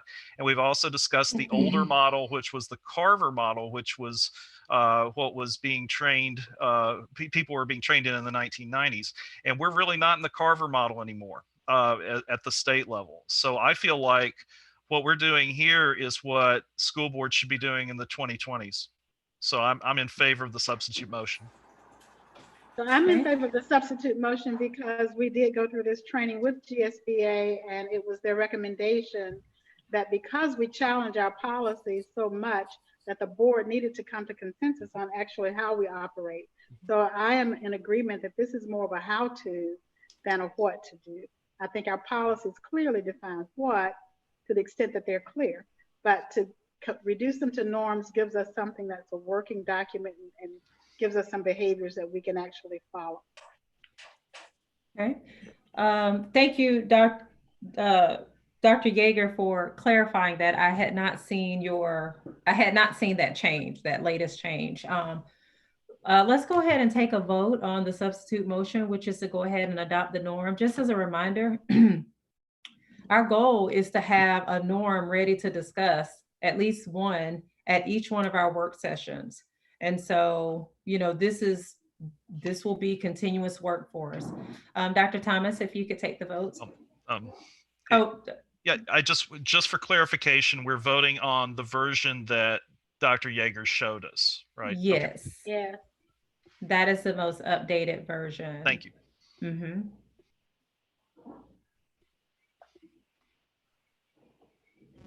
Ready, Dr. Gant? Yes, if you could take Okay. our votes. Mr. Davis? Yes. Mr. Stevens? Yes. Ms. Davis? Yes. Dr. Yeager? Dr. Yeager? It disappeared. She dropped off. Okay, Dr. Dykeman? Yes. Mr. Worthy? No. Dr. Gant? Yes. Dr. Knox? Yes. Dr. Maddox? Yes. Did And this Dr. is Yeager Dr. back? Yeah, I'm back in. Yes, please. Okay. Okay. Thank you. That motion carries. Dr. Yeager, with that finalized version, I can't remember, can you put the date on it and maybe even the Yes. board, the date of the, well, yeah, we'll have that, the date of the meeting that it was Yeah, adopted. at the current document that Lisa has Hear you. the You're- date and the word and send it in again. You're in slow motion, Yeah. Dr. Yeager, but I think you said yes. Yes. Okay. All right. Okay, we'll move forward with item 13.2. Open the floor. Remember, this was one of the ones that we talked about tabling, but I'll open the floor for a motion. I'll move to table this action item to the June meeting. Is that good? Second. Okay. Any further questions? Okay. I've got one. Dr. Thomas, if we move it to the June meeting, is that if we gain more information and pass this motion in June, does that allow enough time to do the transition that is being asked? I think we'll be fine because it doesn't change significantly our staffing needs in a significant manner. I think we will be fine. And I would add, we have consulted with the state because the DOE is supporting this school. And regardless if it is a school or a program, they will still receive that financial support and the additional personnel support from our DOE. Thank you, Mr. Gaskins. Thank you. That's awesome. Okay. Any other questions before we vote on the motion to table for June? Okay, Dr. Thomas. Mr. Davis? Yes. Mr. Stevens? Yes. Ms. Davis? Yes. Dr. Yeager? Blackman, Oh, yes. Mr. Worthy, Yes. Dr. Gant, Yes. Dr. Knox, Yes. Dr. Maddox, Yes. circling back to Dr. Yeager. Yes. I think she said yes. Okay, thank you. So that motion carries, and we'll see that item on our June work session meeting. We are at item 13.3, and this is an action to consider whether to conduct a hearing concerning a possible violation of the Code of Ethics by a member of the Board of Education. I do want to just say a couple of things for us to consider. I am going to open the floor for a motion, and then a second, and then we'll, discuss whatever that is. But I do want us to keep in mind that I need you to have an idea of what you want to say. This is not a time for us to debate. We have different opinions, and that's fine. So if you can keep your comments, particularly those initial comments, under 2 minutes, that would be great, so that we can move forward with deciding on how to move forward with this item. Okay, so I'm going to open the floor for a motion first. Yes, I move that we have a hearing on the situation. Second. Okay. All right. So Mr. Worthy, Dr. Knox. Okay, I'm opening the floor for discussion. And just remember the parameters of the discussion.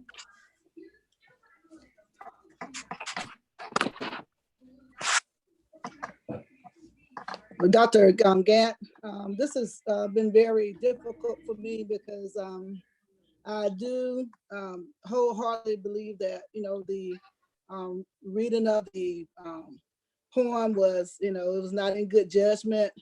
However, I will not support a vote of a hearing because after learning from Mr. Davis, the actuals of what happened, which I have asked that be shared. I believe it's important for the community to hear from him in terms of what actually happened at the church, as well as what happened once he found out that people, many who were outside of, who were not there, once he found out they were not happy with that, what happened from after that. I believe that needs to be said to the community, but I would not support. I don't think that it's very productive to have a hearing.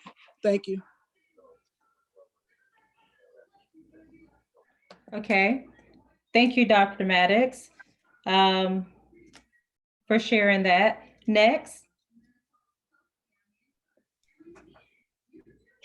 I can share my thoughts about it. So I've been thinking about it, and the question that I've been asking is not whether somebody did something wrong, but whether we need a hearing for it. And so what I came up with is that, one, Greg is not disputing that he's done something wrong. So I'm not sure how a hearing would change that. A hearing to me would be to determine whether somebody did something wrong. And I think that everybody, I think Greg is in agreement that it was not the right thing to do. Then my second thing was, what is the end goal for a hearing? Is it to punish Greg, or is it to try to ensure that it doesn't happen again?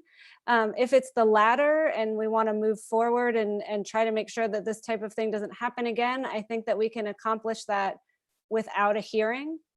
If it's the former, if the goal is to punish Greg, that makes it more complicated because I don't know how we go about deciding on a sanction if we do go to a hearing. And I know there are calls from the community asking him to resign, but that's not a sanction that we can actually impose as a board. That is not something that is even available as a sanctioning option.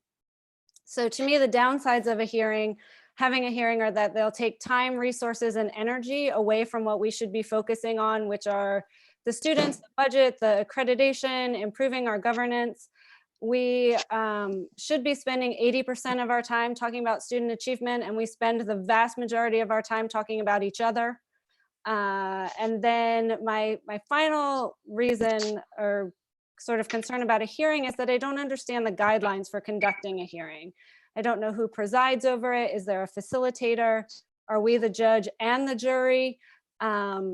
Is there training? I just don't see, given our current issues, how we make sure that this hearing is conducted in a fair manner and that the sanctions are appropriate. So I don't want to minimize what was done. I just want to say that I don't know if a hearing is the best way to accomplish what it is that we would like to accomplish as a board.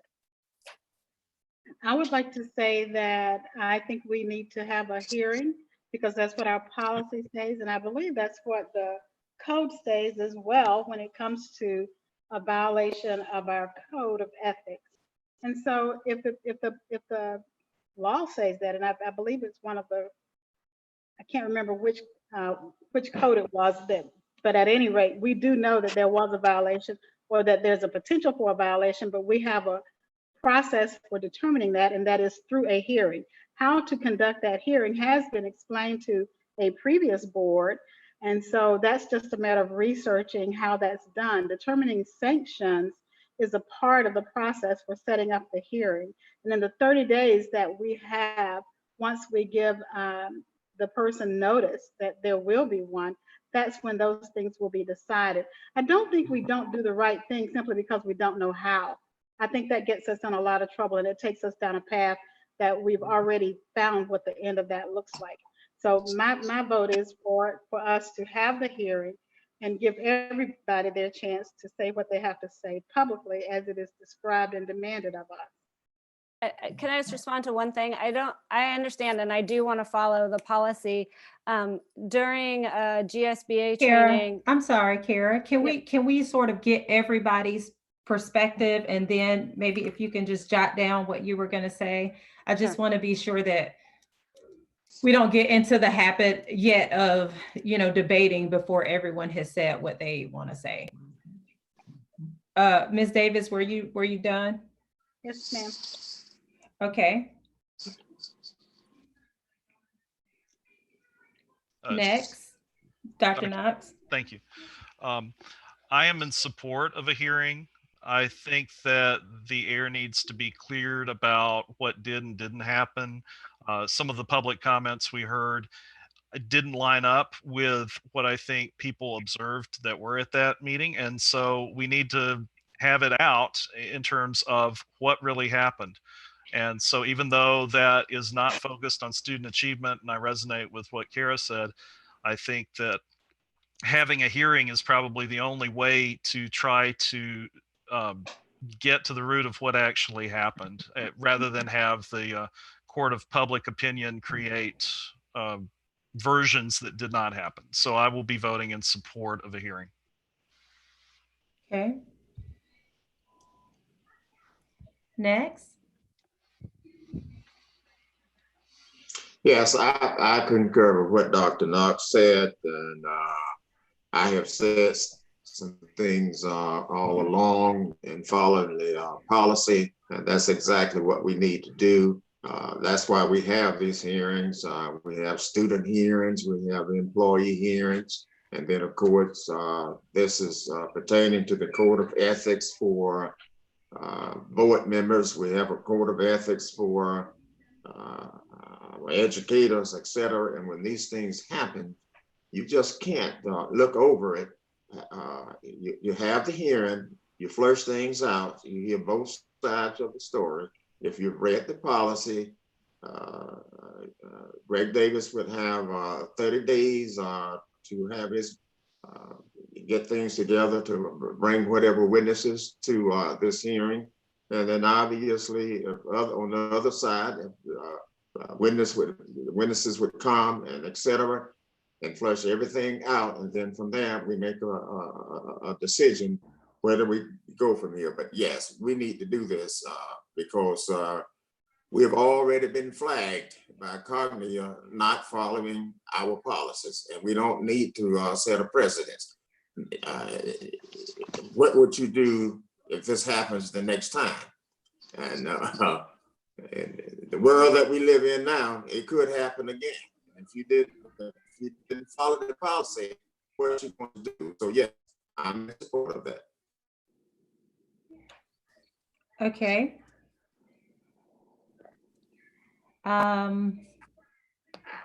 Others who have not spoken.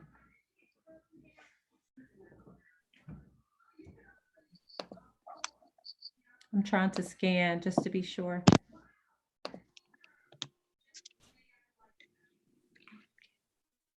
Okay. Any others that have not spoken that, Dr. Yeager? So I was just able to get back on. Well, Uh-oh.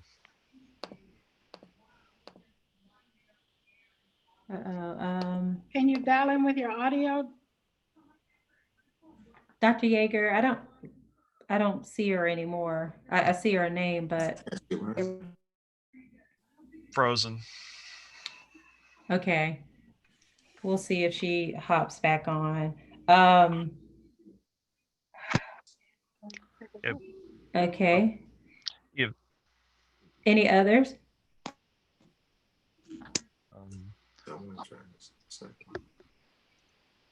Okay, Dr. Knox, I see your hand, but let me go back to Dr. Dykeman first. That's fine. Dr. Dykeman? Yeah, all I wanted to say is that I am not trying to not follow policy. I understand that a hearing is something that is part of policy, but in another GSBA training session, something came up about what happens if a board member violates something. I don't remember what the example was. And what the advice was that first you try to resolve it privately. And if that doesn't work, then you go to a more formal procedure, which is, I would guess in this case, something like a hearing.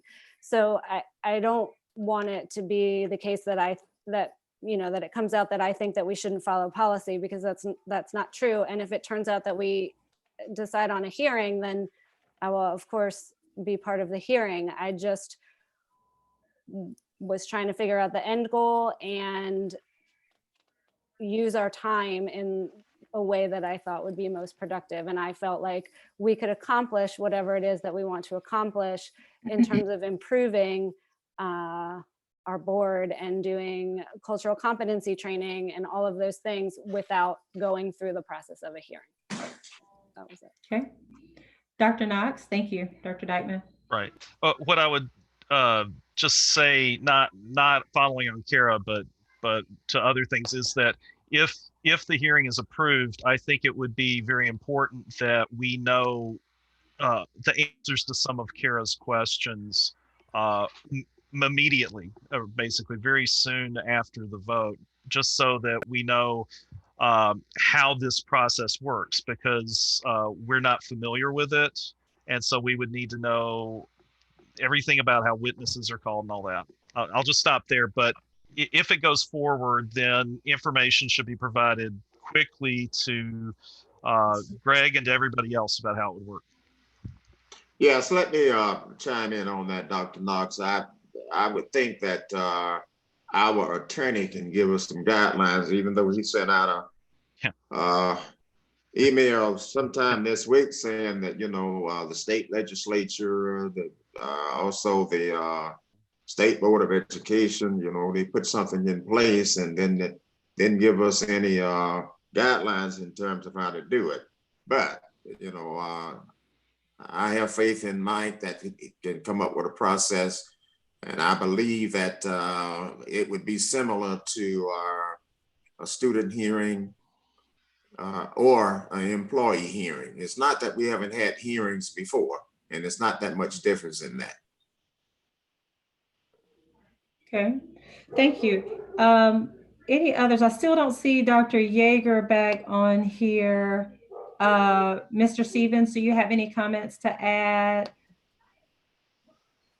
I would only add that I am in support of a hearing, similar to what everyone else is saying. because the air does need to be cleared.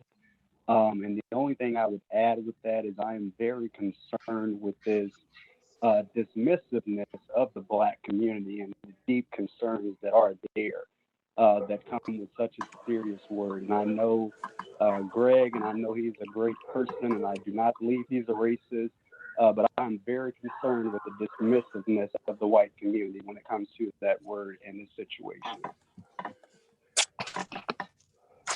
Okay. Thank you, Mr. Stevens. Okay. I still don't think I see Dr. Yeager. I'll go ahead and share my thoughts and try to stay within the 2-minute parameter.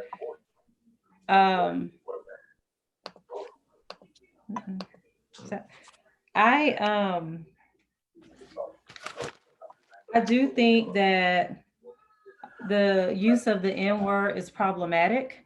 I do think that it is perceived very differently when that comes from a white male. I think when we're talking about these issues, whether a person intended to be offensive is very different than if they were offensive. So when we're talking about overt or covert racism, I don't think it's about what you meant to do and what a person meant to do. It's the impact that it has on the marginalized community.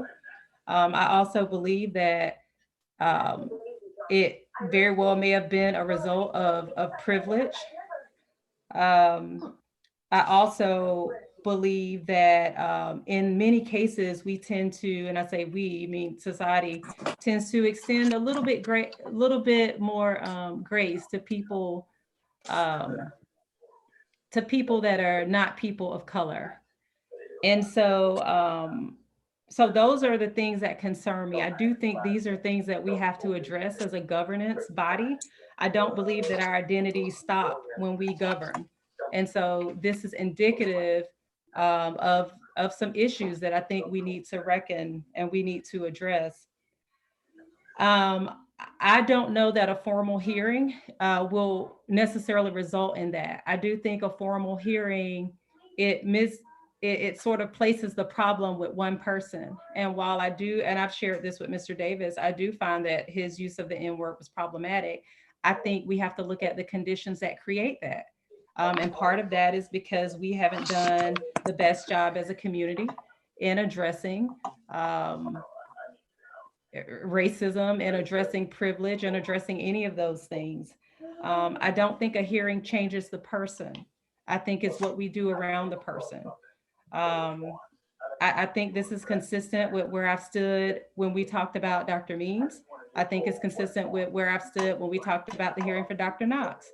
And so I just think that we can change, but hearings don't necessarily get us the results that we need. And so those are my thoughts. Tish may be back on. Dr. Yeager.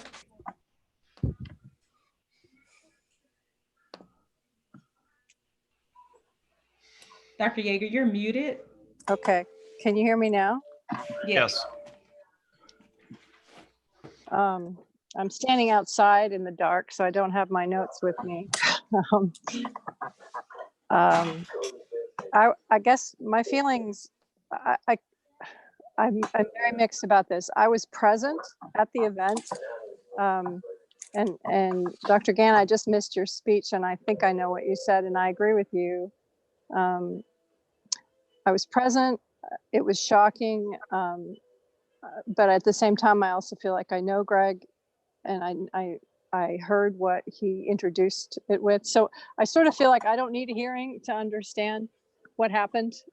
I was there. So, but I also sort of agree with John that maybe the rest of the community needs to hear it too. So I'm still torn.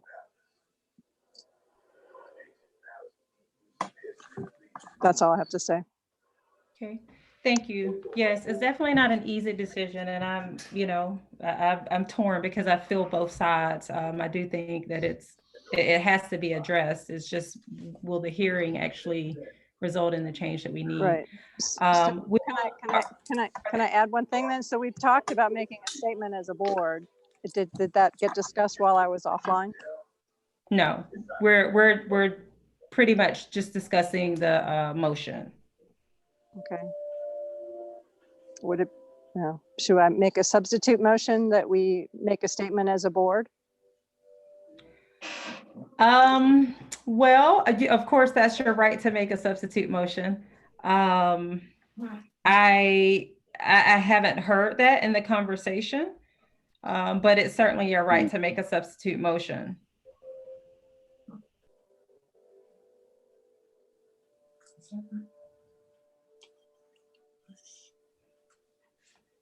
Dr. Yeager?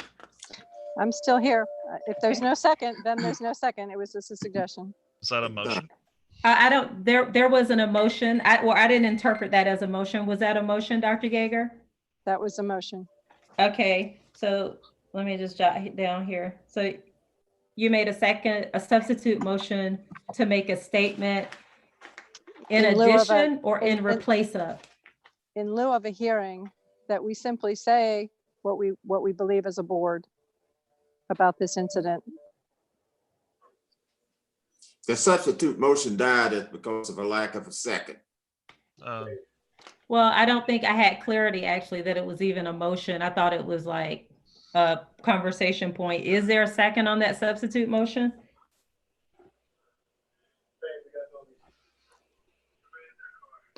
Okay, I don't hear a second on that motion. Okay, so we are back at the original motion, which is to conduct a hearing. We've heard from everyone. I am going to go ahead and ask Dr. Thomas if she would call the roll for our votes.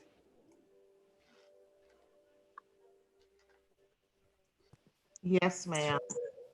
Okay. I'm sorry. Mr. Davis? Abstain.